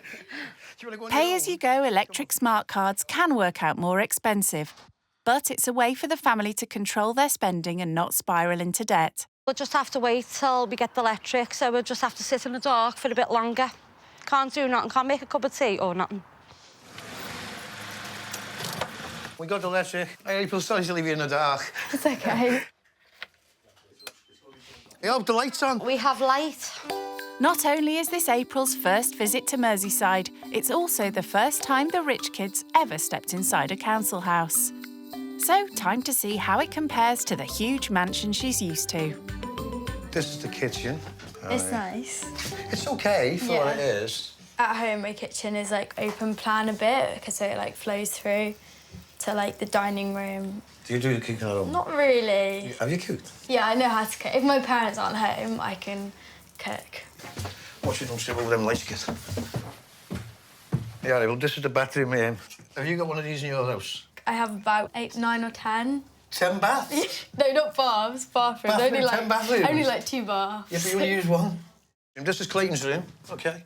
What type of bedroom have you got? Is it bigger than this one?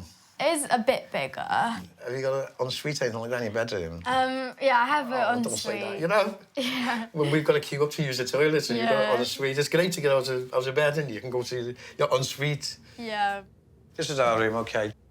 Have you noticed we haven't got a wardrobe in here, so our clothes are stuck in there. In there, yeah. Is your mum and dad's bedroom, and they've got walk-in ones, or...? Yeah, it's like a dressing room. They have a dressing room? Yeah. It's unbelievable. It just is, you know. They may not have a walk-in wardrobe, but the family does have one luxury item that they could only afford by buying it second-hand. Oh, wow, a hot tub. Have you got one of them? No. You? No.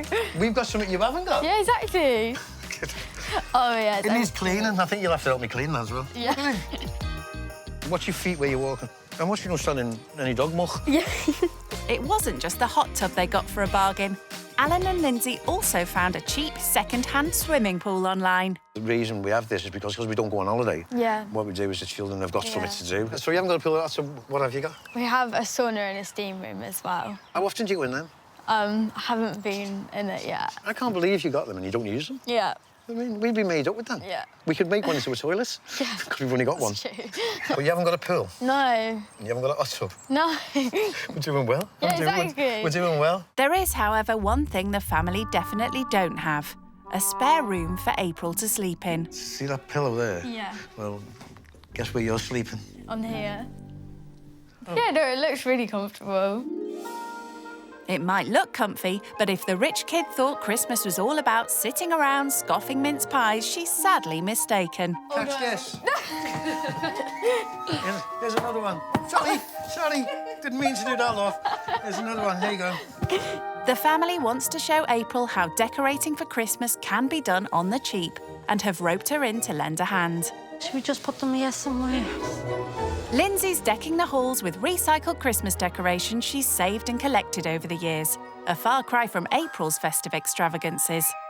What were the decorations like? The fancy ones? This year, because we moved into a new house, our interior designer comes and decorate it. That's fancy. Yeah. So what's your Christmas tree like? So we get one real one, and then we have 2 fake ones as well, in different parts. So there's one in the living room and one on the landing. So you've got 3 trees? Yeah. So how much are the Christmas trees? I think they're about 500. For a Christmas tree? Yeah, I think so. We've been saving up for years. Yeah. To buy a Christmas tree. Yeah. What's your budget for your Christmas day? So my family don't really have a budget. We do kind of go all out. So you've got no budget at all? No. So you just go mad? Yeah, basically. They certainly do, spending up to £10,000 on Christmas. But for Alan and Lindsay, simply affording presents for their kids is a struggle. They're forced to take out a loan which is paid back throughout the year using their child benefit payments. I can't touch my child benefit all year. Right, because it gets paid in there, so... so it goes into a Christmas saving yeah, something kind of like thing? that, yeah. You get a loan, yeah. It's worth it for having it for Christmas. I'd love a lot more, but... Yeah. Hearing how easy April's family have it at Christmas has been difficult listening for Lindsay. You just go and buy what they want. Get all your Christmas presents in, do what you want. You wouldn't have to stress at Christmas, would you, really? It'd be nice just to enjoy it like that. Just go and buy what you want. I think maybe they're a little bit don't have a great impression of me at the moment. Probably was the 3 trees. Before the family begin decorating their one and only fake Christmas tree, Lindsay and Alan are keen to show the rich kid how to bag a festive bargain. These are actually Christmas Eve boxes we do for the show. Yeah. And the challenge is you've got to fill that to the top. Christmas stuff, basically. Right, OK. Filling all 3 boxes on a tight budget could be a push for someone used to splashing out thousands on her Christmas. £5 each. £5 each? And it's got to be Christmassy as well. OK.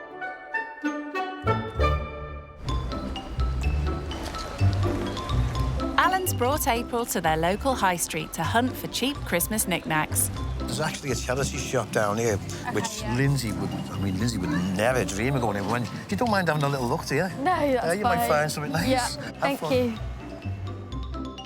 She said she's up for the challenge, so let's just see how she gets on, you know. April has bought from charity shops in the past, although not for quite the same reasons most people would use them. You can get some quite good, vintage stuff to, resell for quite a good price. Ah, vintage stuff. So that's what the rich kids call second-hand items. And trying to find vintage stuff for 3 kids with just £15 seems to have April stumped. What is it? Just thinking whether one of the boys would like them. I don't know. This is really difficult. I don't know how to do this. Grow your very own Christmas tree. How much is that? £1. This is going to be hard for the older 2. I have no idea. You better get your Christmas thinking cap on. Alan's getting impatient. Oh, my God, she's been in a while. It's getting dark. It's hard because I feel like when you get older, you really value presents like gloves and socks. But when you're younger, that's the worst present you can ever get. Finally, April manages to sniff out a few bargains she thinks the kids might like. A hand warmer.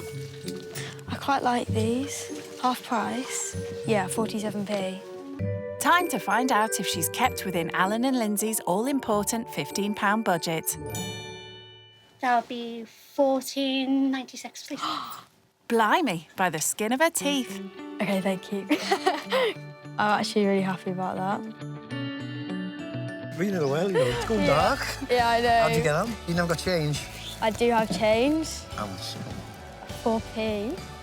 I didn't think you'd get change and fill them. Yeah, yeah. But the real test will be whether the kids like them. It's 6 p.m. as they arrive home, where Lindsay wants April to give her a hand putting up the Christmas tree they spent months saving up for. Thank you. At just £80, their tree's a fifth of the price of April's family's main one. There we go. Oops. Imagine she got 3 trees and Mum must be up the wall trying to put them all together. It's bad enough just doing one. The family are hoping to show April that with a bit of imagination, a budget fake tree can look just as good as the £500 real one her family's put up this year. She'll look at that old Christmas tree and go, the money we paid for that. Straighten all these branches out. Yeah. So it looks like a real Christmas tree all puffed out. Is she going to learn that when she goes home and got a £500 tree, real one you've got to throw away, you can't use it next year? That's all just a waste. There we go. That it? Yay. Oh, nice. And a lot cheaper than yours. Now for the finishing touches. Wherever you fancy. Can you push it down where you are up there? It's wonky, but it's up. It's nice when you've got like a full Christmas tree and you've been saving for like each little bit over the years. This is really cool. Think you've done it better than me? No. Oh, you did? Next year, can you come down and do it again for me? I think that you can definitely decorate a tree, make it look nice without paying loads for new decorations. The tree looks really nice. Thank you so much. Thank you so. The girls have worked up an appetite. Good thing Alan's busy in the kitchen getting dinner on the go. I'm doing pork steaks, chips and salad. I don't know what the rich kid will think about it. Like. It's what we have, so I think it's just got to have it. It's not quite the cordon bleu cooking from the private chef April's family hire in for Christmas, but Alan's beloved fat fryer is a lot quicker and cheaper than using the oven. For this meal, it doesn't cost much, you know what I mean? Chips, not the expensive, are they? We'll find out if she likes it, you know. She must like chips. Everyone likes chips. Still, Alan does want to make an effort for the rich kid. I'll give her a nice wine glass. Ooh, very fancy. Looks like it could do with a clean, though. Trying to impress the girl, you know what I mean? Show her that we can do just as fancy as she can on our low budget, you know what I mean? We can. It might be pushy. Come on, Trinity. Wyatt. Clayton. Come on, hurry up. I don't know if she likes peppers. Maybe she's not allergic to peppers. She shouldn't be. Alan's dinner has come in at just over £6 for the entire family. Time to see what the rich kid makes of a low-cost meal. Thank you. Thanks. Oh, is this mine? Yeah, that's yours, Sam. Oh, Sorry, Lord. Yeah, that's yours. I hope you enjoy your meal. Thank you. Thank you so much for making it. Would you have anything like that at home? To be fair, not much of my family really like chips, so we don't really have chips, but we'd have maybe like the same with like rice or like pasta or something. Yeah, pasta or salad, salad and stuff like that. Mm. How did you go with tree? I don't go outside. Do you get covered in snow and all that? She got drenched in the snow. She got covered in it. Yeah. I get one of these. You don't want those two? You want all three? Here's your paper, scissors, prick stick. Do you want to come cut some out, babe, and stick them on? After dinner, Lindsay gets April to help the kids as they begin making their Christmas lists using cutouts from a catalogue. Yeah, do you want to have a look at the toys and then just look at what you would like out for the Christmas? Do you want to choose your favourites and we can cut them out and stick them on your paper? The good school, they know what we can and can't do, so they won't go and find something stupid and go, I want that and I want this and that. Having a limit from her parents when she makes her Christmas wish list is not something April's ever had to worry about. Well, you've got no budget, so you can buy what you want. But you can see with people who are not on a high income, you have to do to make Christmas for the children, you know, make them happy, you know. What did you get last year? I got these shoes that I'm wearing last year. But how much with the trainees? I think they were like 400, maybe. That would pay for 3 of these for Christmas, wouldn't it? Yeah. Oh, my goodness. I think she could have said anything and they'd have got it for her, regardless, because there's no limits. So she could just have asked for... She could ask for a new gym. She's got a gym anyway, and she's got one of them, hasn't she? When they said, like, oh, your trainers, you could, like, pay for, like, all 3 of their Christmases. feel quite bad. Earlier, April was tasked with buying a few cheap gifts to fill boxes that Alan and Lindsay traditionally give their kids Clayton, Wyatt and Trinity on Christmas Eve. Are you ready to see what I got for the Christmas stocking? Go on. The rich kid stuck within the tight £15 budget. But what do the couple make of what she's bought from the charity shop? The first thing I got is this. Trinity will love that unicorn. I got these for Gypsy. They were cute. Some Christmas socks. I thought they were nice. So I got them each grow your own Christmas tree. Three Christmas trees like you. And then I got this for Clayton. What's that? Reusable mini hottie hand warmer. Yeah. I got these gloves for Wyatt. Adil? I spent £14.96. She actually had. Oh, she we got actually change she as got well. change as well, I got 4p change. Oh, we got change. And I maximised the money. I was surprised I managed to get so much for £15. Pretty much all the stuff I got was brand new and it was so cheap. So, I mean, I definitely, if I was on a budget for Christmas presents, why wouldn't you? I think we should get these wrapped up for the kids, you reckon? Oh, come on then, let's get it done. Are you good at wrapping? Nope. You are. Are you good at wrapping, April? Yeah, sometimes. I'm absolutely Depends on the shade. While they pack the Christmas boxes, Lindsay and Alan are keen to hear how April's family made their money. My dad started his own company, like maybe a couple of years before I was born. The company got more and more successful and he built it up and then he sold it last year. So you went from basically having not so much money to getting more money. Yeah. And we went the other way. We went from having money to losing money. Yeah. So we went the other way for us, isn't it? Health problems meant Alan had to give up work as a kids' entertainer a few years ago. Been having strokes. Oh, yeah. At about 11. Lindsay also had to leave her job as a catering assistant to look after Alan, and both now survive on benefits. Like I have good days and bad days, but sometimes I can't walk. And it's difficult. But I had a decent job, actually. It was great. And you guys were stable and had... Yeah, well, we were stable because we could go on holidays and things like that, which we did do. What was Christmas like then when you were working? Christmas was a bit different then. It was because you could get what you want, basically, for the children, you know. Yeah. Do you think that there would ever be a point where maybe you get better and you can work? Alan would never ever get better. It's gonna go worse. Whose fault is this? It's gonna go worse, not any better. Well, at least you're working, aren't you? Earning your own money and not just not doing nothing and taking all the money off your mum and dad. Yeah, both my parents have just always taught us success won't come to you. You always have to work for it. Do you think all of your kids will want to get into work? Yeah, but when they left school and I forced them to get a job, I would never have them claiming or sitting around doing nothing. No. April can do the honours. Put them under the tree. Yeah. Yep.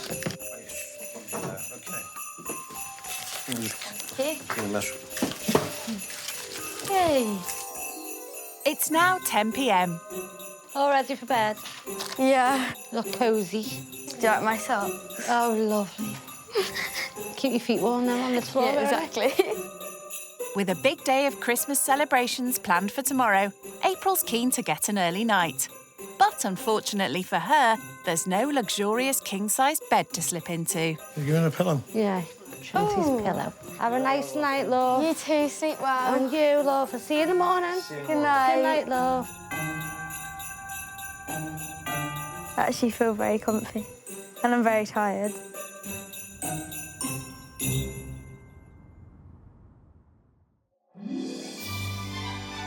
It's 10 a.m. and the start of a full day of festive Christmas fun for April and the family. Yeah, I slept well, actually. Ooh. But with the family already up and showered, the rich kid's still busy adjusting to a shared bathroom rather than her own ensuite. The floor's a bit wet. I do miss my bathroom, but this is fine. There's no time to have a long, relaxing soak in the bath. Seeing as April's never had to budget, Lindsay set her the ultimate challenge, shopping for the family's festive dinner. Our budget will only be about £15. For how many people? For 6, so it'll be for me, For 6 you, people? Alan and their children. OK, so do I have to get, like, a turkey for everyone to eat? You don't get a turkey because turkeys is a lot dearer. Right, yeah. So that'd take most of your budget then. Yeah. So we're looking at, like, a piece of chicken or something each. Right, OK, yeah. Kids would like a little cupcake or something each for Right, OK, afterwards. and pudding as well? Yeah, just a little, yeah, because we don't get a big Christmas cake. Yeah. Once all the kids' presents are bought, there's very little left over for the family's main Christmas meal. So your budget is £15 to get everything in. OK. OK? Yeah. Good luck with that, love. Thank you. For someone not used to looking at prices, it sounds like she's going to need it. It's definitely going to be difficult to buy a whole meal for 6 people for only £15. I think it's a very small budget, especially for a Christmas dinner. She's got a big budget, she can do what she wants. But when there's like 6 of us, it's going to be really hard. I'll be surprised if she does it. Luckily, Clayton's been taught to shop on a tight budget from a young age and is on hand for advice. Go on, go and see how she is. OK. What do you usually have on Christmas Day? Usually my siblings are mostly fuss eaters. Yeah. They usually just have chips. Like, there's no point just going overboard to get like tons of meat if they're not going to eat it. Yeah. I don't really get the Christmas meals that I want. Like, Yeah. you know, meat. No one would eat it. With 2 fussy kids in the family, Lindsay and Alan aren't keen to spend loads on expensive meats, especially when they have so little in the pot for their Christmas dinner. I feel bad for Clayton because he obviously does really enjoy Christmas dinner, but they just can't afford to buy a whole turkey just for one person. The fact that you don't get roast dinner makes me want to make a nice roast dinner, so the pressure is on. But the realities of doing Christmas dinner with little money soon become apparent. The chicken's quite expensive. Don't know, but I think we're just gonna have to go for it. But then, there is 2 kids, and kids don't. I'm gonna get another one. That is a lot of money on chicken. Spent $7.99 just on chicken. Blimey, that's already over half her budget. How you doing? Hi. I'm struggling a bit. These chickens are really expensive, so I was wondering if there was an alternative. Well, over there's aisle raw frozen foods that are probably cheaper. Seems that's some good advice from Clayton. How about if I got 1 pack of the chicken, Yeah. and then I got a pack of chicken nuggets? Whoever wants chicken nuggets can have chicken nuggets. Yeah. And then the other people can have meat. Golden drummers. Oh, this is turkey as well. Brilliant. Turkey There you go. drummers. I'm gonna get 2 packs. Sounds like she could be onto a winner. But it appears April's forgotten about the strict budget that she's supposed to be working to. Maybe we should get some Christmas crackers. There's the Christmas stuff. Oh, look at that. Oh, £5.99. I don't Um, have that kind of budget. It's Christmas and we need Christmas crackers. Not So Christmas without Christmas I'm going to buy them as a gift. April may be paying for the crackers, but it's the moment of reckoning. Has she managed to keep within her £15 limit for the Christmas dinner? There you go, thank you very much. Thank you. How did we get on? Yeah, good. Should we stay in budget or go over? Yeah, we've got 49p change. Well done, love. You're getting good at this, aren't I you? know. That's for Your you. mum is going to love you. Thank you. Let's go.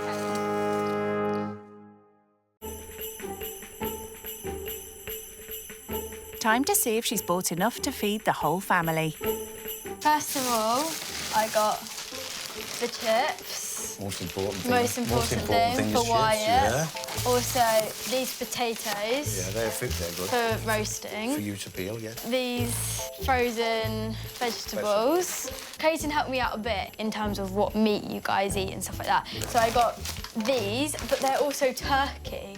So it's technically a Christmas dinner, but they're nuggets. And then I got, for all of us, some chicken breast. Finally, we got these Christmas crackers as a gift. Crackers as well? Yeah. Isn't that lovely? You got everything? Yeah. Did you think of everything, didn't you? I think so. Well done, love. You never brought another three back.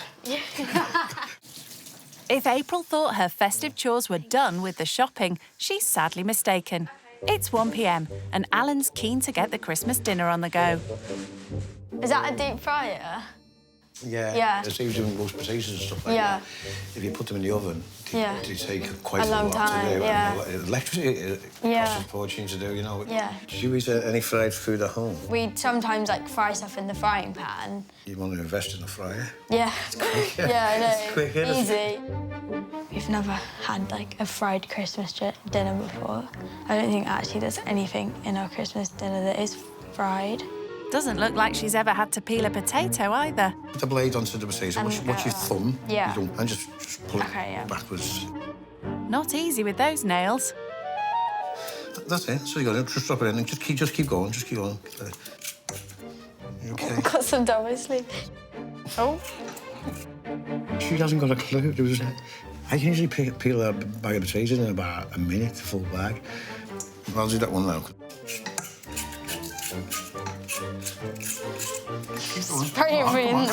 I'm not spitting it at you. No, keep going. You'll have a chip in a minute if you carry on with that one. Keep going. Might get Christmas dinner about 9, 10 o'clock.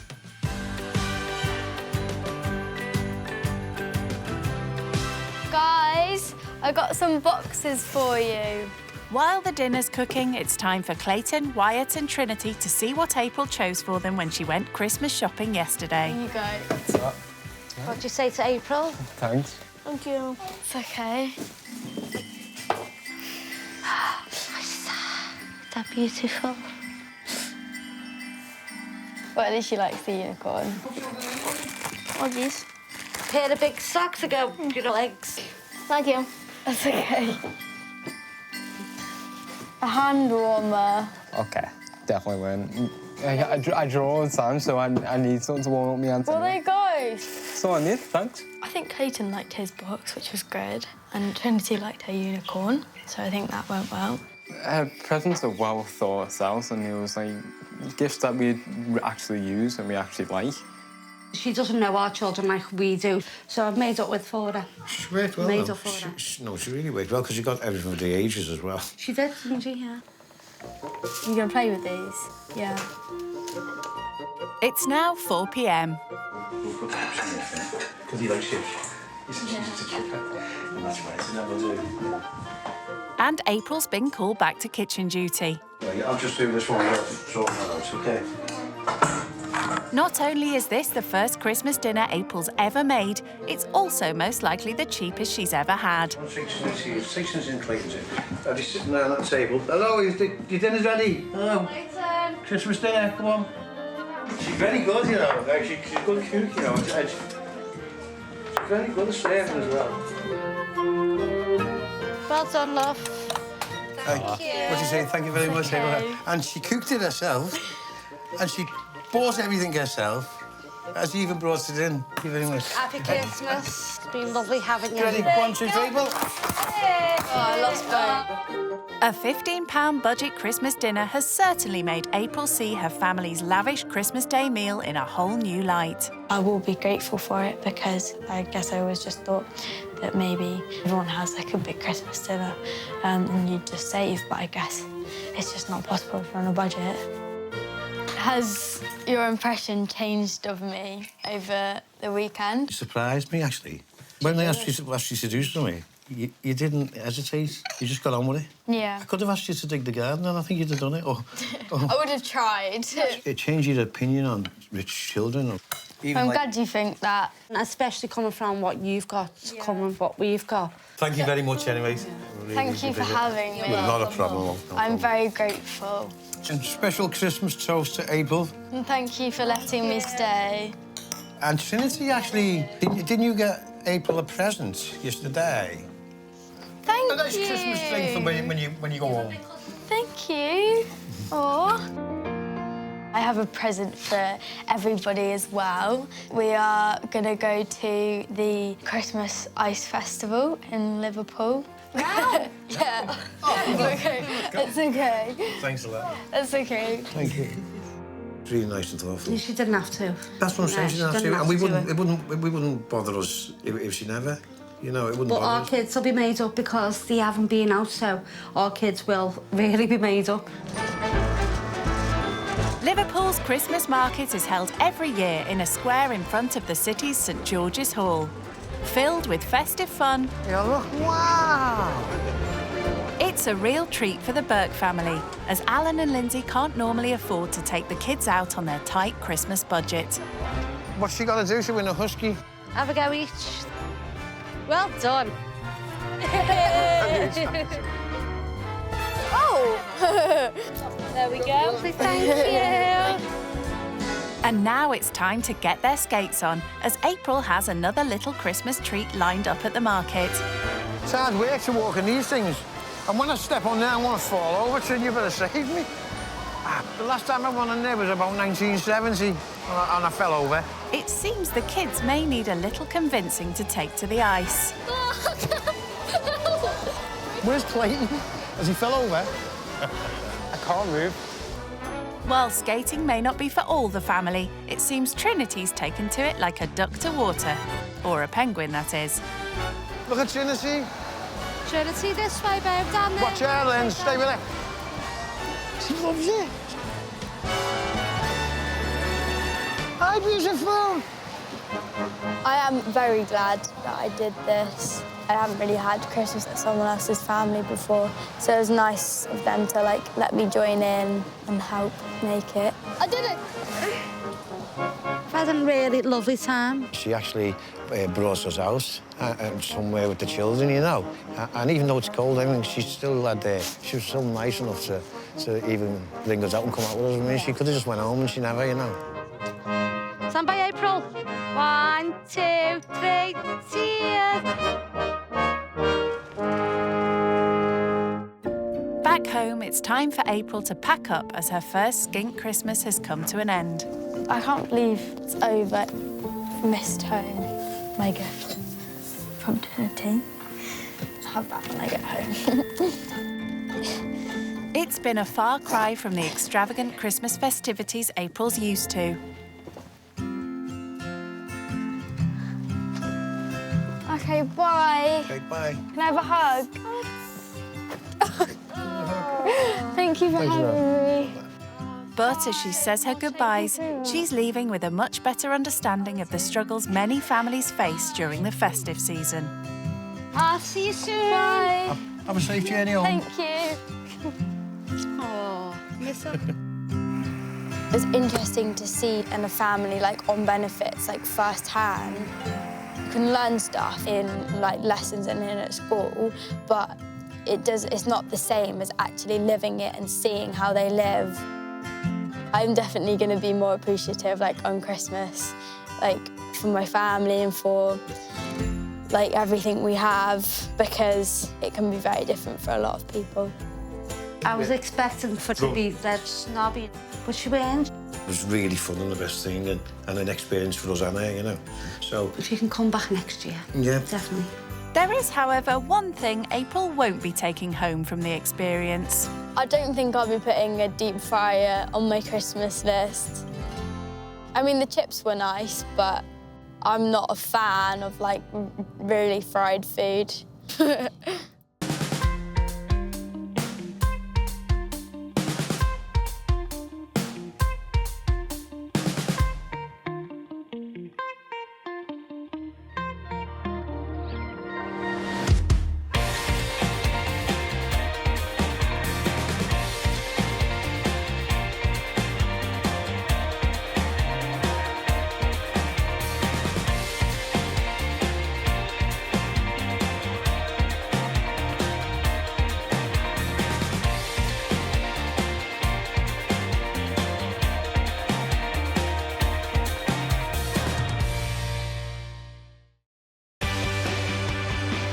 Brand new rich kids, used to living the high life. We have 8 bedrooms and about 12 bathrooms. Walking is for peasants. They're about to take a giant leap out of their comfort zone. It looks a bit rough. What's the benefits? They'll stay with typical British families living on the breadline. Wow, that car's really big. People are rich, they're stuck up. Just snobby. Snobby. I think I find it quite hard to live here. Sleeping on a sofa for the rest of your life isn't ideal. You don't know what a struggle is. They'll learn what life is like What does this button do? for those struggling to get by This is like a food bank. I didn't even know what a food bank was. and the sacrifices they make. He gets everything he wants, and we just about get everything we need. So when was the last time that you actually treated yourself? Will the cash-strapped families change their views? Doesn't make you a bad person just because you're rich. It doesn't mean you're a good person just because you're not rich. And will the rich kids learn I have no idea what I'm doing. there could be more to life than money? The best experience of my life. When rich kids go skint. The rich kid going skint is Tiana, a 19-year-old law and psychology student from Nottingham. I don't really have any hobbies. Maybe shopping, spending my dad's money. That's what I'm best at. As the daughter of a successful restaurateur and property developer, Tiana's always grown up with the best of everything. I am privileged enough to experience the more lavish side of life. Tiana currently goes to uni in Nottingham after her parents paid to give her the best start in life. I was privately educated at an all-girls school from the age of 4 until 18. I think it cost my dad around £14,000 per year. Blimey, that's over £200,000 just on schooling. And alongside a privileged education, keeping Tiana kitted out in the latest designer gear also cost her parents a pretty penny. My favourite bag would probably be this D&G bag. This bag was probably around £900, so not too expensive. But it's not just bags and shoes that Tiana sets her sights on. The most expensive item I own would probably be my watch. It is a Rolex. It would be probably between the £6,000 to £7,000 price range. And this rich kid's luxurious living doesn't end with her designer wardrobe. Despite her parents' 26 grand state-of-the-art kitchen, Tiana's never had to lift a finger around the house. I don't really cook. I like to leave that to my mum because, one, I don't have really that much time, and two, I don't have the expertise or the knowledge. They always help me when I need anything. So how does someone who's never had to get their hands dirty feel about living with a family on the breadline? I want them to like me, and I know they will have pre-assumptions of what I will be like as a person, but I aim to completely change their mind and their opinions by the end. One person who believes in everyone mucking in is hard-up single mum Candace from Southend-on-Sea, who lives with 16-year-old son Tyler and 14-year-old daughter Sophia. I tend to struggle mostly with trying to be a good mum to teenagers with very little money. As well as a part-time waitressing job, Candace also works in a kitchen preparing meals. But her meagre income, coupled with recent benefit cuts, means she has to keep a tight check on her outgoings. Out of the money that I've got this week, I've got £15 left over. I say it's left over, but it isn't normally, because I normally have to spend it. Obviously, I've got other things like milk, bread, and little bits and pieces. Crippling debts from loans, rent arrears and phone bills have also added huge pressure to the family's finances. At the moment, I'm still in about £5,000 worth of debt. Somewhere just under that figure. But it's hard to still have that hanging over your head. Candace's struggles with money mean Sophia and Tyler don't get anything handed to them on a plate. If they need something new, or if they want some new clothes or new shoes, it normally goes on the Christmas list or the birthday list. As she struggles to claw her way back out of debt, Candace wants to show the rich kid that pulling together and working hard is what's really important. Tyler and Sophia, they are my everything. They make me very proud. We've had nothing, and we've still got each other. After coming to the UK from Iran at the age of 11, Tiana's dad built his restaurant and property empire from scratch.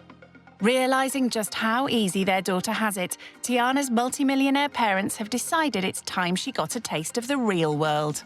I think it'll be a good experience for you.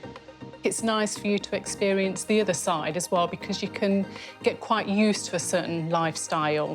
Do you think you can mock him and Yeah, do the definitely. chores, I everything? think she can, I definitely. think so. It depends what it is. Because even at my uni house, I don't like doing some things, like taking the bins out. Well, she's in for a shock. So, is there anything else about living skint that would be a definite no-no? I don't want to feel crammed or like everyone's living on top of each other, because that's like worst case scenario for me. How do you think she's going to do? I think she'll do OK. Completely different for her. I'd like to see if there's an early morning involved, how she'll adapt to that one. As Tiana leaves the comfort of her parents' sprawling detached house, it's a 3-hour drive to Southend-on-Sea. The houses are quite small here, and they're all joint. Sorry, what's the name of houses that are all joined together? They call that terraced housing.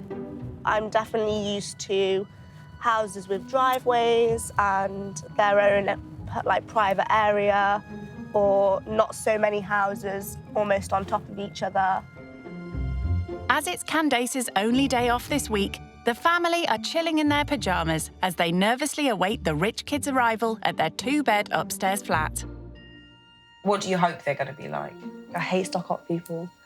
I would hope that they're not, because I wouldn't want to judge them just because they're rich, because then that's just the same as them judging us because we're poor.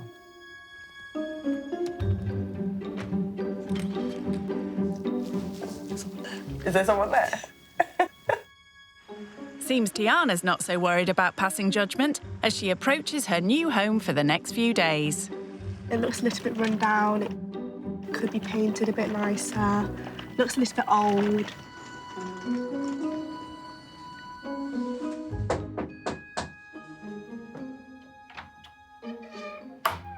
Hello. Hi. I'm Tiana. Hello, Tiana. Nice to meet you. I'm Candace. Hello. Come on in. Thank you. Straight to the top of the stairs. Hi. Oh. Hello. I'm Tiana. Hello. I'm Tyler. Hi, I'm Tiana. Nice to meet you guys. Nice to meet you too. These are my children, believe it or not. Because they are. Tiana's used to having the run of her parents' 7-bed mansion, so time to see how a tiny 2-bed flat compares. This is the bathroom. Is this your only bathroom? Only bathroom. See, we do have another ensuite and then a downstairs bathroom, so that's the difference. But size-wise, this is like the normal. Yeah, it's like a standard bathroom. Yeah. Yeah. But you have 3. Yeah. I'd love to have a bathroom for each person. That would be great. That would save a lot of time. There's not even a bedroom for each person in the family in this flat. This is Sophia's room. I love the massive window, loads of natural light. Yeah, it is nice to be able to look out. Yeah. I mean, we can see the garden, but we can't go in the garden. That's not our garden. Oh, OK. So do you have a garden? No. OK.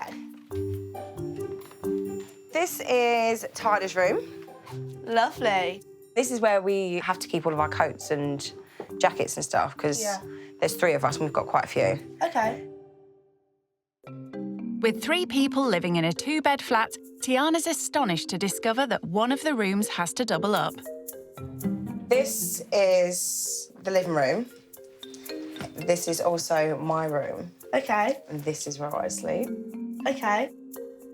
Candace sleeps in the living room, which I find quite surprising. If they're all sat watching TV in the living room and Candace wants to go to sleep, she has to kick them out because that is her living room and her bedroom. That's actually really sad. With such cramped living quarters, Candace is going to bunk up with daughter Sophia tonight to make room for Tiana. This is where you'll be sleeping. OK. At least I'm not sleeping on the floor, but don't think I would want to get used to sleeping on the sofa. Candace's flat feels rather cramped compared to all the space she's used to back home. We're currently actually getting a 3rd floor. So wow. So it'll be really nice. Yeah, and it's something that my dad's wanted to do for like a few years, so he's finally doing his thing and he's happy now. Her modest kitchen is where Candace likes to do her thing. This is my happy place. This is where I cook and I bake. Oh, do you love baking? I love baking. I bake quite often because I'm trying to start my own business from home baking. Oh, yeah. really? I mean, it's been quite slow. Yeah. I've had maybe 1 cake a month, but... That's a start. Exactly, That's a start. It's still a and start. It's like word of mouth. Once people like enjoy your cake, yeah. and word to their friends. Exactly. Thank you so much. That's great. Despite her having a day off from her waitressing job, Candace has an order in for 24 cupcakes, which she needs to buy ingredients for. What we can do is we can go and get some stuff from the supply shop and then do some baking. Okay, I'm going to be awful, I know already. I'll be awful at it, but I'll give it a shot. You'll smash it, you'll be fine. Are you guys good at it as well? No. I know, Fear's more the baker, I'm more the cooker. The baking supply shop is a few miles away. As Candace can't afford to run a car, it looks like Tiana's going to have to re-familiarise herself with public transport. I actually haven't got the bus in a year. In a year? Yeah. Okay. I was in an accident whilst I was on this bus, so now I'm scared of them. Oh, no. Yeah. Okay. After the accident, I kind of milked it a bit and I asked my dad to just get me Ubers all the time. Tiana's dad bought her a car, even before she passed her driving test. I have a little Fiat 500. It's really cool. It's like a metallic electric blue. So I drive around everywhere. Whereas just affording a single bus fare can be a struggle for Candace. So how often do you get the bus? I get the bus to work twice a week. Okay. Although sometimes I'll walk. It's about maybe a 40-minute walk. Gosh, that's quite far. It's far, but it Yeah. saves me about £4. Really? Oh, there it is. With over £5,000 of debts to pay off, Candace is hoping that on top of her waitressing job, her fledgling cake business will one day help to turn the family's fortunes around. These cakes are amazing. Oh my God, they look incredible. But with little money, starting out from scratch is an uphill battle. Do you want to pick a flavour? Do you want to have a look and see what they've got? What flavours do they have? Well, it's for kids, so nothing alcoholic. I think we could go for chocolate. Go for chocolate? Chocolate's my favourite. Okay. Buying cupcake ingredients is an opportunity to show Tiana how she quite literally has to keep an eye on every drop she spends. Let's say there's 200 drops in that bottle. That's going to cost me 2p per drop. That's 8p per 12 cupcakes. Wow. But then also, I've got to think about my gas and my electric, the boxes that it comes in as well. So everything, it all adds up. Now these, it's £12. That's really expensive. I can use this over and over and over again, and That's it will so last me. I mean, I've got moulds in my drawer that have lasted me years. It's been a successful shopping trip for Candace. I can't wait. I'm hungry just thinking about them. Thank you very much. Thanks. Thank you. Bye-bye. And a bit of a wake-up call for spendaholic Tiana. Right, back to the bus stop. When she was saying, oh yeah, I can justify buying that because per use it's like 2p, that really hit me and I was like, wow. If I was to buy something like that, I maybe wouldn't think anything of it. She really thinks it through before she buys anything. Back home, it's 1 p.m, and Candace is keen to get her cupcakes on the go.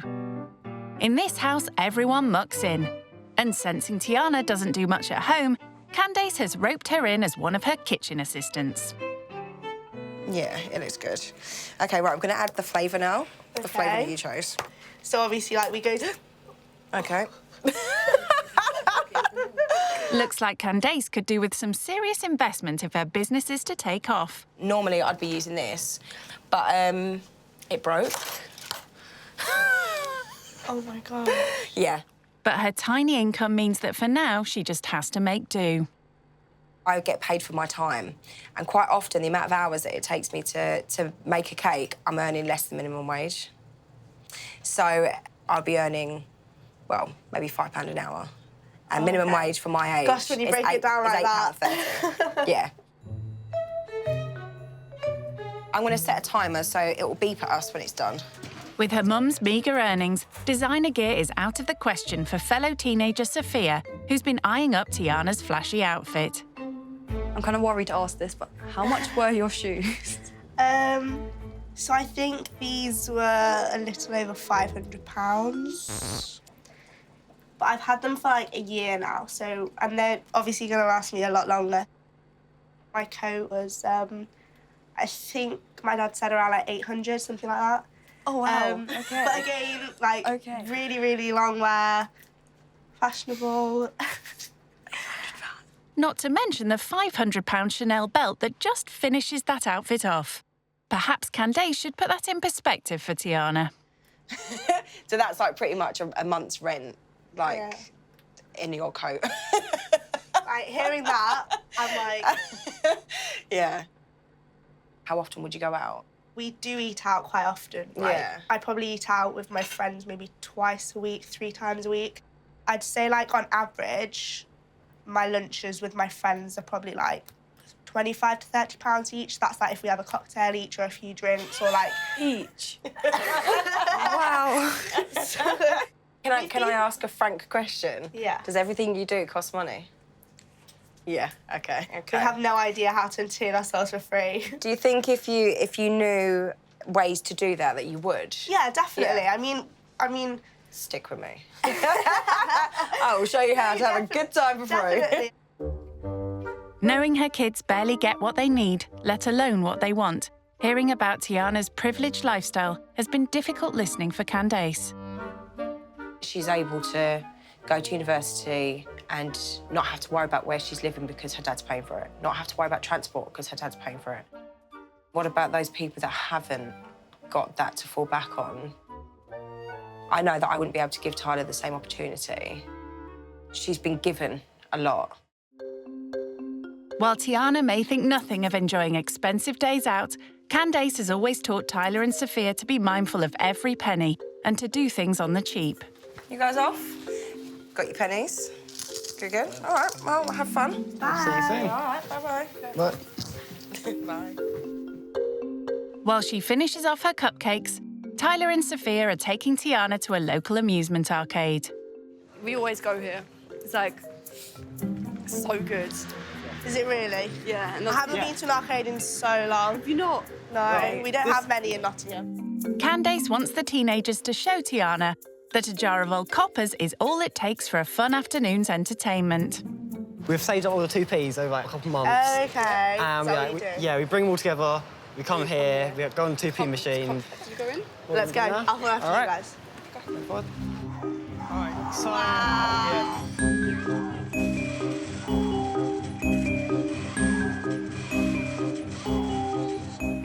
Oh my God!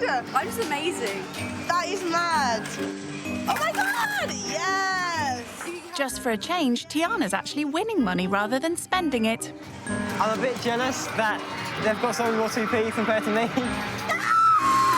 Nice one! Oh my God! You're so good at this. I can't do this. You can stand next to it. Yeah. Yeah. That's just like. I went like that. It hurts, you know. It hurts. That hurt my knuckles. That was so fun. That was so much fun. But we made a profit as well. I've got more in my pocket, actually. It's rare Candace ever has any spare money in her pocket. A few years ago, her debts left the family homeless after they were evicted from the council flat they'd been living in for 10 years. I could see it in my kids' faces that they were upset and that they were angry with me. I did apologise to my kids several times because it was my responsibility. I'm their mum. I shouldn't have let that happen.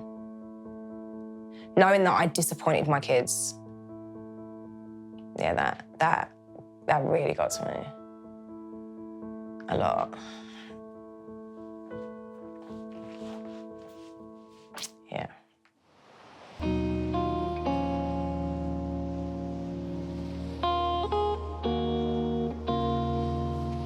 While she has Tyler and Sophia alone, Tiana's keen to hear how their mum's financial difficulties have affected them. So obviously your mum's spoken about how she does struggle a bit more with money, but do you find it difficult seeing her in that position or seeing her struggle like that? Kinda, yeah. Like, seeing her, so... It's as if she's scared to let us down. We all struggle, but, like, she pushes herself that extra mile, so we kind of want to help her out. I feel like if we got a job, it'll be like we could help her out a bit more. Yeah. And if we were like a struggle for money, we can always like use some money that we've got, like chip in and like help out. Family. Do either of you have any savings or anything where you've done little jobs before and you've got things saved up? I did have a couple of jobs before, and like I had the money, and like I would save up a bit, and then I would just chip into it if we needed something or if we were a bit short. She's like, I will pay you back, I promise. Yeah, it's like she's like, no, like, it's fine. So it has got to the point where she has had to borrow money. Yeah, she had to from borrow you sometimes, but it's like she hates doing it as well. I think for a mum that would be the worst thing. I think She hates, she's like, I hate doing this, but can I like borrow like £5 from you? I was like, yeah, it's fine. She's like, I'll pay you back soon. I was you like, know what? She's so lucky to have you guys that are like able to help her and so understanding. Because I know so many other children wouldn't be as understanding or would be like so demanding for more, and you're just happy with what you have because you've got a really good family and you're all happy and you love each other, and that's the most important thing. This wealth gap between me and Candace and her family makes me feel quite sad. Hearing that was quite shocking, and it made me realise just how lucky and fortunate I am, and just how like less fortunate others are and how different it can be.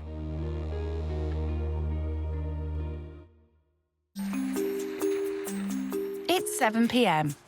Candace now has another lesson for Tiana: how to have a good night out without breaking the bank.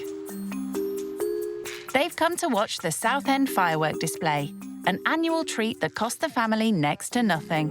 So that barge there with the lights, that is where they release the fireworks from. So we've literally got like the best view. That's amazing. We're literally front row. Yeah.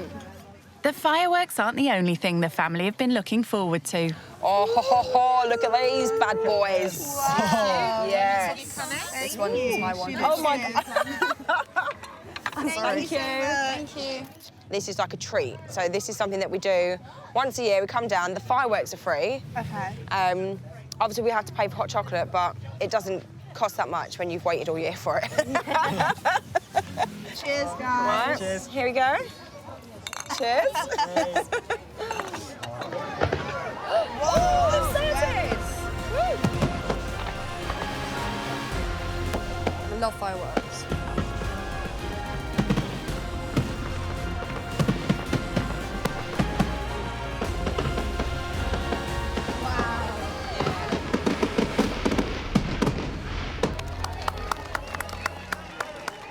So, what did you think? That was amazing. Yeah. It's so beautiful. You're so lucky to have this, and it's right on your doorstep, and it's free. And it's free. I've had a really good time. Good. I'm glad. Thank you so much. I'm glad for you've had a bringing good me. time. Yeah.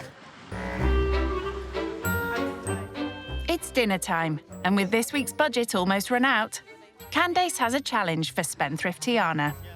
My weekly allowance, I had £5.50 left. You're going to go in there and you need to find a way that 4 of us can eat.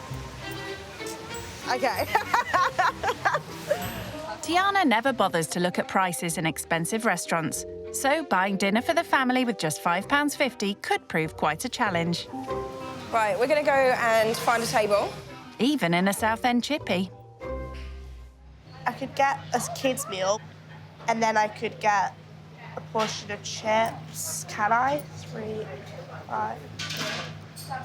No, I can't even afford that. I genuinely don't know what I'm going to do. I don't know how I'm possibly going to feed 4 people. Not easy with just £5.50. I can't even get... What? Do you have a calculator? Come on, Tiana. The family have to do this all the time. If I got a portion of chips for £2.95 and then a side of mushy peas, how much does that come to? £4.55, please. Thank you.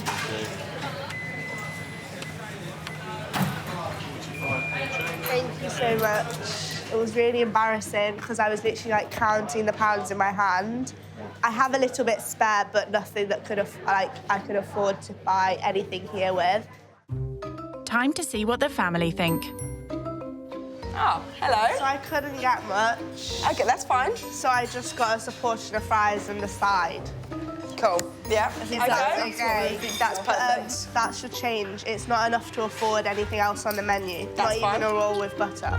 More used to spending £25 to £30 on a single lunch out, Tiana's budget dinner selection has impressed the queen of economising.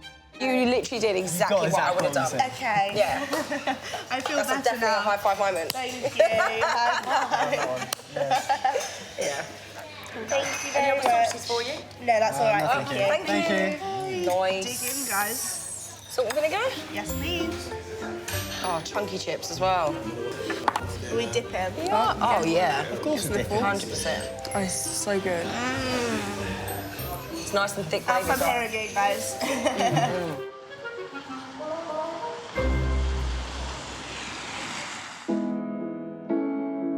Back home, Tiana's reflecting on her day.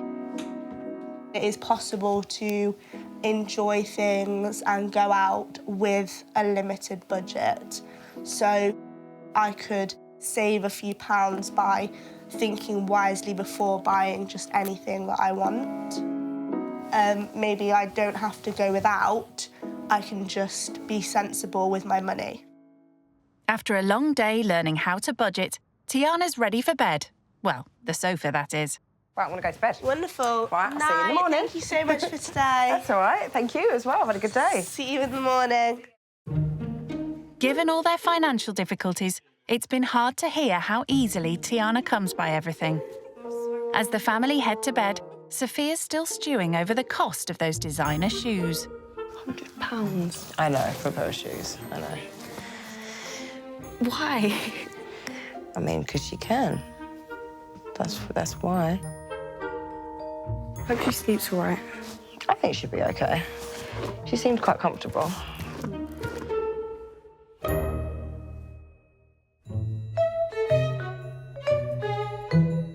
It's 9 a.m. So how was roughing it on the sofa Candace is forced to sleep on every night? I woke up a couple of times. I'm used to a double bed, so this was quite a small space for me. I'm very used to my own space, used to my own privacy, like doing what I want when I want. A 30-minute beauty routine applying hundreds of pounds worth of designer makeup is way down the list for Candace's kids, who are already mucking in with the housework. It's important to do chores because it kind of adds that humility. People need to know, like, in life, you're not always going to have other people do it for you. So, like, chores kind of, like, prepares you for later on when you have to do it yourself. Tiana may get away with not lifting a finger at home, but Candace is on a mission to make sure she mucks in and does her fair share during her stay. OK, so this is what we normally use for the windows. OK. Do you want me to show you how to do it first, or do you just want to crack on? No, I'll be able to. Crack on, yeah? Yeah. All right, cool. OK. Thank you. There you go. Have fun. Thanks. Housework is yet another first for the rich kid. Sometimes if my mum asks me to do something, I will, but I don't normally do chores. Maybe more a case of if she needs something doing, then I'll help her, like, set the table. It's soon obvious Tiana is a complete novice at cleaning. I don't know if I'm doing the right thing, but I think I'm doing OK. That looks good, I think. Ah, squeaky clean. I think I'm done. Or not. I can't reach up there, though.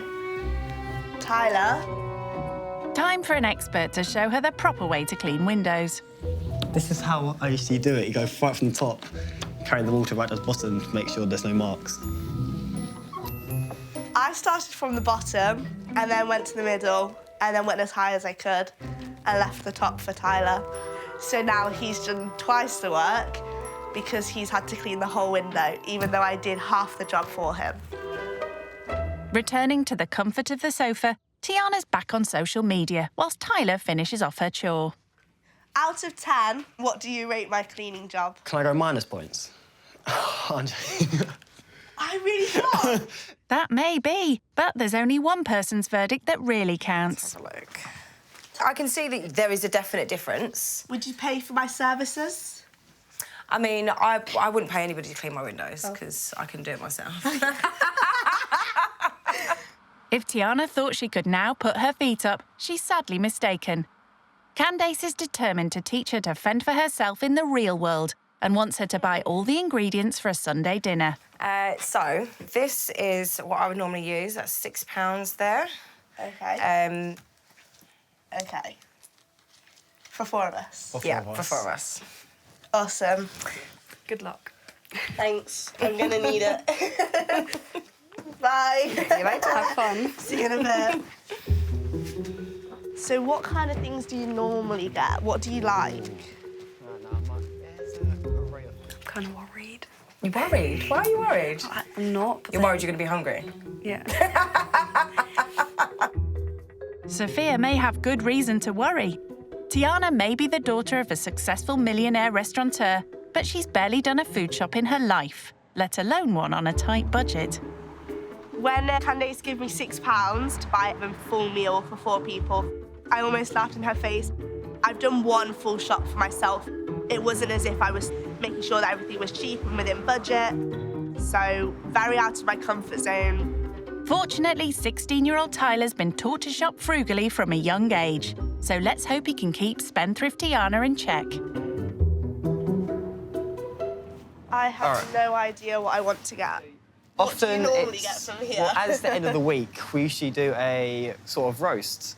Okay. So I would maybe suggest thinking of what we Like have chicken, in a roast. Yeah. And then veg and potatoes. Do they Okay. have chicken here? With just £6 for a roast dinner for 4, Tiana's going to have to choose her ingredients wisely. £1.99 kilo. £1.99. How much is like 1 kilo? Like how many legs? 4 piece. Please, could I get 4 then? Okay. Thank you. Thank you very much. She's off to a good start with the main ingredient, and she still has £4 to spend. Good thing Tyler's on hand to help.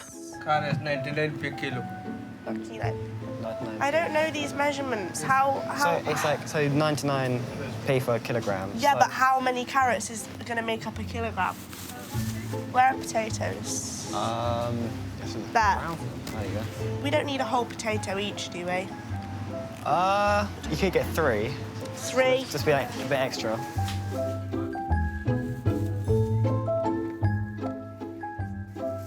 Let's put it on here. Yeah. £5 for 3 potatoes. Let's hope that's the weight, not the cost. Is that right? 49p. 49p. 49p, wow! So we'll get those, thank you. This is so easy, I love this. Who knew food was this cheap?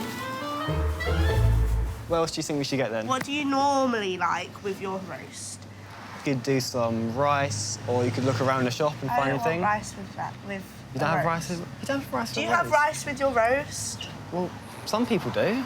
I don't like that. Really? If you want rice, we can get rice. I just won't eat the rice. Well, yes. Okay. Well. Excuse me, where is rice? 150. 150 rice. Wonderful. Thank you so much. Do you want to get that as well then? Afford that. Yeah. Yeah. So add this to the rest, and I think we are under £6. Oh, look at that. 537. Thank you so much. Thank you. Thank you. See you soon. Thank you, Bye-bye. I'm feeling very proud of myself. I did not think I would be able to buy anything like worthy of a full meal for 4 people for £6. I've never had to do something like that before. I think it'll be a really good meal. And I think maybe I could give Candace a run for her money with these like low budget meals. It's 1 p.m. by the time they get home to break the good news to Candace. We have food. Okay, cool. Oh, and before I forget, this is here is your chain. If I hadn't done good enough already. Tiana, you can put that in the penny jar. Yep. We can save that up. Cool. All right. Brilliant. Yeah. Apart from that. Yeah, you did well. If you were to obviously go out and buy this, how much would it usually be? Yeah. I've never gone out and bought ingredients for a roast before. Have you so not? I would not know. Oh, wow. That's even better, the fact that you've never done that before. I've never made a roast.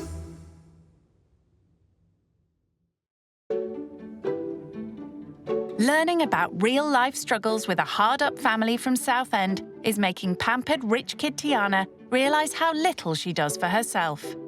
She's calling home to update her dad on everything Candace and the kids have taught her. What would you say you've learned from this experience then, Tiana? 100% learnt that you can have a lot of fun without spending a lot of money. Oh, that's great. It's great. Because you always think that you've got to spend a lot of money to have a good time around Yeah. your friends especially. I wouldn't say I'd like you to see a changed person, but I'd like to see a changed character. And like I say, less demanding, hopefully, when you come back. I think one of the things that they couldn't believe the most was that Mum still peels my oranges for me. But I explained that that's only because I don't like getting my fingers dirty. Okay, love and miss you. Bye. Far from having their oranges peeled, the kids in this house are taught to be self-sufficient. Candace is determined that Tiana takes some more basic life skills home with her. So she's getting the rich kid to make a roast dinner from scratch. Oh, that looks nice. But yet again, Tiana's roped in Tyler to give her a hand. OK, you do the seasoning. Pour it around, but not too much. Keep going. You said not too much. Not too much, but I said, like, don't pour it, OK? That's enough. I'll just tip it onto the tray. OK. Put that in there, top shelf. Now, if you rest on the actual baking pot, There. like on the actual, on this part. Oh, okay. It fits. There you go, and then shut it, and that should be it. Well, apart from all the veg and rice, that is. I'm gonna leave you to it. Great, thanks for that. And she's not getting any help with the potatoes. Obviously, it's nice making them a meal before I leave, but I prefer having meals made for me. Don't we all? Having long acrylic nails is definitely making this task a lot harder. I have no idea how long they take to boil. I don't think she's ever cooked such a big meal. If it starts to take too long, I might have to... Jump in, save the day. Yeah. I don't think I've ever spent this long in the kitchen. She's only been at it for 20 minutes. I'm not happy about this. I'm not enjoying it at all. I enjoy cooking when I want to, and now is not one of the times where I want to. Like, this is so many different components, and it's like multitasking.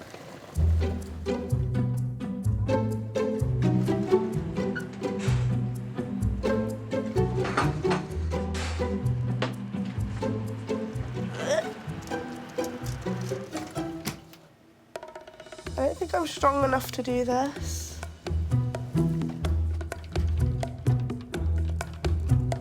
Oh. Oh. Right. Okay. I think, well, I hope that the family will be happy. She's certainly no Gordon Ramsay, but 2 hours later, somehow Tiana's put a roast dinner together. OK. Voila! Oh, this actually looks good as well. Oh, wow. It does look pretty good, doesn't it? Yeah, it does look really good. One question. What happened to the rice? Oh! Oh my God! It's okay. I don't eat rice with my I bread. was saying At that. no point did I click. You wouldn't there's think. rice missing Yeah. from this plate. That's fine. You I wouldn't even know how automatically to cook think. it, I'm not Yeah. gonna lie. Tiana may have forgotten an important ingredient, but what does the family make of her kitchen skills? I was worried because I'm quite particular about my veg. Do you like it? Yeah, it's good. Yeah. You've done really good for the first time. Thank you. Tiana's stay with the family is almost over. Having seen the struggles Candace is facing to set up her new cake baking business, Tiana wants to make sure she has all the utensils she needs to succeed. Good. Oh, wow. Okay.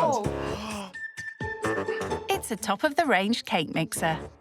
I just wanted to give you the opportunity to have that starting your business as well. Thank you. You're so welcome. That. Thank you so much for letting me stay. I definitely think that this is one of the most thoughtful gifts that I could have got because it's something that's going to contribute to mine and my kids' future. I can just see how pretty it is already. I want to be self-sufficient, so the fact that that is going to help get me towards my goal, that's a massive thing. Look at it. Look at that. Now it's time for Tiana to pack her designer luggage and say her goodbyes. I am definitely sad to be leaving Candace and her family. From the very beginning, they made me feel welcome, and I really felt like I fit into their family. I'm sad to see her go because, like, how we got that bond. And honestly, she's like a friend to me now. It was just really fun. I'm gonna miss her.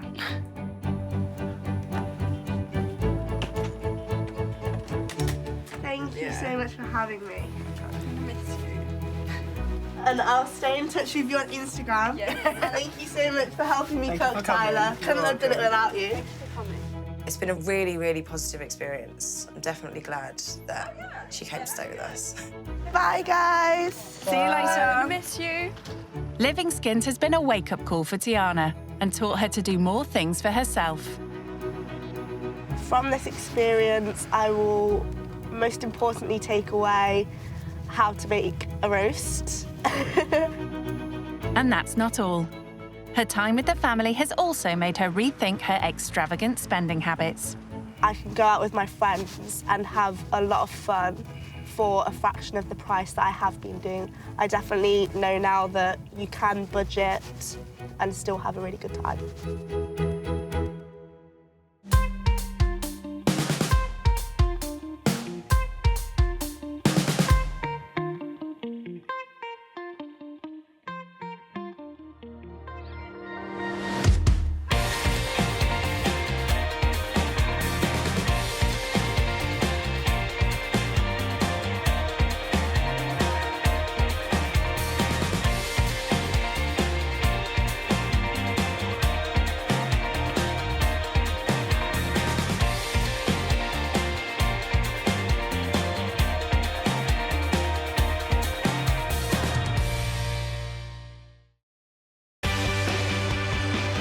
Brand new rich kids, used to living the high life. We have 8 bedrooms and about 12 bathrooms. Walking is for peasants. They're about to take a giant leap out of their comfort zone. It looks a bit rough. What's the benefits? They'll stay with typical British families living on the breadline. Wow, that car's really big. People are rich, they're stuck up. Just snobby. Snobby. I think I find it quite hard to live here. Sleeping on a sofa for the rest of your life isn't ideal. You don't know what a struggle is. They'll learn what life is like What does this button do? for those struggling to get by This is like a food bank. I didn't even know what a food bank was. and the sacrifices they make. He gets everything he wants, and we just about get everything we need. So when was the last time that you actually treated yourself? Will the cash-strapped families change their views? Doesn't make you a bad person just because you're rich. It doesn't mean you're a good person just because you're not rich. And will the rich kids learn I have no idea what I'm doing. there could be more to life than money? The best experience of my life. When rich kids go skint. I wouldn't say I was ever spoilt. I would more say I never had to go without. 24-year-old Sophie from Cheshire is studying to be a dentist, but doesn't have the usual student worries. I don't pay rent. Obviously, my mum bought my apartment in Liverpool. On top of living rent-free, Sophie also gets an allowance of £750 a month. £750 can be spent pretty quickly. I get 2 coffees a day. That's like £400 a month. I spend a lot of time just being vain and doing my hair and getting my hair done and wearing nice clothes. My pride and joy. £1,600, but it's definitely worth it because it just makes me look 10 times better. I love going out. I'm always up for going out to eat, going out to drink. I'm not really even bothered if the food's shit, as long as it's got nice interior and I can get a good Instagram pic. And looking this good doesn't come cheap. I get lip injections, Botox, and I've had my breast augmentation. The boobs set me back about £8,000. £200 for my lips, £150 for my Botox. Get that done every 3 months. It's actually quite a cost to keep up. Living skint with a struggling family is going to be far removed from Sophie's life of inherited wealth. Her mum is keen for her to do it. I think you'll find it difficult, to be honest. What do you mean? I think you take for granted what you've got. Like what? My morning coffee? Well, not just your morning coffee, but all your designer goods and going to the gym. Well, it might do you good. Make you appreciate things. I do appreciate things. Well, it's easy to say that, but sometimes I don't think you do. Yes, Mama. Right, I'm gonna go and grab my stuff anyway. Okay, then. Okay. Right, see you later. Enjoy your cake baking. Yes. I really hope that it does us some good. The type of family that I would least like to be paired up with is a big family with lots of little screaming children. Yeah, don't deal well with screaming children. Not a fan of children? How will she cope when she goes to stay with the Blores, a family of 7? We have 5 children in this house. Pete and Mandy from Loughborough have been together for 4 years and have a 2-year-old daughter. The other 4 children are Mandy's from previous relationships, but Pete is dad to them all. We have Mia Rose, who's 2, Jackson, who's 4, Gracie May, who's 5, Jaden, who's 8, and Archie, who's 10. Pete also has 2 grown-up children who visit. It's very crazy. It's crazy, yeah. Being a mum to 5 kids is very overwhelming. Mandy's a busy stay-at-home mum. I'd love me time, yeah, that'd be great. I'd definitely love me time, but I don't get it. Pete recently gave up working in childcare to join a franchise running football training sessions. Oh, goal! You know, I get to work around family life, get to do the school runs and see a lot more of the children, but I've only had it since November, still not taking a wage, so it's kind of hard to build it up ready for the future. Oh, Jackson! As Pete's not earning from the company yet, the family rely on benefits. We have about 1,500 that comes in every month.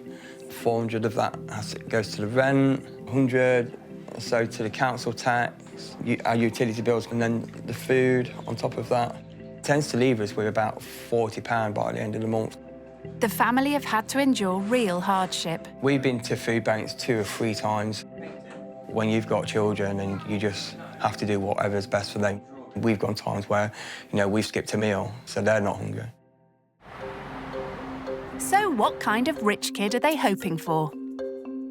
The worst case for me would be definitely not liking children, because since we have 5 here, they'll be absolutely terrified. Oh well, too late to change things now. Rich kid Sophie's on her way. I still have no idea what I'm going into. One concern that I do have is that it's not a massive family with loads of kids, because I just don't do well with kids. In Loughborough, the Blores are anxiously awaiting their well-off guest. Oh my God, I can see trampolines. There's trampolines in every garden. Pepper? Hee, not yet, Pepper. I'm ready as I'll ever be. Let's go. What you put in there, look? What you put in there? Oh, look what's in there. Bit neglected.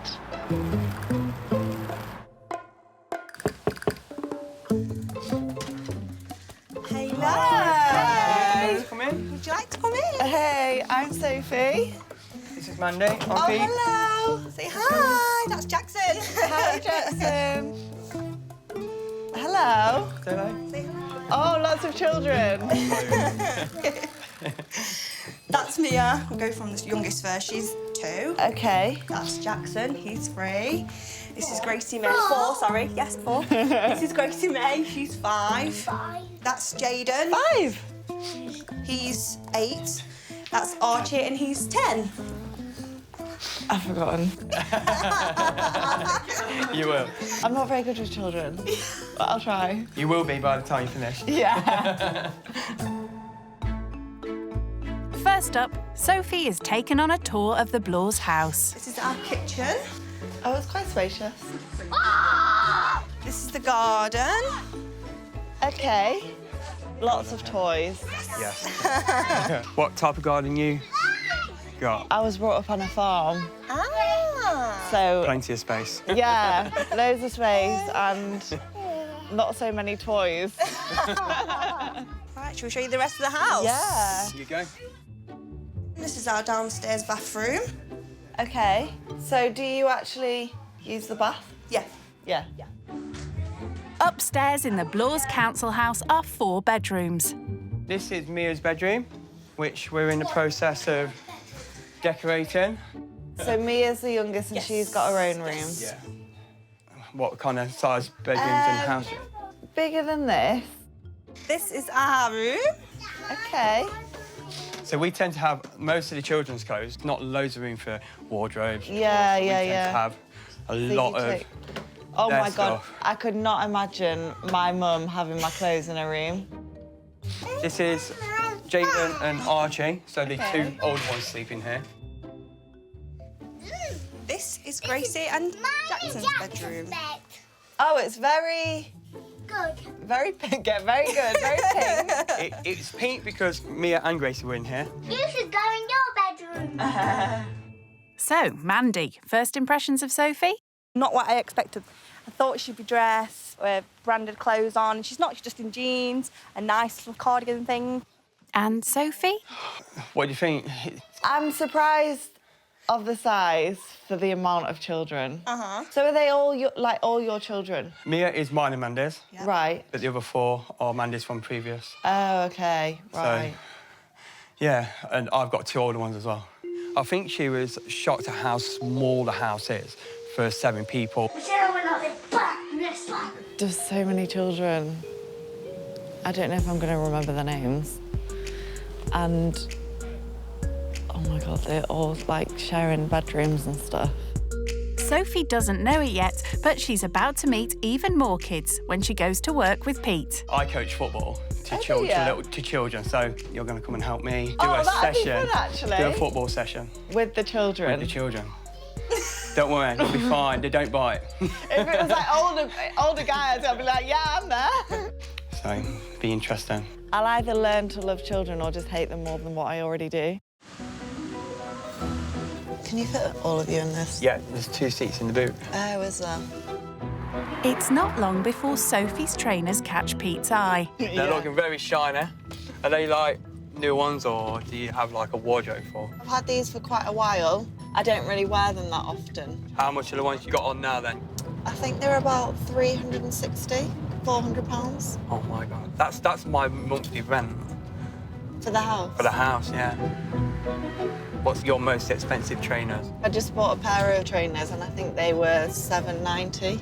What's the most expensive thing that you've ever bought yourself? My most expensive thing that I own is my car. And that was £450 for this car. Just a bit more than Sophie's trainers. But Mandy's mum and dad helped us pay for it as well, and we paid for it as well. To try and get them out of their financial trap, Pete's taken a step into the business world. I got offered this opportunity to coach for so I got the franchise in November. And so all the money I earn from sessions, obviously pay coaches, pay the hire for the halls. Yeah. And I don't actually take a wage at the minute because there's not enough money for me to pay myself. Has it grown in the past year? Personally, I had 12 sessions and now I have 28. Oh, OK. How much do you charge per session? We charge £3.50. 3 to 6 and our 7 to 10-year-old sessions, they pay £20 for weekly. We need to set the goal up first. Where am I setting it up? It will go down there. I need a new goal, because this one's just like, as you can Falling see... apart. Falling apart. Things like Is that. there no funding that you can get? I've got a bad credit history. Oh, right. From my previous relationship. So, you know, I can't get, like, business loans or anything like that. 1, 2, 3, 4, 5, 6, 7, 8. This is the most we've ever had here. Shall we go slow or shall we go fast? Fast! Fast? Are you ready? Heads, knees, toes, knees. Score goal.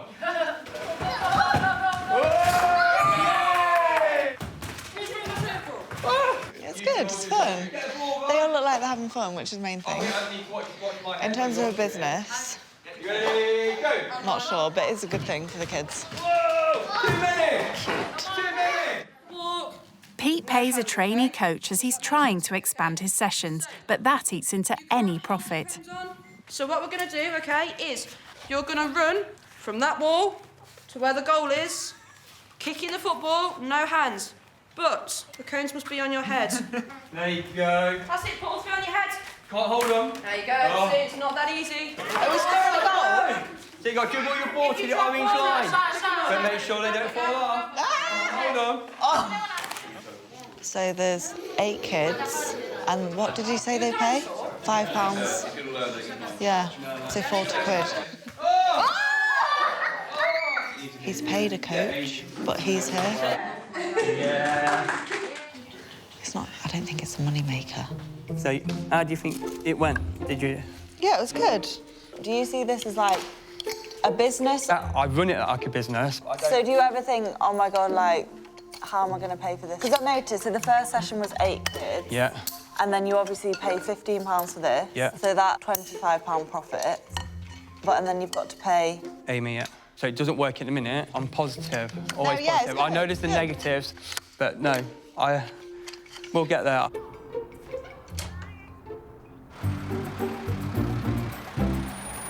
In the car, Pete discovers why Sophie is so business savvy.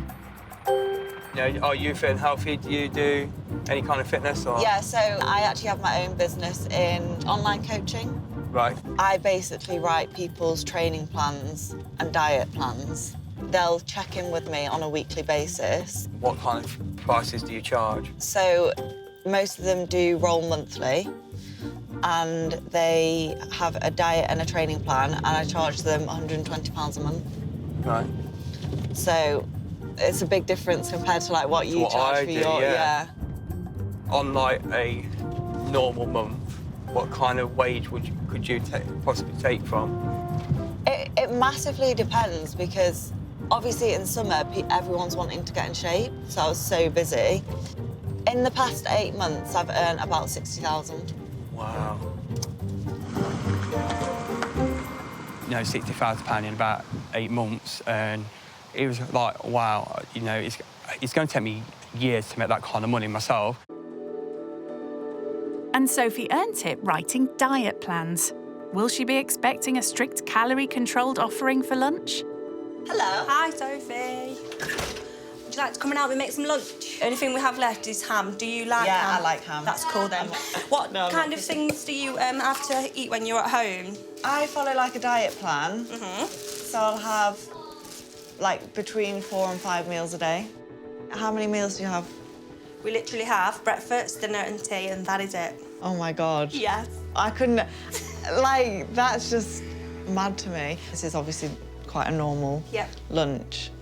But for me, I'd be like, right, focus on the grams of protein and then like the grams of carbohydrates that are going into a meal. We don't have the money. When we go shopping, we'll look for the cheapest thing. Oh my God. So do you ever feel as though if you're hungry, you can't afford to have something to eat? If it gets to that point, then we feed the children more than ourselves. We'll just go and starve. Oh my God. Do you ever eat out? No, not at all. Do you feel like you're missing out, or? Not really, because we don't really see it in front of us, so I guess not. Yeah. The thing what we do is once a month, me and Pete, when the kids have gone to bed, we'll have like a dinner date kind of thing, and that's a tenner. That's basically what we do. Buy it from Tesco. Oh, you buy it? You don't go out? No. We buy it from Tesco and we eat it in. Oh my God. That's what we do. If I had a date night and I was told that I was having a £10 Tesco meal deal, I'd be like, no. Are we eating in here or in here? No, we can sit in here. We'll sit in here together. Okay. Can have a little girly chat. Mandy was 19 when she had her first child, and for the last 10 years, she's put herself second after caring for her 5 kids. So when was the last time that you actually treated yourself? I can't even tell you, because I don't. Aww. Aww. Don't even get emotional. Oh, don't get emotional. Oh, sorry. No, don't apologise, don't apologise. Wow. A long time. It's good for me to take it all in. And after lunch, Sophie wants to take in everything about Mandy and Pete's finances. So what is your kind of budget for the month? We get just under £1,500 a month coming from Universal Credit and family allowance for the children. But then once we paid everything out, we're left with about £44 to live on. If anything went wrong, we'd have to ask parents. If the kids would ever say, oh, I want a chocolate bar from the shop, do you have to account for all these things, or can you... Sometimes we have, no. And we can't afford that. Can't afford. My sister helped buy us our school uniform this year. Was there never a point when you thought, I can't afford to have another kid? As for me, I would never at the moment consider even having a child, because I know that I can't provide it with a lifestyle that I've had. It was, we wanted a baby together. Even though we don't have a lot of money, we're always happy. We always love each other. Yeah. You know. That's the main thing. And that is more than anything. So, Sophie, what kind of income do you have? It just depends, like, how many clients I have. I do get my allowance, which is £750. My mum bought me the apartment in Liverpool that I live in for uni, so I don't have to pay rent on that. I think my biggest monthly outgoing is coffee. Like... Is that takeaway coffee? Takeaway coffee. So Starbucks or, like, Costa, I would have at least 2 coffees a day, costing £4 each, so that's £8 a day. 8 3 is like 204, like... You can get, like, 50, up to £300 a month on coffee. This sounds bad, but I don't really budget, so if I was for dinner, I could spend £100. Is that just on you, though, or would that be like... On me. What do you get for that?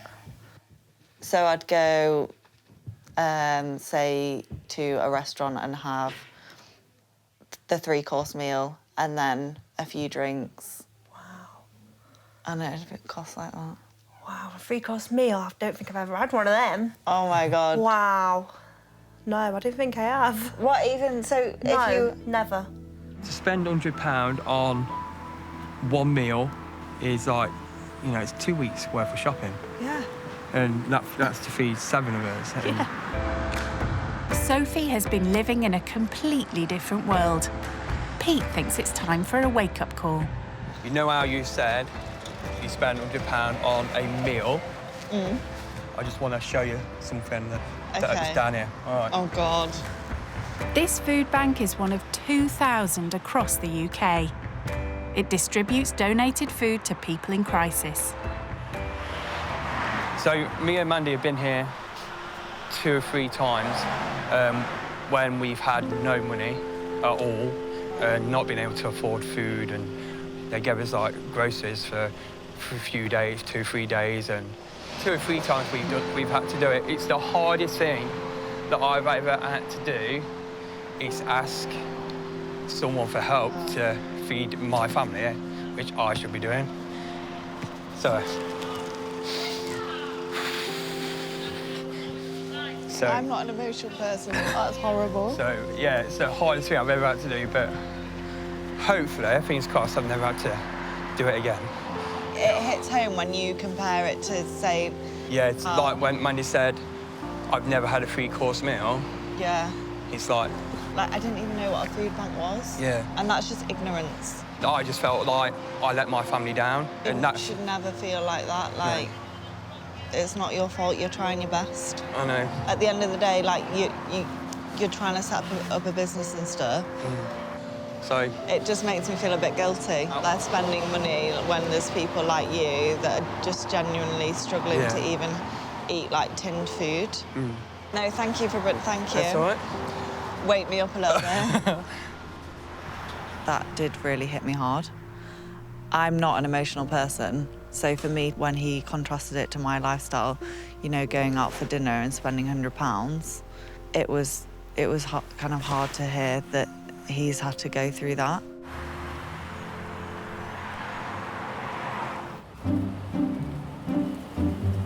Sophie is getting a taste of what Mandy's life is like. That's a big smile. And seems to be realising that looking after 5 children... I mean, it feels a bit alien, but I'm going with it. ...is a full-time job. Are you getting tired yet? No. Oh, my gosh. Are you? I am. Gonna do a seat drop. Woo! It's 6:30 and Mandy is making cottage pie. But tonight, she has help. Hey. Hi. How's it going?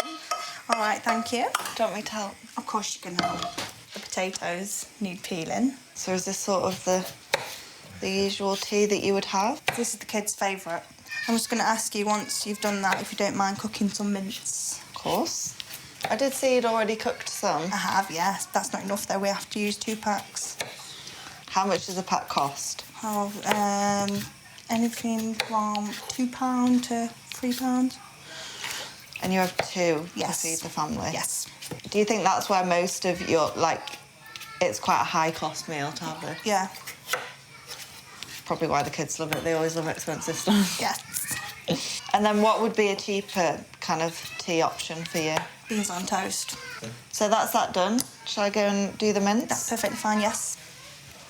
I didn't actually know you could cook mince from frozen. Yeah. Don't know that. I always defrost it. I think it says it on the packet, actually. Yeah, for best results, cook from frozen. Yep. And it is literally just pure mince. Yep. But to get £2 for that? Yeah. That's all right, actually. Can we make it spread across the whole thing? With so many children, there's no room for the adults to eat at the table. Really nice. It's yummy. Yummy. Thank you, Mom.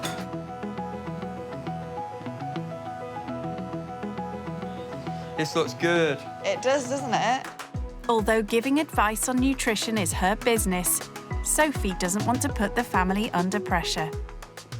So how much do you think this dinner would cost you per person?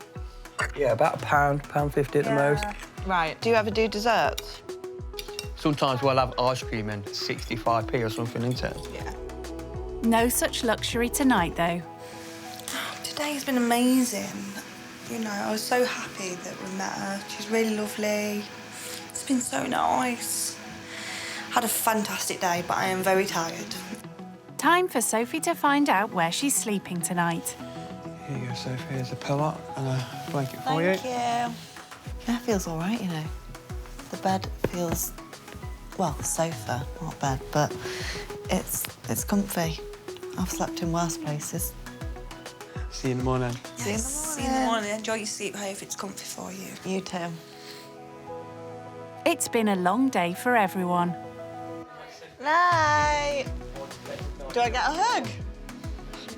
Scary, so. I don't want to, but I'm gonna. Night, night, night. See you tomorrow. Let's go then, guys. But yeah, I hope they like me. They seem to like me. They've invited me back for another cottage pie. That's it. Well, she has a fan in Mandy. I get on with her fantastically. It's just like she's lived with me all my life. She's like my sister, my friends, my family.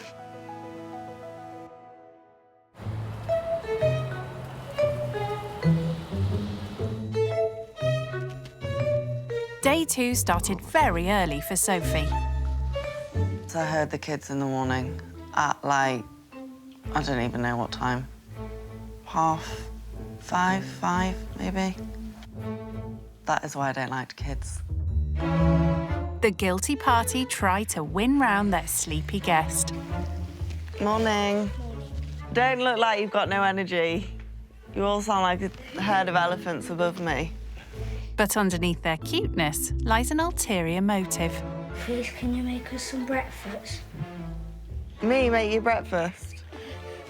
I don't think I've got a choice. There's other things I'd rather be doing, like going out for brunch. Everyone's saying goodies. Oh, easy. I can do that. Mandy and Pete are taking advantage of their free babysitter. I hope they're going to be OK. I hope Sophie's going to be all right looking after them. I think it's more Sophie we have to worry about than the kids. Are these the bowls? OK.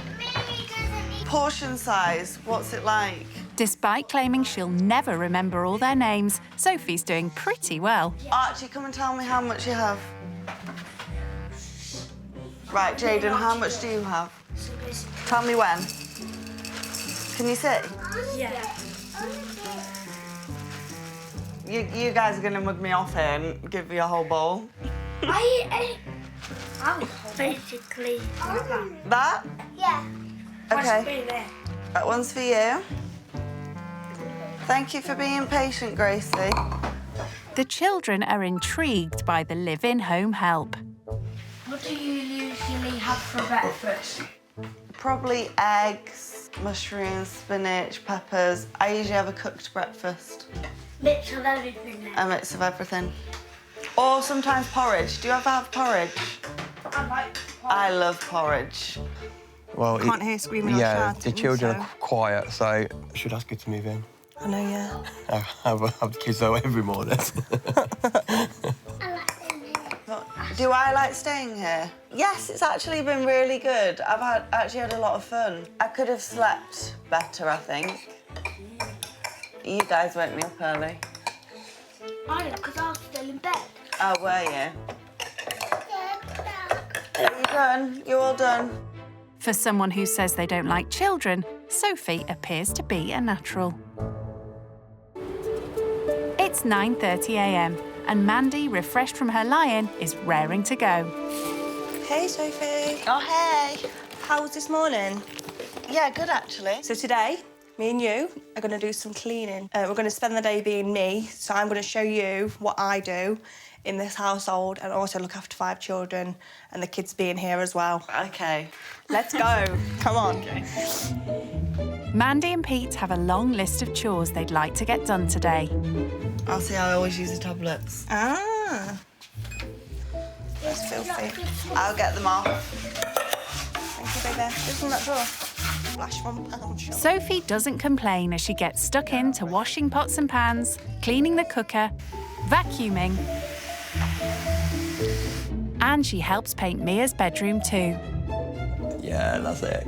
A bit, yeah. What do you think? That's all right.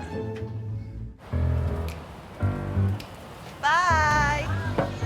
See you later. To see how the Blores live on a tight budget, Sophie goes food shopping with Mandy. We'll get this one because it's the cheapest and it's got the most yoghurts in it. Value for money. I normally get a couple of loaves of these. How much is that? 59p. 10 packs for a pound, that's 10p. Amazing, innit? Look at these, 50p. Yeah, but look, these are 28p. We'll try 'em. I'm just showing you. I'm gonna try I can 'em. shop for a bargain.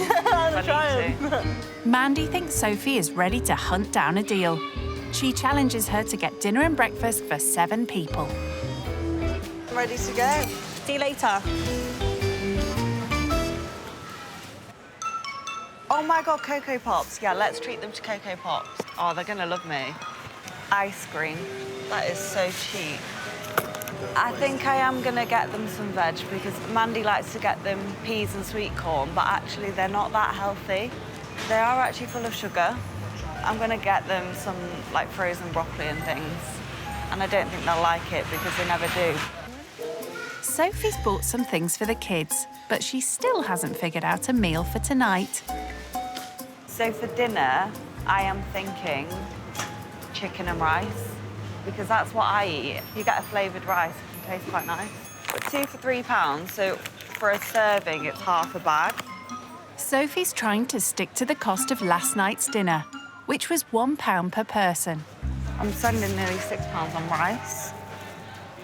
Usually for me, my dinner would cost me about £7 or £8. So to feed a family of 7 for £7, I'm actually getting really stressed.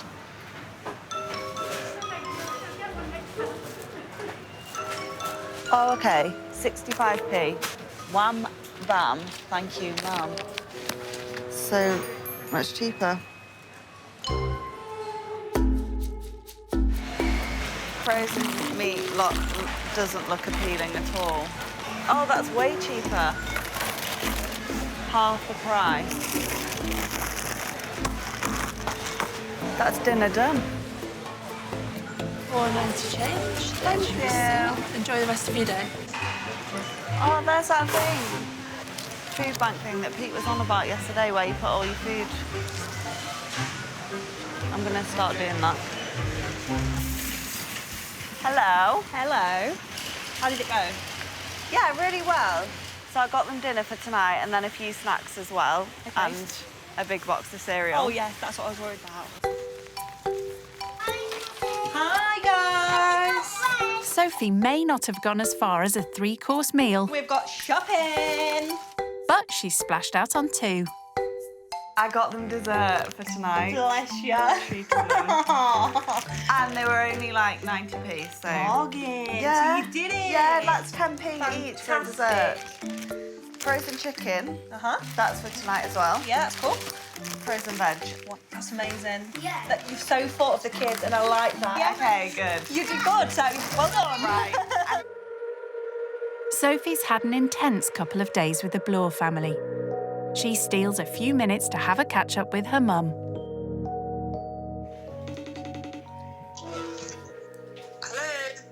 Hi, Mum. Are you glad to see me? Of course I am. So what have you actually been doing? Yesterday, I made cottage pie. It was like frozen mince from Iceland. I didn't know you could get frozen mince. That's what I said. Oh, yeah, so and then yesterday, we went for a walk to this food bank. Have you ever... Oh, yeah. I've never heard, I didn't know it was really a thing. Yeah, well, I've given her quite a lot of stuff to the food bank. Ah, I see, I didn't know about it. It really hit his pride that he had to go there. Yeah, and sure. he felt like he'd failed his children. And he was actually crying. Oh. Yeah. Well, he hasn't failed them, has he? The fact he goes there is a big thing. Exactly. And he's he's got his own business that he's trying to set off, but it doesn't pay him a wage because it doesn't make anything. Yeah. So you're proud of me? I've got through the weekend. Yeah, I'm very proud of you. Yeah. Very proud of you. I'm proud of myself. Yeah. All right then. Yeah, well, I love you. I love you too. Yeah. Bye. It's not often that my mum would say she's proud of me, so that does mean a lot. With her mum's praise ringing in her ears, Sophie begins her final chore, but realises she's made a big mistake. Oh, defrost. Defrost thoroughly for a minimum of 12 hours in the fridge. Can't be giving them food poisoning. What do you think Sophie's going to cook today, Archie? Rice, chicken, and veg. And veg. Good. That is a pretty good guess, I think. Or maybe I could just chop some sausages in there. Yes. Not quite the healthy meal she had in mind. These take 15 minutes. Throw the rice in the microwave to start it off. And then I'll put it all in here, chop the sausages up, add the raisins. Voila. This is just going to look like a mangled mess. First time cooking for kids. Any kids. It's got peas in, it's got broccoli in, it's got cauliflower in. How scary for children. What would you like if, for pudding after dinner? Raisins. No, chocolate. The main thing that I would worry about with the family is nutrition, and it's not something you can just teach someone in a weekend, and it's not something you can do on a budget always either. So as much as I'd like to, it's probably not viable. And then I think we are ready to dish up.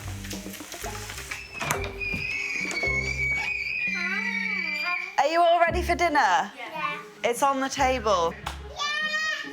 I'll bring yours in. I'll bring the adults in. The 5 children tuck into the healthy Sophie special. These black things are raisins. Yeah, they are, aren't they? Let's try it. Yeah. That's definitely a raisin. Let me know what you think. Try these. That's nice. Is it nice? Thank you, Sophie. Thank you, Sophie. Thank you, Sophie. Will it go down just as well with Pete and Mandy? It's so good. You know, with the raisins, because they're warm, I think they taste really nice, and it blends really, really well with it. You wouldn't think to put raisins in, would we? No. But Pete can't quite finish his. I'm full. Yeah, but I am eating it. I will eat it. He doesn't like it. I do like it. I would tell you if it was rubbish. Well, I'm glad you feel comfortable that you can say to me that you don't like my food. I never said that. You said that. Don't put words into my mouth, Sophie. I never said it. If we're able to have banter and, like, take the mickey out of each other and have a, you know, a bit of laugh and a joke, I think that just shows how well this experience has gone and, we, you know, how well we get on with each other. And, yes, there's differences financially, but really, you know, we're just the same. I like your cooking. Do you? Yeah. Thank you, Archie. Are we going to go and see Daddy? It's close to the end of Sophie's stay with the Blores. She takes Mia to see her newly painted bedroom. Daddy in your bed. Look at that wall. Do you like it? That smile says it's good. Is it good? She's nodding. It's good. High five. Good work. So as a thank you to you, and obviously you took me to football yesterday and it was really nice and everything, I wanted to give you this gift. It's a £50 voucher for a sporting company. If you wanted to, like, branch out and get other things for your coaching thing, the amount of effort you put into this business. Thank you. It's very much appreciated. Aww. Thank you. You're welcome. Sophie also has a surprise for Mandy. Hey. Hi. You all right? You chilling? Yeah. Having some you time? Yeah. So we're going to have girly time. Oh, okay. So which one do you fancy? Blue's my favourite colour, so I'm going to do you want to go blue then, and I'll do grey? She wants to show Mandy how a little pampering makes all the difference. Having 5 kids is going to age you, so you need to do everything you can to prevent that. Let me see yours. I think we should take a selfie. Let's do it.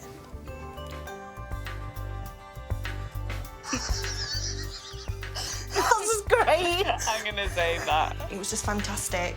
I loved it. It was a lovely surprise. I didn't expect it. After 2 days with the family, it's time for Sophie to say goodbye. And we're going to give her a hug. Let's go. The kids absolutely loved her. Thank you for making me feel so welcome. We've also got you this as well. It's just Oh, guys. to say thank you. To Sophie, thank you so very much. We would like to thank you for a fantastic experience and getting to know you and learn different things about the life you have and letting us share our life with you. We hope to stay in touch. We will definitely stay in touch and see each other again in the future. Love from Pete, Mandy, Archie, Jaden. Guys, thank you. Oh, are you crying? And I've got something for you guys as well, for the whole family. 2 trips to the cinema. You can use that whenever. You're welcome. Thank you. So I'll give that to you, Pete. Thank you can very look much. after that. See One you big Morgan. one. Right, you Enjoy go. yourself at the cinema. Bye, Sophie, Mia. a big hug.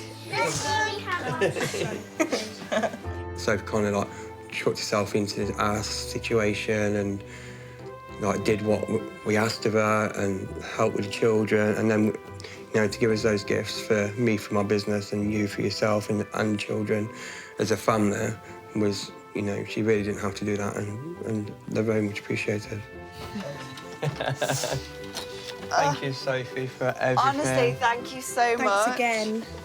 You have been so amazing. It's been lovely meeting No, you. you guys have been amazing. Sophie wasn't what I imagined.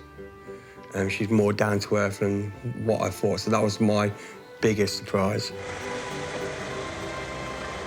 Oh, the card was so sweet. It really actually did touch my heart, and it was really nice to read, and it will be a card that I keep. The children loved having her. They did. Yeah. Yeah, I might not offer the babysitting skills.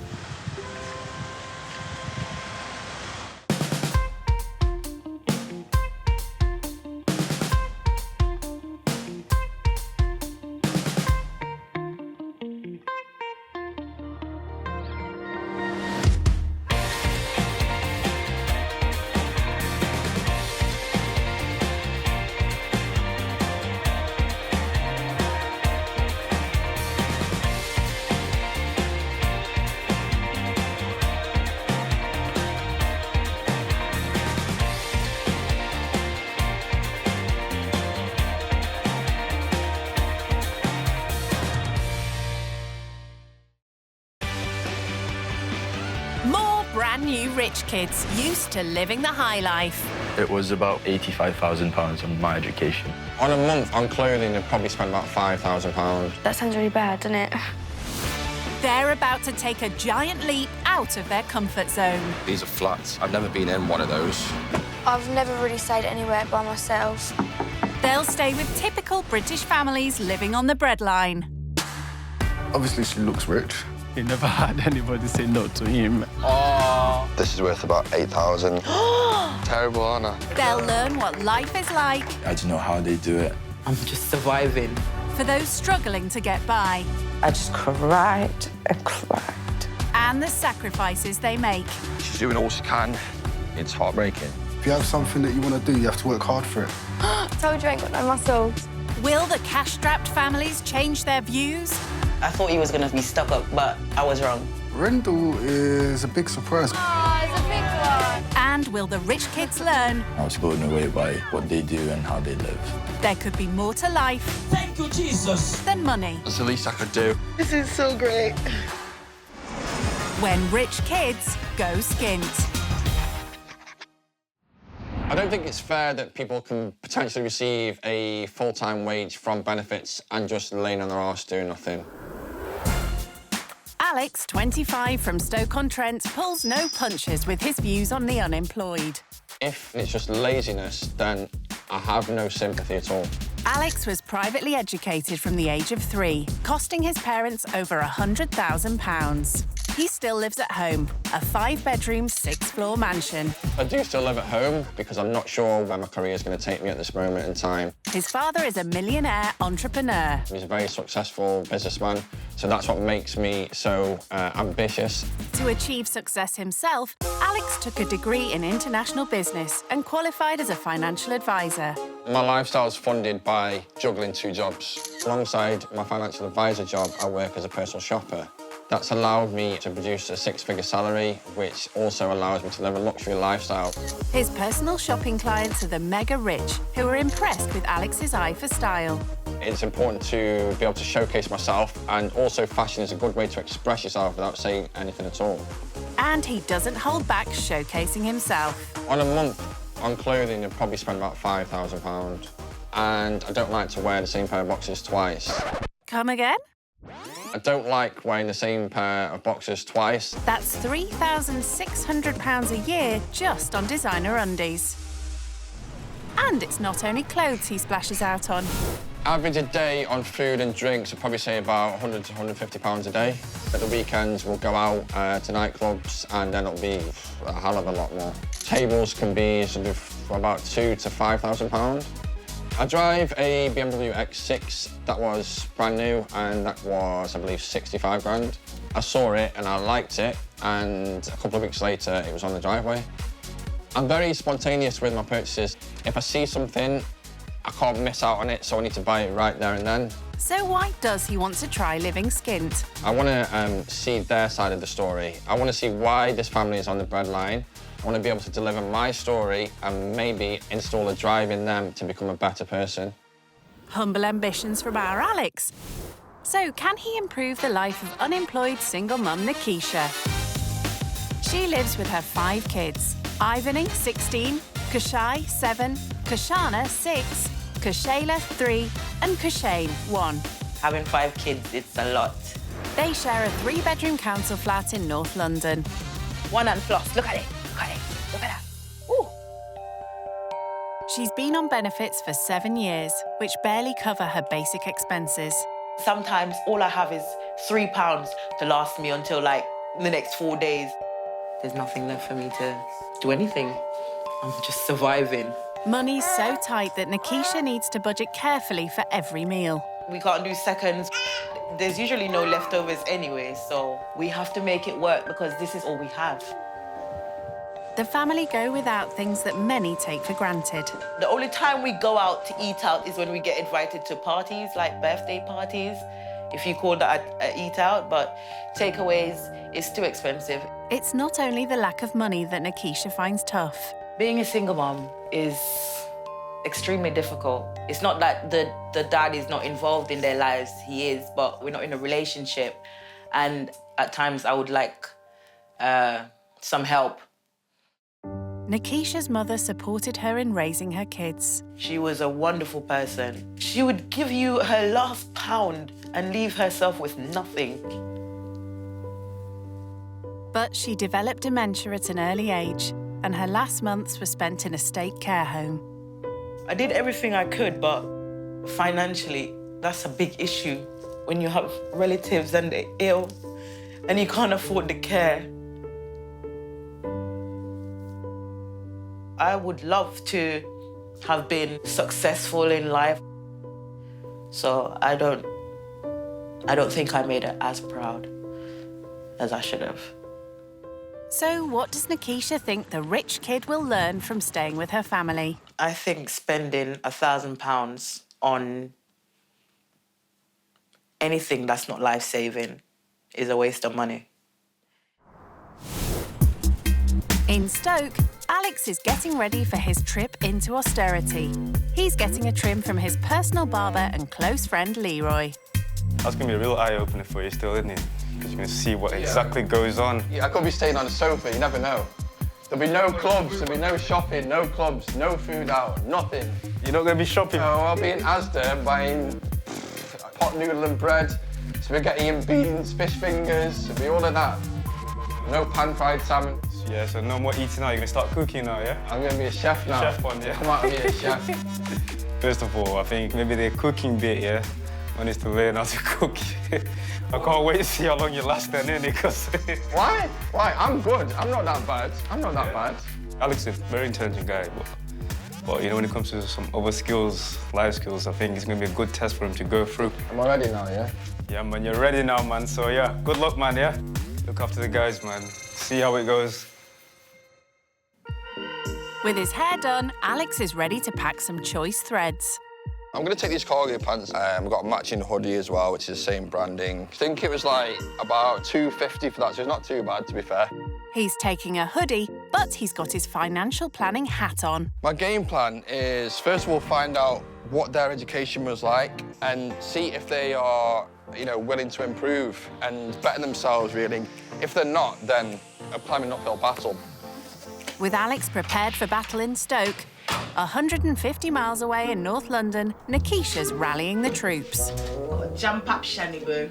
It's crazy, especially in the mornings. That rich kid's got a lot to look forward to. If the rich kid is up for a challenge, this will be the perfect one. Alex is en route to London, and he's mentally preparing himself for 2 days away from his work hard, spend hard lifestyle. Usually I'll eat out 3 times a day, stuff like that. We go to nice places, usually do a bit of shopping, and that wouldn't seem normal to the family that I'm going to now. Nope, no shopping here, Alex. Nikisha is doing the school run before Alex arrives. Ivan, you've got credit on your phone, right? Don't forget the bin at the door, please. Let's go. Alex is in the neighbourhood, and he's not impressed. There's a lot of apartment blocks that seem kind of run down. Different, very different. Obviously, these are flats here. I've never been in one of those.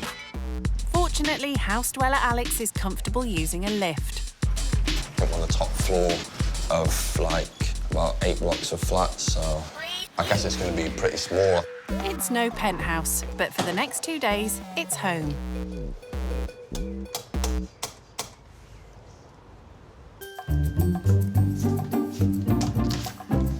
Hi, Alex. Keisha. Nice to meet you. Nice to meet you, Got Alex. a little one running around. Hi. Yes, come in, come in. Yeah, so lovely to meet you. You How are too. you, okay? I'm not too bad, thank you. Not too bad for a Monday morning. Just come back from the school run. It is Have you? absolutely.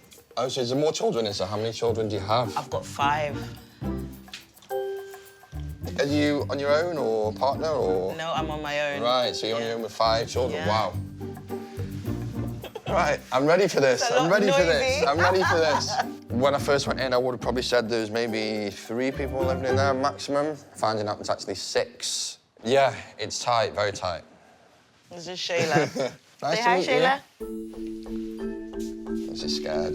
No, not today. Maybe later. She'll warm up to you soon enough. I'll give you a tour. Let's go, let's go. So this is the kids' room. Yeah? This is where they sleep. I'm on my own in my bedroom, but then I am an only child, so... Okay, so you don't have to share with anyone. No, no. In a house of 6, sharing is a necessity. Have you got any brothers and sisters? Yes, there are 6 of us. Yeah, my dad was from a big family. Where is your dad from? Well, he's born in the UK, but his dad is from Jamaica. Okay. Yeah. Where are you from? Jamaica. Oh, so we've got something in common already. Yes. I like that, I like that. Yeah. This is Ivan's room. Is that the eldest one? Yeah, 16. If I go in there, she'll murder me. I'm not allowed in that one, no? This is my bedroom. I share this room with Kushayla and the baby. Yeah, the 2 little ones. So what do you think about my bedroom? Is your room bigger than this? Yeah, it is bigger. I've got TV on the wall, but no, you know, it's yeah. Yeah. I feel like he was holding back in describing where he's from because obviously my house is not up to scratch. So is this a blow-up mattress, is it? Yeah, it's inflatable. So is she on this She sleeps here, there. yeah? So how long has it been like this for? For a couple months. Yeah? Yeah. It's basically temporary because Yeah. I need to get her a proper bed. Yeah. You can use it as a trampoline as well. Yeah, that's one of the it, 2 in purposes 1, for isn't her, it? yeah. Second youngest daughter is sleeping on a blow-up mattress, which is quite heartbreaking. 6 people in that tight space is a lot. It was cramped, it's cramped. This is you on there. I'll just fit on there, I don't mind that. Let me test Throw all it. those pillows away and just make yourself I don't mind at that. home. Have you ever slept on a sofa before? Drunk after a night out, probably. Yeah. Probably slept on the floor, so nothing phases me. Yeah. And I don't mind anything at all, and I appreciate that you've let me come into the home and given me somewhere to lie for the night. I really appreciate that. Cool. I like your down-to-earthness. It's really nice. Thank you. I thought he was going to be stuck up because obviously he's rich, but I was wrong. Over a drink, Alex is keen to spill the tea on how he spends his money. I do spend a lot of money. Yeah. Eating out 3 times a day. How much does that cost? It could be £100 a day. £100? A day, yeah.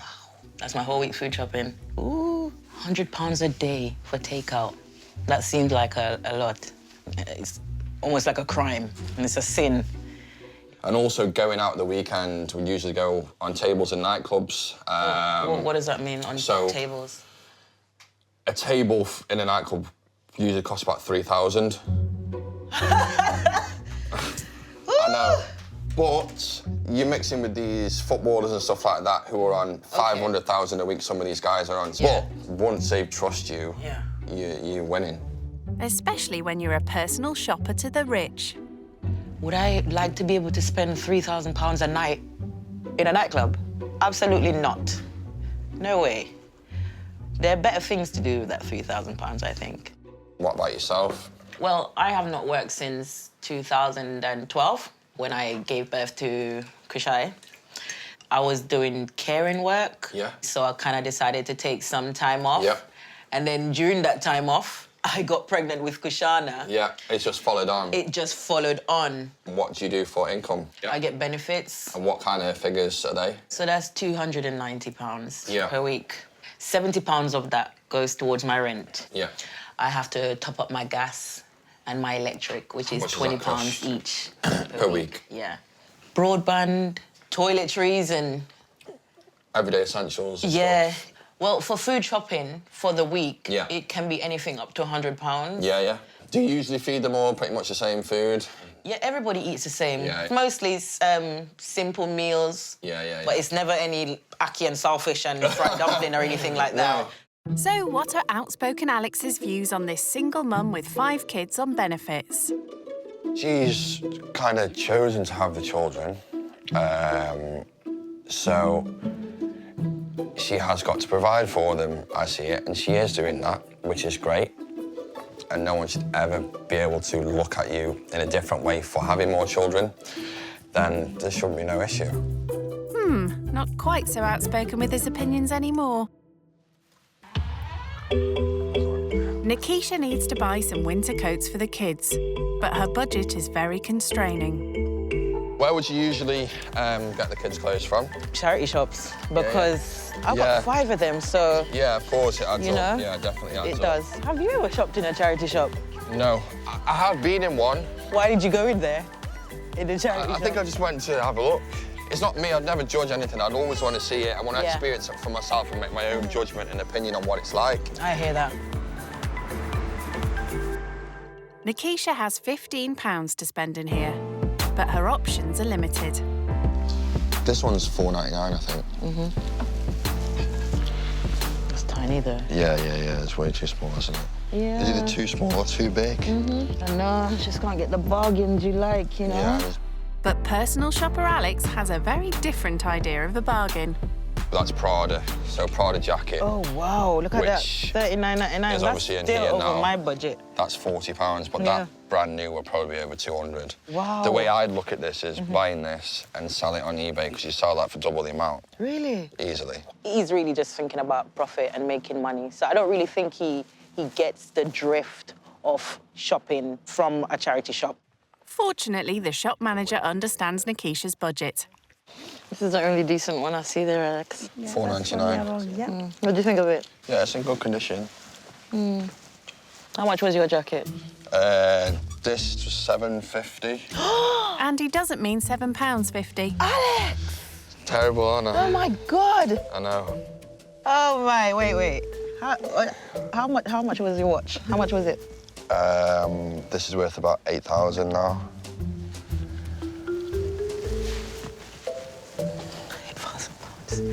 You're just wearing £8,000 on your hands just like that. But it will go up in value. What he said about it being an investment, I don't see that clearly. He likes nice stuff. I'm looking at money right now. So we'll just get that, because Yeah, and I'll get this is this. all they have in here today. Having those charity shops with all those cheap stuff. For £1.99, please. They are a lifeline. Thank you. Alex does see this as a business opportunity. He's still got a lot to learn. Let me get that door. Thank you. There you go. Such a gentleman. With a family of 6, the household chores build up fast. So while she goes to pick up the kids, Nikisha wants to take advantage of this extra pair of hands. All right, Alex, I'm gonna need you to do some washing. Maybe wash up those dishes and that. And also, if you could make the kids' beds. Yeah. All right. Thanks, Alex. Thanks. How will he cope on his own? Stuff in, cold wash, done. Aren't you forgetting something? I know what to do. I mean, I'm not thick, so I'll never put this stuff in, so it could be going in the wrong place, but I mean, I'm sure it all works pretty much the same. Where's the switch? I don't have a clue. I'm just gonna press anything now. If this was me at home now, I'd probably just wash it in the sink, I'm not gonna lie. Maybe do the dishes first, though, Alex? There we go. I like that. Just wash some dishes then. Yeah, it must be hard for her because there's like 5 children, so the amount of stuff that's getting eaten, drunk, washing as well, clothes that are being worn, is obviously a hell of a job. Now one final task. Hi, Right, so we're gonna do the kids' beds now. I'm not like a hotel maid, but I've made beds previously, yeah? Might turn this back one, just for presentation. The turnover corners, I can't remember where I've seen this, probably in a hotel somewhere or something. Sorted. I'm impressed with that myself. With his chores complete, Alex can take a well-earned rest. Or maybe not. The kids are back from school. Straight into the dining room, please. Why? There's someone I needed to meet. Come and say hello to Alex. Come. Hi. All right, nice to meet you. He is indeed. Is it the £8,000 watch that gives it away? Nice to meet you. We've all got the same hair. Yeah. Let me check the chores because I was out. Now I'm back. Normally, Nikisha's kids help her around the house. So how does Alex's housekeeping compare? This is super cute, Alex. Washing's been done, and I also did the beds. Let's go and have a look at the beds. The kitchen has passed Nikisha's inspection. But will the kids' beds give Alex a clean sheet? Wow. Oh, my God, Alex. This is brilliant. How neat is that, Kushai? 10 out of 10. Is that 10? Yeah, 10 times neat. Go on, then. Yay. Love that. I'm impressed because I really expected for you to be somewhat, I'm too posh. I can't really do that. My hands, Did you really think that? I cannot touch water or anything like that. But you're not afraid to get your hands dirty. No, I'm not, and I'll do anything and help anyone out when I can. Yeah. Come on, Alex. Still got a load of washing to do, and we need to take that wash out. Yeah. Far from a washout. Thank you. Rich kid Alex aced his chores. Alex! Yeah? Alex! Yeah, I'm coming. Alex might be used to spending £100 a day eating out. What are we doing now? But today, Nikisha's doing some Caribbean home cooking. I'm gonna cook some curry chicken and rice. Whereabouts in Jamaica were you from? At Mayfair, Clarendon. Ah, okay. You been there? Okay. No, I haven't been there. I stayed at Montego Bay. So you went to the tourist spots. Yeah. Okay. Alex is from the posh end, in my mind, and I'm from the ghetto. Are you allowed to say ghetto? That's where I'm from, darling. I think the only thing we have in common is our roots and love of food, really. Yeah. Nikisha came to the UK when she was 12, following in the footsteps of her mum, who had moved over here for work 5 years before. I was born in Jamaica. My mum sent for me here just so I can have a better life. Tell me a bit more about her. She had her first child when she was very young. She was 15. Yeah. And it was very, very hard for her. Yeah, I can imagine. Yeah, she was on her own. Her mum passed away 9 months ago, having suffered with early onset dementia for 2 years. Nikisha still struggles with the loss. My mum was a role model for me. I adored her, I still do. I miss her every day. And that's the only thing that nobody can help me with. Nobody can bring my mum back. 30-odd years in this country working so hard. And because of the dementia, she messed up all her finances. Everything got messed up. Yes, yeah. When she passed away, it was terrible. It was terrible because I didn't have any money. She didn't have any savings. We didn't have nothing. And there's no justice from, when you lose a loved one and you've got these massive costs on top of it. It's enough heartbreak as it is. And even when she died, they weren't. They only gave me £1,700 to bury her. And funerals cost way more than that. And she had a basic funeral. Yeah. But expenses are not as big a deal to Alex, so he takes a more business-like view. I think people should have some kind of insurance. You can get life insurance from sort of £4 a week and stuff like that, and it's basic funeral cover. I don't know whether she could afford that, but I'm sure there'd be some sort of service out there to help her do that. It's good to hear your side of it, and I appreciate that. Of course. I've experienced. Of course. I don't know that side of it. You do, and you've experienced that firsthand, and it's good to hear that. I don't really think he understands the difficulty a lot of people in financial hardship are facing. Unless you've been there and experienced it, then you don't really know, do you? Ooh. What is that? Dinner's served and the kids can't rate it highly enough. I give it a 10 out of 9. 10 out of 9? 10 out of 9? Yeah. I like that. Dinner goes down well, but Alex's opinions prove harder to swallow. And I know people that don't work because they don't really want to and they're still taking money from the government. 50% of the people are probably doing that. Whereas the other 50% could either be disabled, could be ill, could be full-time parents, single parents, could be there could be anything, looking after family members, you don't know. Exactly. But you're one of the half that has been genuine about the system, really. Yeah. It's not really fair to say you're going to divide the nation in half and say 50% is good and 50% is bad. That's a misconception. I don't feel like I'm abusing the system. Yeah. I don't feel like that at all. Yeah. I don't enjoy being on benefits Yeah. I have experience not being on benefits. Yeah. Because before benefits, I was working, so I do know what it's like to have your own. Of course, so this is, I can't do any better at the moment, right now. this is the situation. Just make the best of it. Yeah. He told me I was in the genuine need category for benefits. He's young, and I don't think he has that experience like I've had. So I don't think he gets it yet. There's no nightclubbing for party-loving Alex this evening. It's early to bed on the family's sofa. Love you all. Family are lovely. Couldn't have been a better family, I don't think. Perfect.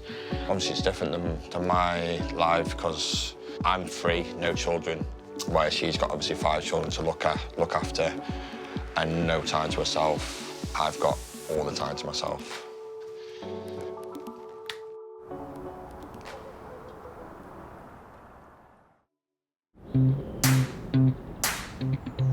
It's 8 a.m. and Alex didn't get much rest in the living room. Sharing a house with, like, 6 people is fun, but if I'm tired and I'm tired right now.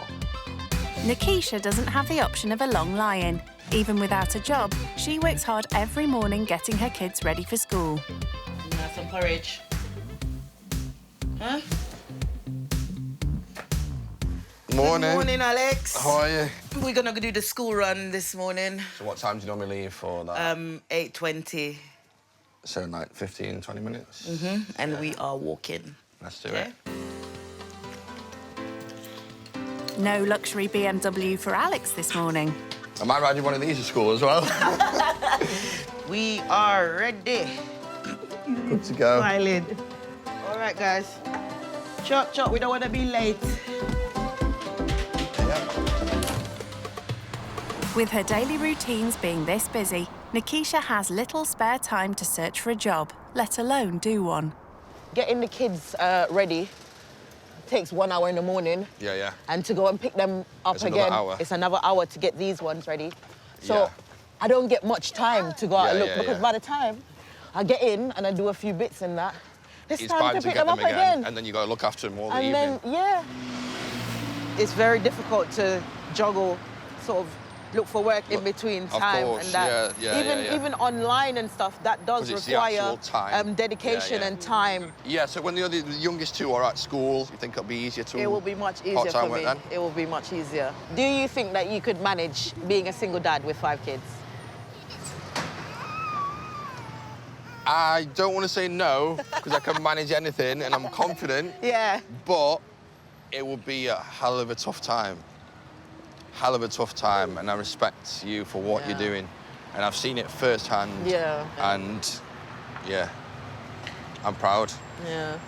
Proud. After dropping the kids at school, Nikisha makes her monthly visit to the cemetery where her mum was buried. And this time, she's bringing Alex. When her husband died, she bought the plot to go on top of him. Oh, did she? That's cute. There she is. I'd like to get her a headstone and How much are headstones, roughly, do you know? I Not don't even want to know now. And plus, I still owe the funeral home. Yeah. And I'm like, how can this be? This woman who worked so much and all her life.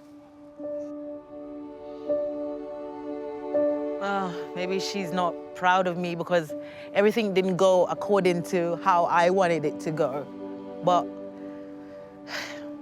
she's buried. That's all I can do. But I hope she's in heaven. I hope she's She will be. She will be. She will be. She will be. She'll be happy with everything you're doing, and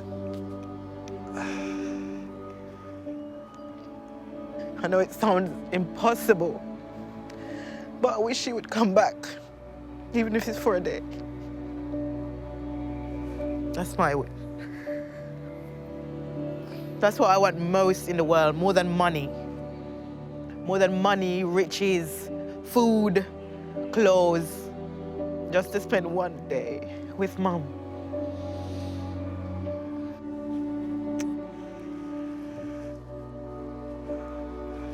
She doesn't even know Shayla. yeah, I can imagine. I mean, she's aware that I had Shayla, but she doesn't know Shayla like she knows. She'd be so proud of what Ivany you're doing. And Kushai and Don't cry. Honestly, you're doing great. I think she feels disappointed in herself that she can't afford to bury her properly and put a proper headstone on there. But she's doing all she can. She's still got funeral costs to pay off. It's heartbreaking.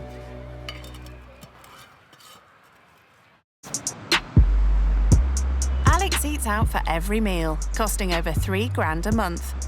So Nikisha's next challenge could be hard for him to stomach. So, Alex. Yeah. Today, it's your turn to cook. What am I cooking? I am going to leave that up to you. Okay, cool. Right? Nikisha spends about £6 for a slap-up meal for her family, but she knows that even £15 will be a challenge for Alex, who is used to spending £100 a day. This is your £15. Is that my budget to feed 7 of us tonight? No, Alex, I want a proper meal, please. I'm not coming in with you. Yeah? I think this will be a learning experience for him because he spends £100 a day on food. Nikisha told Alex she can't afford her favourite, Jamaican ackee and saltfish with dumplings. So Alex has decided to treat the family. You all right? Yeah, not too bad, are you? He may be a fish out of water here, but Alex isn't one to flounder. Would you be able to show me where the ackee is, please? Yeah, no problem. He's not your personal shopper, Alex. Well, it's quicker and easier. He knows what everything is. It's going to save me time and it's going to help me out. This brand of ackee here? Yeah. $5.99. That's perfect. That's over a third of the budget. Ackee's going up in price now, isn't it? Yeah, it is. Selfish in the fridge over there. Get that. Maybe 2 of them. Yeah. But I'm looking on a budget. It's $6, $7, $8, £10 already. And he's only bought 2 things. That's it, plain flour. Yeah. $1.50. Yeah. Plantain, a couple of these, yeah. How much are these ones? 50p each, just £1. So we've got 2 packs of saltfish there. All right. Never made saltfish before. He doesn't normally cook anything. Well, my advice is you're cooking along, just keep tasting it. Remember to boil that first, yeah? Yeah. Get rid of the salt. Yep. I hope he's taking all this in. Brain's fried now. Yeah. So that's $13.27. One under your budget? Not bad. There you go. That's a budget. We got change. All right, We'll be sweet happy. as, innit? Perfect. Thank you. Nikisha will be the judge of that. We got some change. Oh my God, you bought 173 change back. Not a lot of change. I definitely expected more change than that. He should have taken his time and looked around the shop, checked prices and stuff like that. He was really quick to give up and, get help. True to form, Alex likes his food fast, but never cheap. So when we get back, I'll show you what we've got. Yeah? Thank you. Let's go. Back at the flat, it's time to see if Alex has bought everything he needs for tonight's Jamaican speciality. So, let's see what you got, Alex. So we're going to go for ackee and saltfish, I think. Yeah. Do some boiled dumplings with flour. A couple of packets of saltfish. Nice. Total there was £4 for them. Ooh. Tin of ackee, £6. Ackee quite expensive these days, isn't it? Mm-hmm. Finally, we'll do some plantain as well. And a 5p bag. Yeah. Oh my, you bought the bag too? Yeah. I think think you did very well. Thank you. I mean, seen as a tin of ackee, It's £5.99. That's nearly half the budget. Not far exactly. It's very expensive. Yeah, of course. It's not easy. It's not easy, but yeah. Play with my hair instead. Nikisha has to collect the kids from school. I'll see you soon. See you soon. Okay. Bye-bye. So Alex is left in sole charge of dinner. I'm just going to check the recipe. Despite sharing Jamaican roots with Nikisha, he's never cooked this dish before, so he's relying on a website for the recipe. It's their money and it's their meal, so if I get it wrong, they're going to be pretty annoyed with me, I think. Cooking time, 10 minutes, I like the sound of that. We need to put the saltfish to soak in cold water for about an hour. Better sort that. Yeah, this ain't going to be easy. While the saltfish soaks, Alex takes a breather from cooking to touch base with his barber friend Leroy. Yo. Yes, Al. What's good? How you doing? It's crazy. It's mad experience the past 2 days. From the moment I got out that car outside here and thought, wow, what am I doing? Why am I here? Let's go. To the way now I don't really want to leave. So what's the family like, Al? Big. There's a single mum, 5 children. Youngest is 1, oldest is 16. So she's got her hands full. So what have you learned so far, man? I've learned that the different way of living, how life can be in real poverty, really on the breadline, really with not even that pound to spare. And obviously people stereotype these women with 5 children. They're just scraping by, they're just getting what they need. It's a good experience you've gone to. You've learned some things off it as well, so it'd be good to catch up when you're back. Yeah, see you soon. See you. It's 5 p.m. when Nikisha and the kids arrive home. These all right like this? Yeah, they look like Chinese dumplings, but, you know, it's dumpling, right? Exactly, it's the same. They're going to the same place, same mate. You consistency. can go on ahead, do your thing. It doesn't even matter anyway if you get it right or wrong. It's your effort that counts, and you've made big effort. Thank you. I have to give you that, and credit is due. Alex has a whole family to feed, so it's time to plate up pronto. Is this enough for the children? Yeah, that's enough. Yeah? Maybe Alex's boiled dumplings will get Kashai's seal of approval. What's that? Boiled something. Yeah, it's boiled, not fried. No, it tastes the same. No. I'm actually quite impressed myself, to be honest with you should be. First time I cooked that meal, ackee and saltfish, I was pleased with it, they were pleased with it, kids were pleased with it. So, yeah, job done. You don't need to spend up to £100 a day on food. You can cook some food and I pack lunch in a box, innit? I'll definitely cook this for the family at home, definitely. Yeah. They definitely have taken to me, the kids, which is great. I thought myself before I came, that's one of the most important things. Alex's ackee and saltfish is a success, and he's left his mark on the family. And it was very nice having you. Yeah. It was nice having you here. A bit of adult conversation. You've really made me, like, open up a lot about Mum. And you know what? I actually feel better. You feel like it's relieved you a bit? Yeah, I actually feel like otherwise I still would have been sort of just closed off. And it's not good to box yourself away sometimes. It's better to express yourself and get everything off your chest because otherwise it's just going to eat at you. You are going to have your downs and it's about picking yourself up and being a better person than you were yesterday. Yeah. It's just a part of life, isn't it? Yeah, definitely. Nikisha's views on rich kids have shifted too. I'd say you're well off, but you don't behave like it. You can't have this perception of somebody from an outside view, and that's what I love to reiterate because you do get judged. Yeah. I get judged, you get judged, everybody gets judged, but it's just one person's perception, and that's why I don't worry about what anyone else thinks of me. I don't care what anybody thinks about me because I know I'm this way. Yeah. It's good.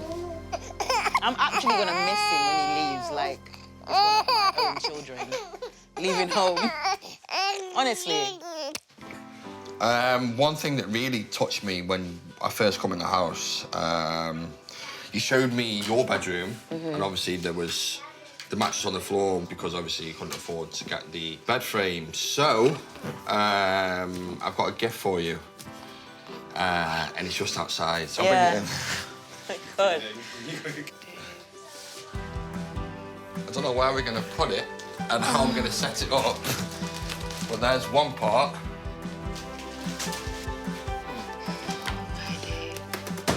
So we best get doing something now, right? Oh, thank you. That's the least I could do. This is so great.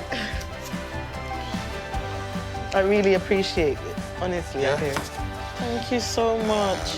It could be used as a climbing frame as well, couldn't it? Shayla, Alex bought a bed for you. Do you like this bed? Are you? This is so nice, Alex.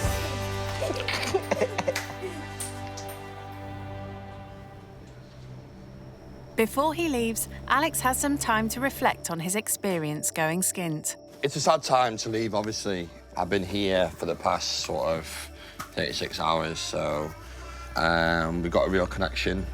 Alex had strong opinions about people on benefits before. People can potentially receive a full-time wage from benefits and just laying on their arse doing nothing. So has anything changed? Learned how the other side lives, how hard poverty can be, that people on benefits can be in very different situations. I knew that anyway, but I didn't know how little they get. I'd want to know why they're on benefits, but I don't judge someone because they are.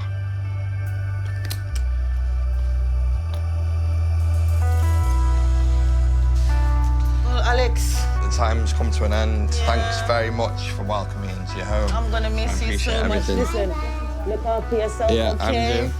Bye. Okay, bye-bye. It was nice meeting Alex. I'm missing him already. I come here every weekend. Come here every weekend. I'll try to. You gonna give him a hug? See you later. Take care. Nice to meet you. I think he's gonna look at life differently now. See you later. Yesterday, I remembered saying, I don't think that my mum was proud of me. But I think she'd be a little disappointed in me saying that, actually. So I take it back. I think my mum is very proud of me. And I'm proud of myself. Rich kid Alex went skint, and he's leaving with a wealth of experience. Seeing people really, really struggle to get by and make ends meet and not be able to enjoy any luxuries at all in life. I've learnt a lot of different things from it. I am looking forward to going back home, but there are things that may change. I know these food banks and that exist for people in their situation that haven't got money to put food on the table. Getting involved in something like that will be something I'd look into and seeing what I can do to help the community in that way.